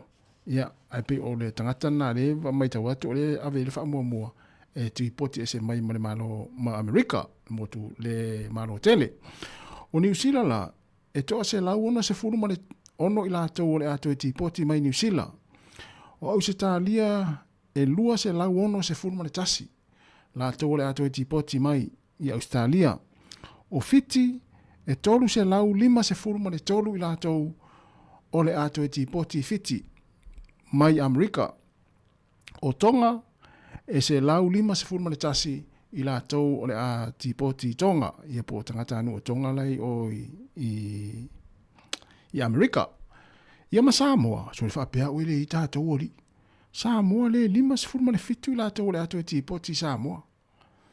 Ia, o le na, e tere lava le lisi, o le te le o le lisi e fiu e lau.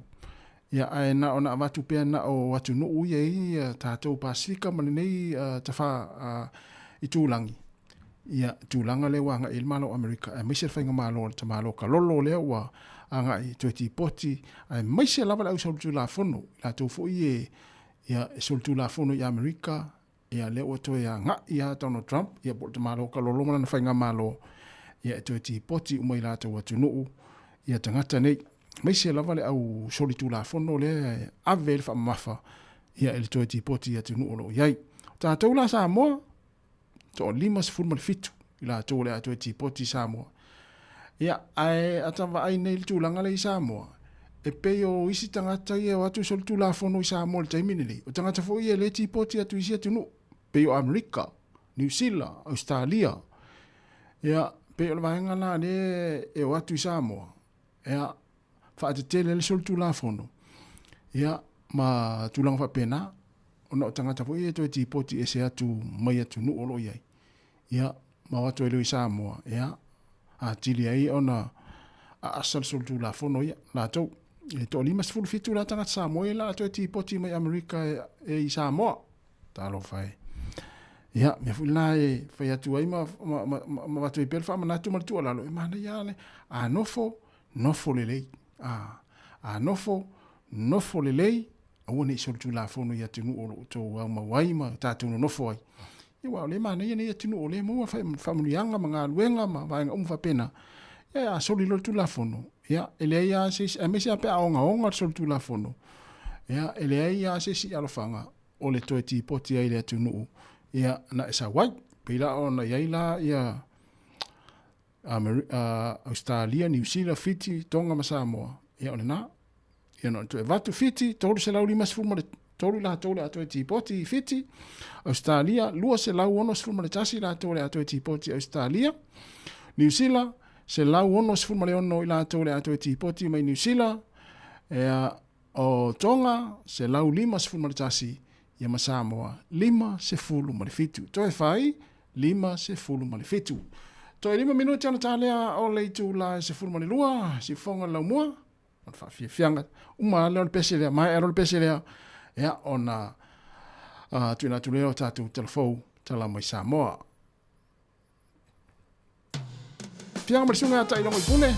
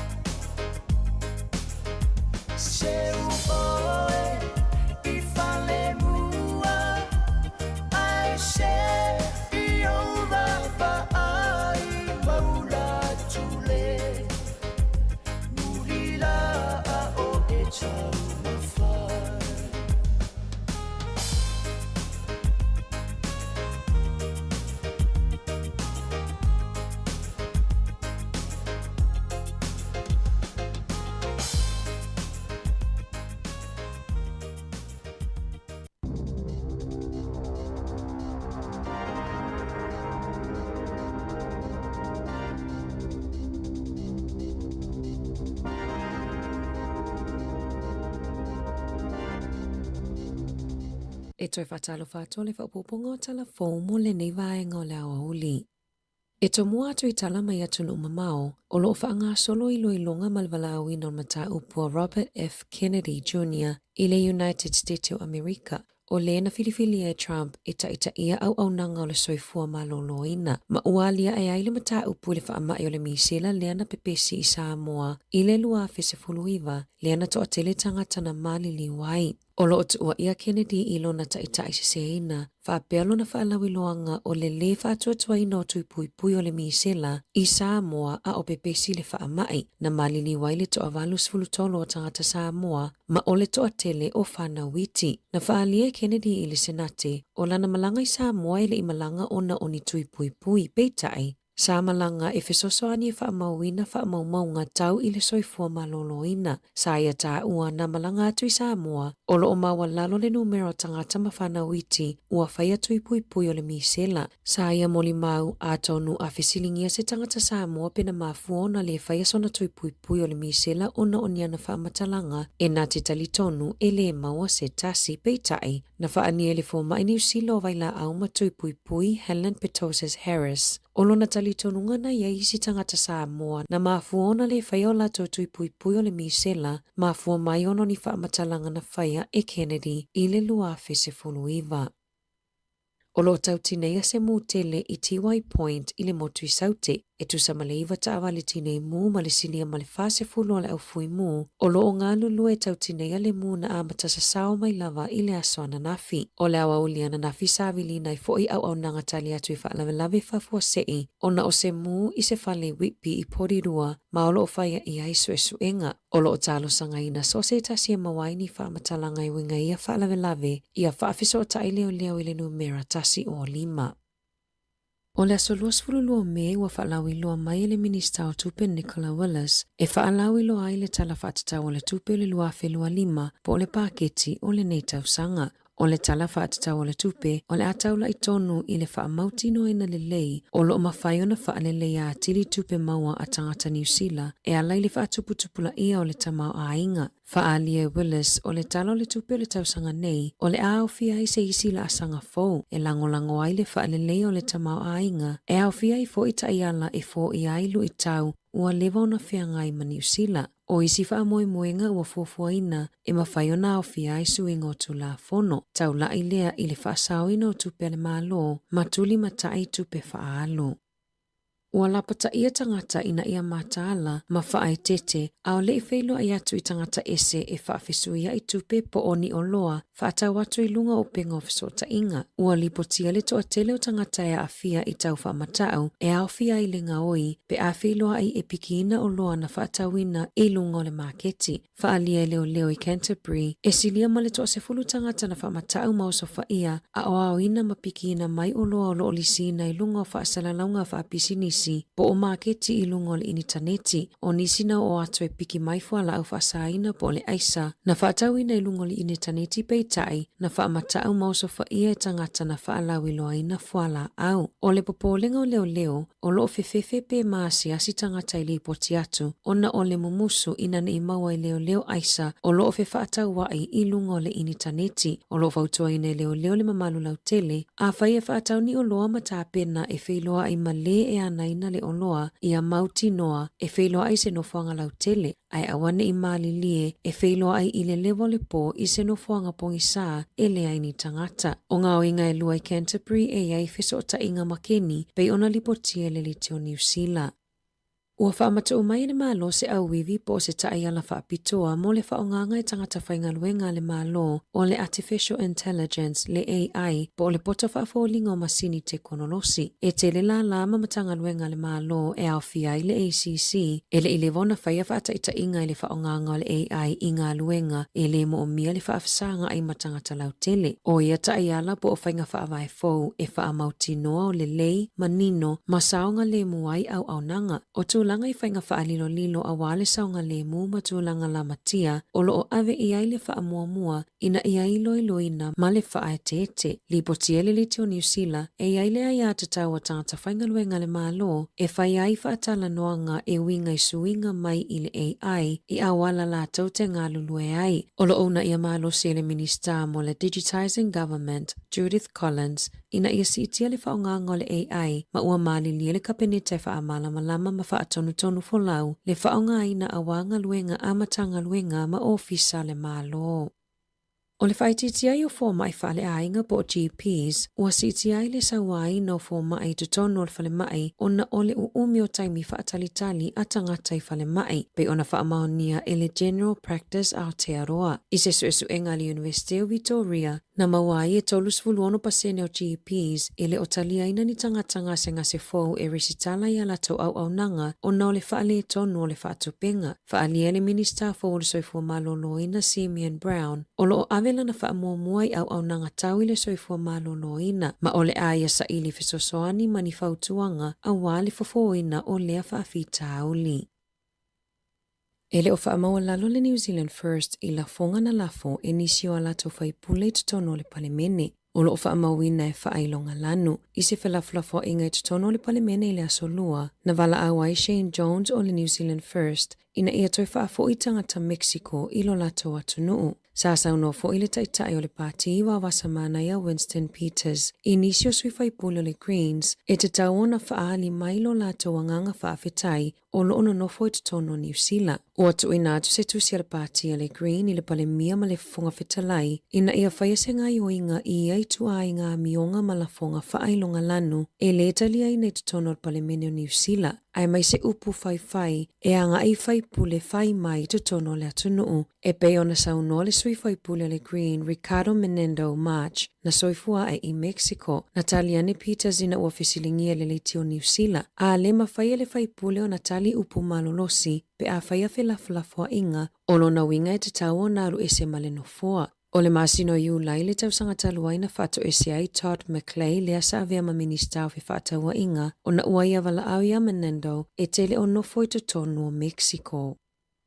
Ua whaalia le popolingo se fōma I sini I Northland I le lawai o fōma I pole au whaingaluenga I le whale mai Dargaville I pō na te talitonu e le o saunga le mule te tala umi o le whale mai pe ona whaalia I whaamaumau ngaloa ia I lalo o le Official Information Act. Na whaalia le lisi o tangata whaingaluenga ma la tau sifi e mai le aso se fulo o ki topa I le aso mua te se mo le tau sangataluai na whaingaluenga I le fōma I e to atasi I le pō I se whale mai e se fulu lua moenga I le na o le lima mai le lima se fulu lima pō pe ona whaamauina. E ui ele o au fia I li poti whaamaumaunga I luma mai o le aso mua te sema ai olo o malamalama le leiti o New Zealand e le ai se suinga tele I le au whaingaluenga talu mai le nā taimi. I se tusina tuina atu I le ofisa moa lungo le soifua malolo I nei Northland I le aso tolu se fulu a se tema na ta uai le pulesili o le soifua malolo ina I te tai toke rau Jennifer Walker o le tulafono le matangaluenga o le soifua malolo ina o lo o manino le leiai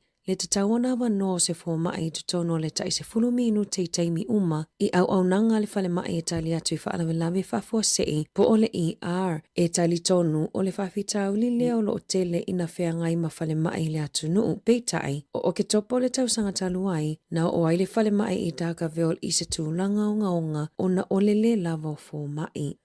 E to alua tala wauta I sifulu ono tau sanga I au kilani na lokaine leo ina ua lao sa whaia mga o I whale o loa le cash converters I au kilani I le tae au ana nafi na ulu whale ia tala wau I le cash converters I Queen's Road I le te ala I titi o le iwa ma la whaonga ina ni a upenga e tale pia I sefeti o ata o lo o tewi nai fili auro wha apea le pusa tupe. Na maua mulimuli ane leo le taawalenga o I le ana whaonga ina e ia tala wau o lo o whetawi ma se pā I pakuranga. Ua mawhai ona toi whaafo I umatupe na ngā o ia mai le whale o loa ma o lo o tālia se aso e tūla I ai I lumo le whaamasinonga. Ua mawhaiona whaalawi loa mo le taimi mua le ngō le talavou lea sa whao o maliu i a Bram Williams la taipaihia o Kian McNamara sa whao o maliu i a Williams i le lua whelua tasi a o se fulu whao na tausanga na mo lia McNamara i le whasi o te tangata ma na mua i whasalaina ino fosala i le to ese mo le lei titi fo ma le se fulu tausanga peitai i ayu lai lua whelua tolu sa whaaleo ngai nai i le whaamasinonga o talosanga le whaasalanga o le solo atoa masui ai i le whaasalanga o le sefulu tolu tausanga i le to ese. Ma sa apolo aina i le talavou i a lei titi fo le 5 tausanga ma masina e lua e nofo sala i le whale pui pui. O le aso luluna whaaleo ngai i le whaamasinonga o apili le talosanga le talavou e tau fia i le whaalawi loa whaalawa i tele o lona suafa. I taalonga, ele i whaingo fia le whitwhilinga a le loka fou a le Hurricanes, le ali o Zach Gallagher, le asa taalo i le awa le Crusaders, pe ona ia ta ua i lungo le liti o New Zealand. Sa ia sa unoa na fisota ia tu le whaia onga o le Hurricanes, Clark Laidlaw, i le tausanga taluai, ma sa umi se taimi o mafau i le suinga. O na olona o langa atoa na soifuane i kalai estete, na ulufale i le awa Canterbury i le lua whelua sefulu, ma amata taalo ai i le awa le orpeleki ta ito o sefulu lima i le lua whelua lua. O lana taalonga muli mo le Crusaders i le lua whelua wha, na vaveo na malolo ma aveitua, ona na wha amanu alia i le la taalonga ma le Hurricanes. Tala fo ia me le si fofonga le lau mua mo le nei vaenga o le aso.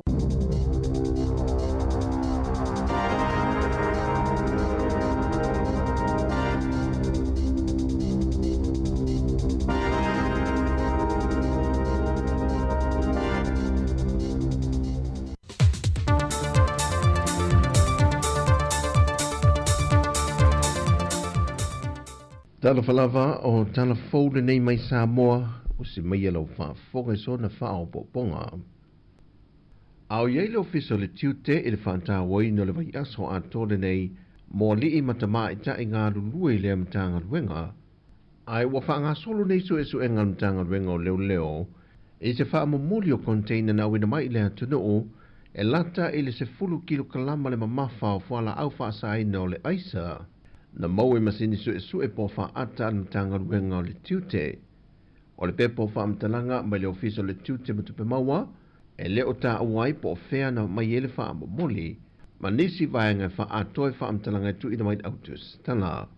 Peo da sela fiol tu sanga umawai, na wha pipi i nai se masini wha ata mo pusa la o loa po containers, e mawhaio na wha ata i nai containers ta i lua se furuanga i le wha se futu le tele, o ave soso an tele le au whai ngā ruenga, e le tūlanga sa iei mō le laui na ato i whafo se pusa o loa, ma whātino le vaenga o ta i whau se songi, ma le vaenga su e au whala au whaasai na le ofiso le tiute, o lo wha ato wha amtalanga e tu ina mai le autu stala, ma le atu li loe au telefou, i tala o le asoa tae au. Na langa la ngafi na ngalo wha lio sui o le kāpenete le na whoontanga le vai aso nei, e na wala ngai le sui teita i o le tua ngai, semta ope o noa afia i le soi fuotanga talau telo le atu nuu, i le whainga malanga vaa i le vao muli whanua nga i salolonga. Ole, se malanga le tātou vaa lea mai se la whai. Ea masina Novemba tau sanga tutua pea di Kyoto lea. Ole ava pea na, ole ava no atu kapteni ai, ave mai se seila le vaa. Mai sale longa i muli whanua. O la se li poti mai o tūlanga lea. O la se su enga na whai. Awa a whai o lena ave me le seila e le skapte. Ia popo e taufi. O a tupus wha ave lavi. Ia su e le se lai sene ave vaa le. A le seila na mai ale vaa. Ia mai se ala pa fia i soifua. Pa tupu maswha ave lavi lunga al vasa. Me ia tauna si sila le iei le pulenga malo fionga minsta. Ia ma fai ese fufuanga wa le pe foringa mai. Wa fai fasalanga. Ia ma fatu fasalanga kapteni le saulva. Na ro fasalanga seila le na mai alva. Ai ile tali mai le fionga le minsta o le company va ale atano. O le co-captain lenga sau le va. O nga wai le fale kongo fo i le i kapkeng ia ma o le kulanga o o kangaka nga ia ua lava lako silfia e vakula le authority i ka ko maritime ka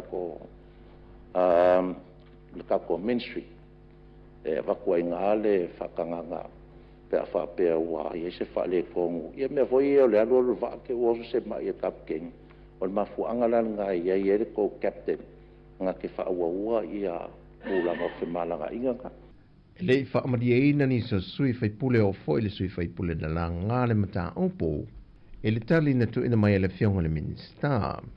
E alo sa uno le minista, e vai e sa.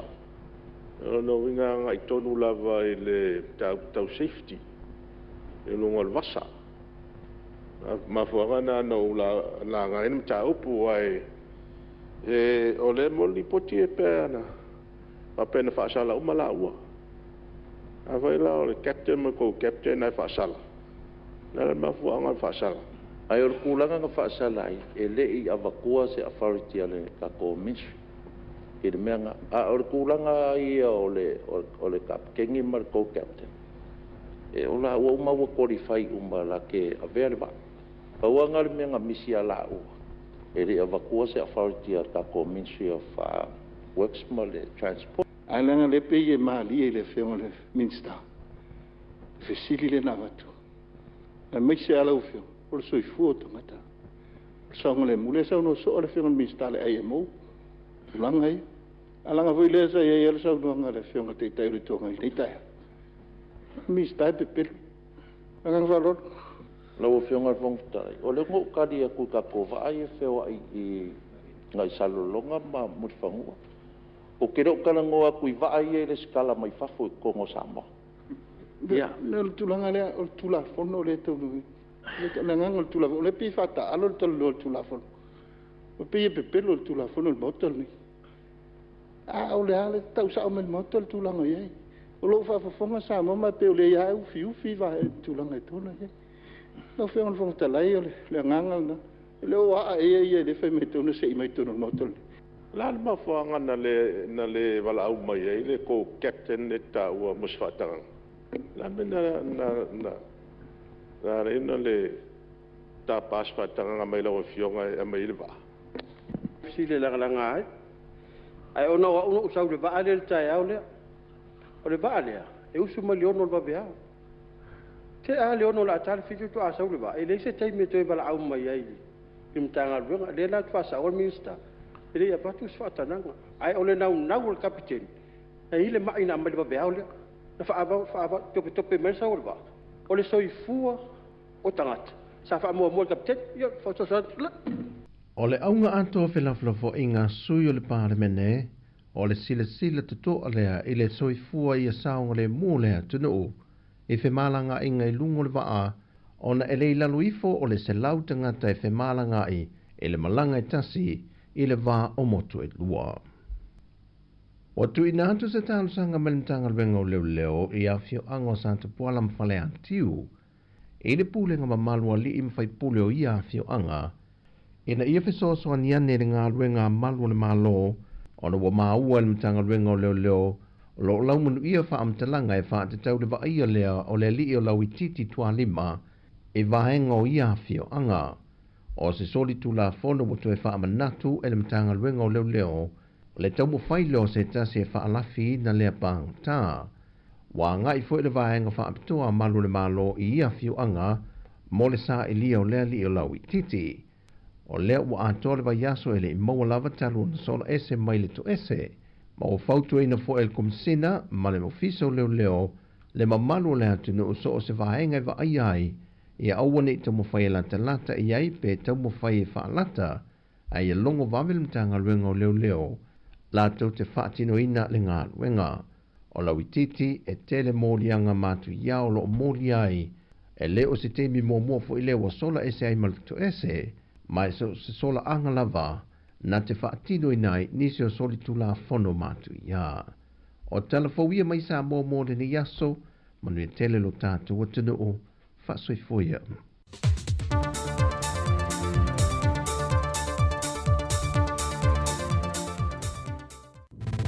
Musika o malo longa ma tau mafutanga o leo au si fofonga o le laumua.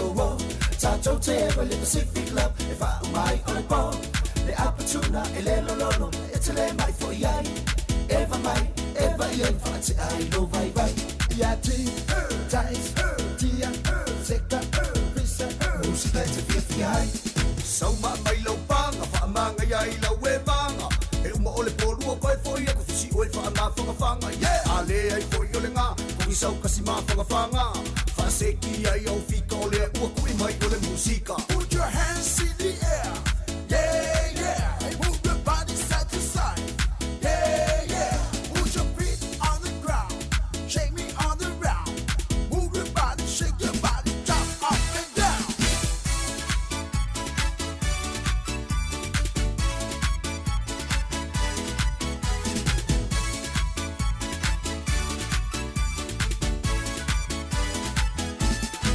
say maya sing fun say pa malo sino ai make it kasi make it was so let's say 544 fai o lima fai o vai bea e fina malo ai ese malo música e te vai pa maya ya ti tais tia seka visa música e te fia ai so mai lo panga fa manga ya ila we manga e uma ole polua koe foi e ko fisi oi fa na fanga yeah ale ai foi o le nga ko i sau kasi ma fanga fa seki ai au fika o le ua kui mai o le musika put your hands in the air yeah yeah hey, move your body side to side yeah yeah put your feet on the ground shake me on the ground move your body shake your body jump up and down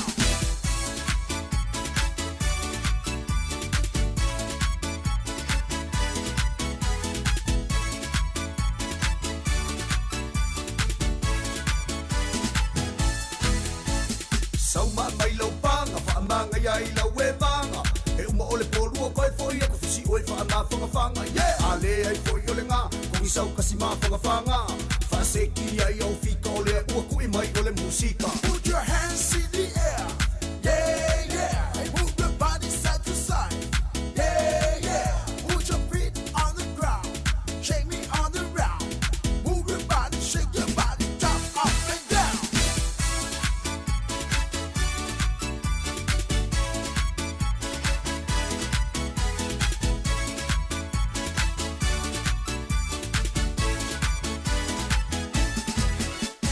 Whawhiawhianga musika o le uli ne waluas fulu minuta te nei le tu lais fulu malelua. Ia nau mai atu le whawaponga muli muli.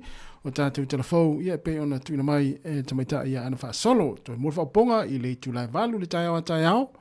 Ia i tātou telefou, ia maisi o tātou tala mai Sāmoa. Ia pe ona whungin mai sunga ia tāse Salam Sam. Ia manatu nei taimi o tātou tinu. Whiangai fo i tau mawhtanga o le uli. Ia alo i tau mawhtanga ma nei malolonga. I la tolo malolo mai nei malolonga popou.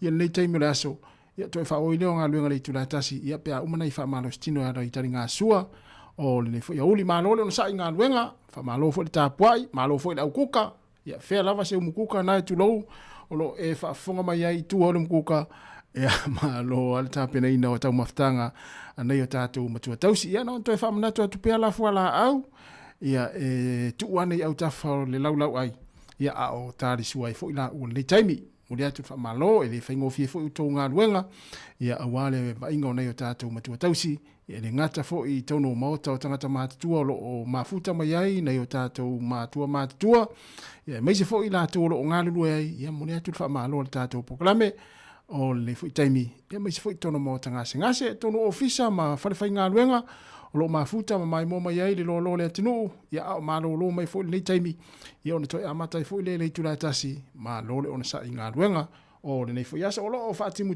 pe ma to nei Wellington ai mai se polua ia na fa na to pe lo le fero inga fo a le fero ia fo i lungo a wala le taimi ma se ia wal tele la fo was fa pe nei ma stofi tele la vai na o a inga ia e o te tongi pili, ia amata ona whai mei whaata ua whai ungon vai aso, ia au nisi foi, ia o amata foi ia o ngā nisi whanau, ia ma lo lava le wha ma losi nei whanau le nei aso, ia e pe wha tutunga tā foi ia nai mātua le teimi e fo le fato a matai o na usu tamaiti le aonga ia e maasani lo foi ia au nai tamaiti ia e leima tamaiti to fia no fo le fale o fia o tamaiti a o le teimo le la vano fale nai fanau ia ma lo lava aftai ai no na to fa na to pe fa mo le fatanu ina i le library le o Wellington le National Library ia le numero fitu se fulu Molesworth Street i Wellington i le fiafia na nei e amata i le 5 po le toe kuata i le tulai ono ia o le whaafilo inga ma sina talo pupu ia ma saunoanga fo ia mai se tasi fo ia o le au whainga luenga ia ona whanga solo i leo le proklame ia e ia tau le a whaalia ai ia pe a whaitu la o le proklame ele umisi taimi le proklame pe na o le itu la ia ona whailoa leo se iputi mama i le fiafia na nei ia a le se meo iai ma nei fo ai anga iai ia mai se lava i la tau fo le leo le tau su e ata o nei o la tau mātua iasola a mai se le kalesia lea Wesiliana Wesile Wellington metisi ia o lo tele ata o le awhaalia le fiafia na nei ia a pesa iai nei o mātua i le kalesia le ia soala ia mana foi anga ia e pete o moa nei se ata se uta mama se utina ia i le fa mo le fia na nei ia le fa se toi foi ia ni se lo foi nga luenga ale tatu wala leo ia i le fa mo le fia na nei ia i le National Library Wellington ia ele se ulu ele alufua vole le se tu petongia ia e te alufua e te mata ia mai moi ia i le proklame i le fia na nei na ia anga ia wale me se lava nei mātua tau fo ina ma nei ave fa ta fa wale na tasi ale tu la yo na toi moli fo ile fale nei mātua pe afio il fa mo le fia na nei au le misi ia na ia fo ina ia ta le lopo ia lo wata ia sola al tasi va valu se fulu le na pata no atu ile sunga ia suliana vea ia mo le fionga le pule tasi va valu se fulu ia ta lo ia man ai mai luma i tau sanga le anga i mai luma luas fufitu minuti o te anele tu las fuma lua musika se filoi tu ala wala leo si fonga la mo Wellington ia fai madia tani nga suo nei taimi mama tua ki ilunga la le ti o le tasi ono tesi ma le tasi fa mo mai se la TV o lo ia le Facebook ma le tatu YouTube ma le tatu app o lo mafuta fa fonga mai ia nisi o tatu watino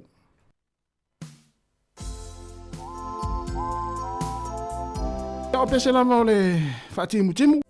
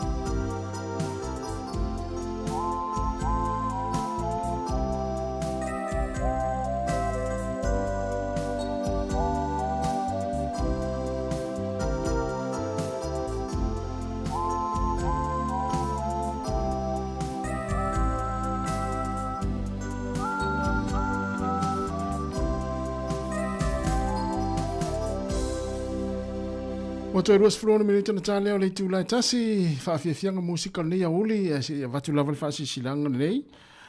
O le whaasiranga, o le whanatanga, o le maafitanga whaifi au, le pitonu o porirua. O le awhai le whanatanga, o le maafitanga whaifi au, o le pitonu o porirua. I le aso wha o Februari, i le tūlai se fulu i le tai au. I le mota o le ngaluenga e whakasa i waitangirua. E te tala fo i le awanoa i so se whaifi au. I porirua nei e fia awai le nei whanatanga ma le maafitanga e talia ma le nganga fia. Whaftai, o lo sainia e le whailautusi e le maafitanga, sunga le whaifi au, e porirua pasta, henui ngapo, ia le whaasiri silanga na. Malo whaftai, pauna le whaasilanga, ia e ulofa atu, ia le sunga ia senga peni, whaftai lava le maafita mai, sunga sale Tyrell, malo whaftai, sunga fish, malo lava le maafita mai, whatu e amelia whamoana, malo lava, whaftai lava le maafita mai, efu le lutelu, whaftai tere lava le sunga ori kapeli, malo whaftai, ia ma le sunga testiva lo mafuta mai i le lau mua o Australia, o Canberra, i Australia. Toi luas fu 5 minute, tare tu lai tasi. Whawat whawhiawhia kawe pese, malo lava le maafita mai le taimi, ia au fo i le sona vevesi tere le nei whaatimu, ia i se e ane sesi pa u, ia o nā whaina fo i lea, i fuafuanga o lo whengai nei asa. Musika o mano longa matau mawhitanga o leo au li si fuafuanga o le laumua.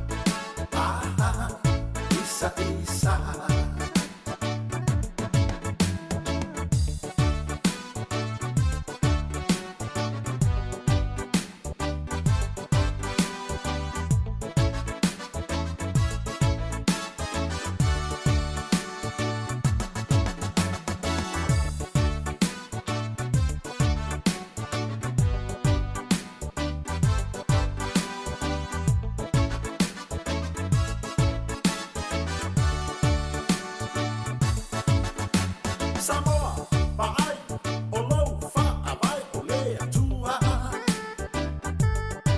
So o se mea, e te whaia, ia whaamua mua. Ai awa le tia ia, se loma ua e panga tia. Aha, o lea tua.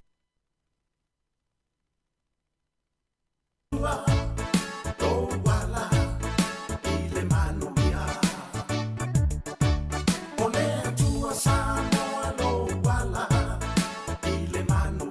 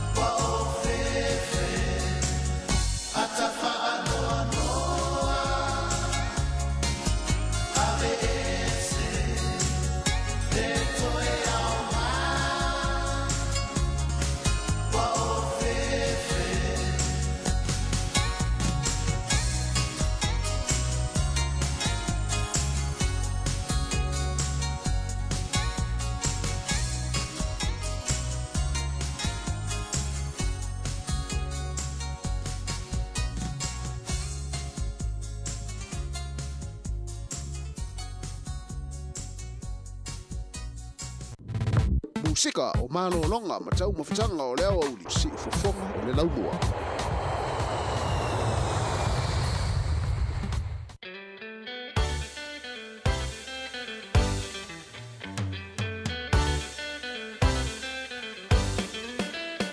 As I was slowly passing an old friend's home one day, I stopped for just a little while to watch the children play. Alone the boy was standing, and when I asked him why, he turned with eyes that could not see, and he began to cry. I know nobody's child, and no, nobody's child. Just like the flowers I am growing wild. I've got no mommy's kisses, I've got no daddy's smile.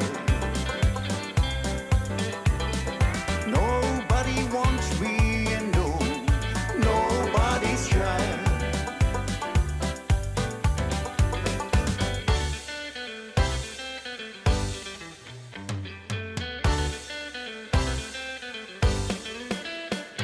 No mommy's arms to hold me or soothe me when I cry. 'Cause sometimes I feel so lonesome, I wish that I would die. I'd walk the street of heaven where all the blind can see. And just like all the other kids, there'll be a home for me. I know nobody's child, and no, nobody's child. Just like the flowers I am growing wild. I've got no mommy's kisses, I've got no daddy's smile. Nobody wants me, and no, nobody's child.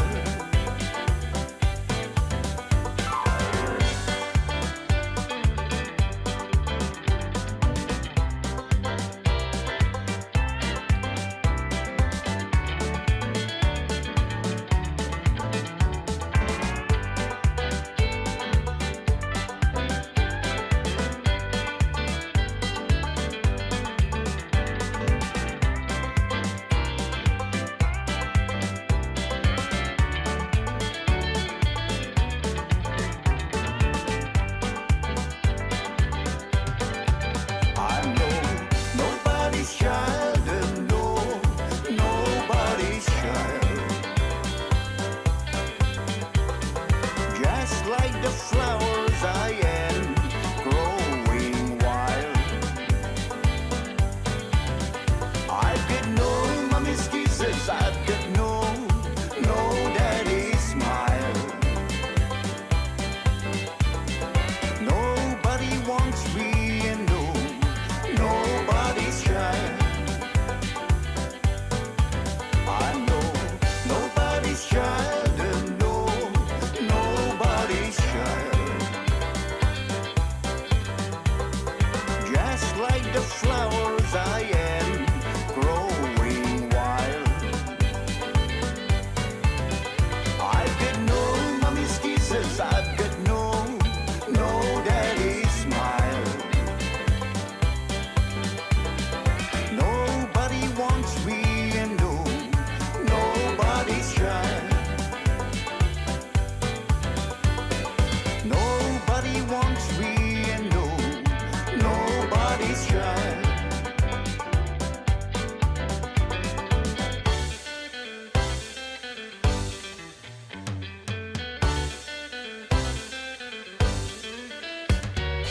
Le whawhianga ma le sunga ia petiki ma le pese Nobody's Child.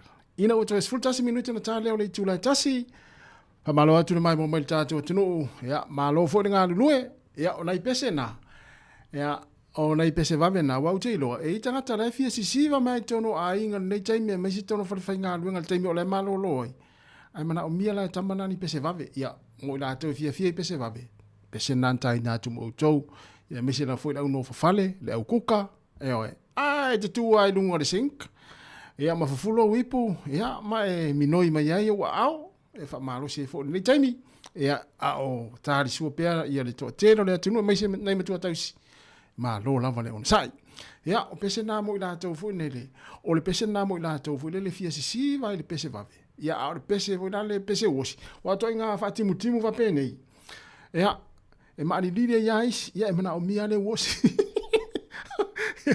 Awe ile ya seisi e pule mai ati o e pe alu o wosi I lumo le sitting room ma le porto ina ma lo matua o fia wosi se tu nei lunga wosi fa nga tatu pese le na tatu ia e te lu wosi ai a wo pole fu ai pa wale me te fa pe mai au tiro ma tau next to fa pe woi ta lo fai isto ina ma silo matua po wai nu la fu ala ya al pese nei ya o tatu pese wosi io e pese yaso ala ma tu lua Toi se fulu minuti ona tane ona tu la se fulu. Tasi. Tasi ia ona tari fo tatu fasa launga I Sāmoa le tatu ofisa I Lalawaya. Tau tua mai le sunga ia ta sesa lamsam. Se ia pa ia le tu la tolu I longo le Facebook mo le tatu YouTube. Ia mai Lalawaya. Ia ai malo lava. Ia o le pese na mo le au na o matu le pese vave. Ai le pese la nei. Ia mo le wasi.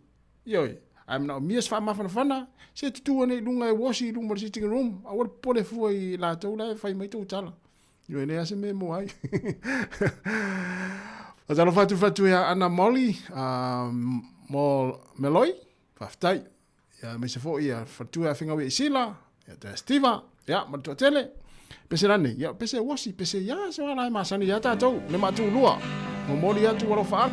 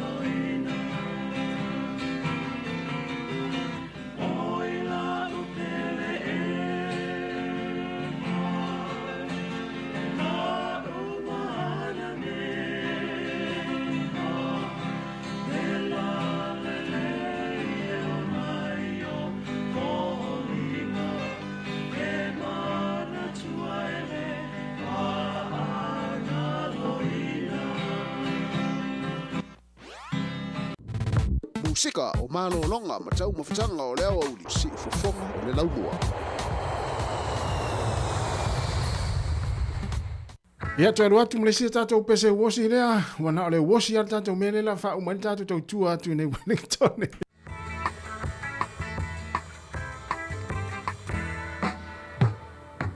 Whaalongo mai a oi le tene titi, se i tu ui alo tau whalili, o te tau toa.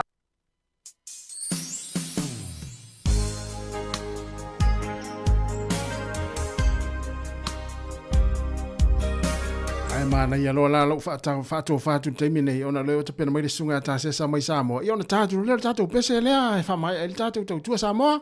Wa mai al tātou o nanga le yaso. Mune atu le nganga whaafta i tere lava i lau tāpua inga. Ai maise o lau mafuta mai le tātou tau tua mai le tāo na reila. Se ia pa ia mai nei taimi o le uli. Wha malu lua te foi a ua sala foi sa mātou upuri nei yaso. Ia ona nau ta inga lava ina i wha amale ina lau whaafonga malau mai mo mai. E ana le tau tua lau wala leo. Le si fonga lau mui Wellington le tasi ona te si ma le tasi whamo. E wha pia foi le mai moanga i lungo tātou penga te whailangi le Facebook ma le tātou YouTube. Ia ma le app le Sāmoa Capital Radio app mo le yaso. Ia a ua sala ngana. Malu ave i whale whiringalo wha mangalo so mātou whale tonu. A ia manuia lava le tau maftanga ma leiso ia tā sesa i Sāmoa i lalavaya. Ia leo tapena mai le tura tasi se i pa ia le tura tolu le fia na. Nei tātou tu e whiro i tā iao. I te masani le tura fitu. Ia mai le tau tua nei si whonga lau moe Wellington. I tātou fisa au tū lima sifuma tasi man Kevin i porirua. Mātou te whātou whāwha so i fua Sāmoa. Ma ia manuia lava le nei aso. Whaamuria tere lava le atua. Manuia le tau maftanga. Ia ma leiso ia tā sesa mai Sāmoa. E oro whātou i mo autou. O malawa tātou pāanga. Wa e melea ita.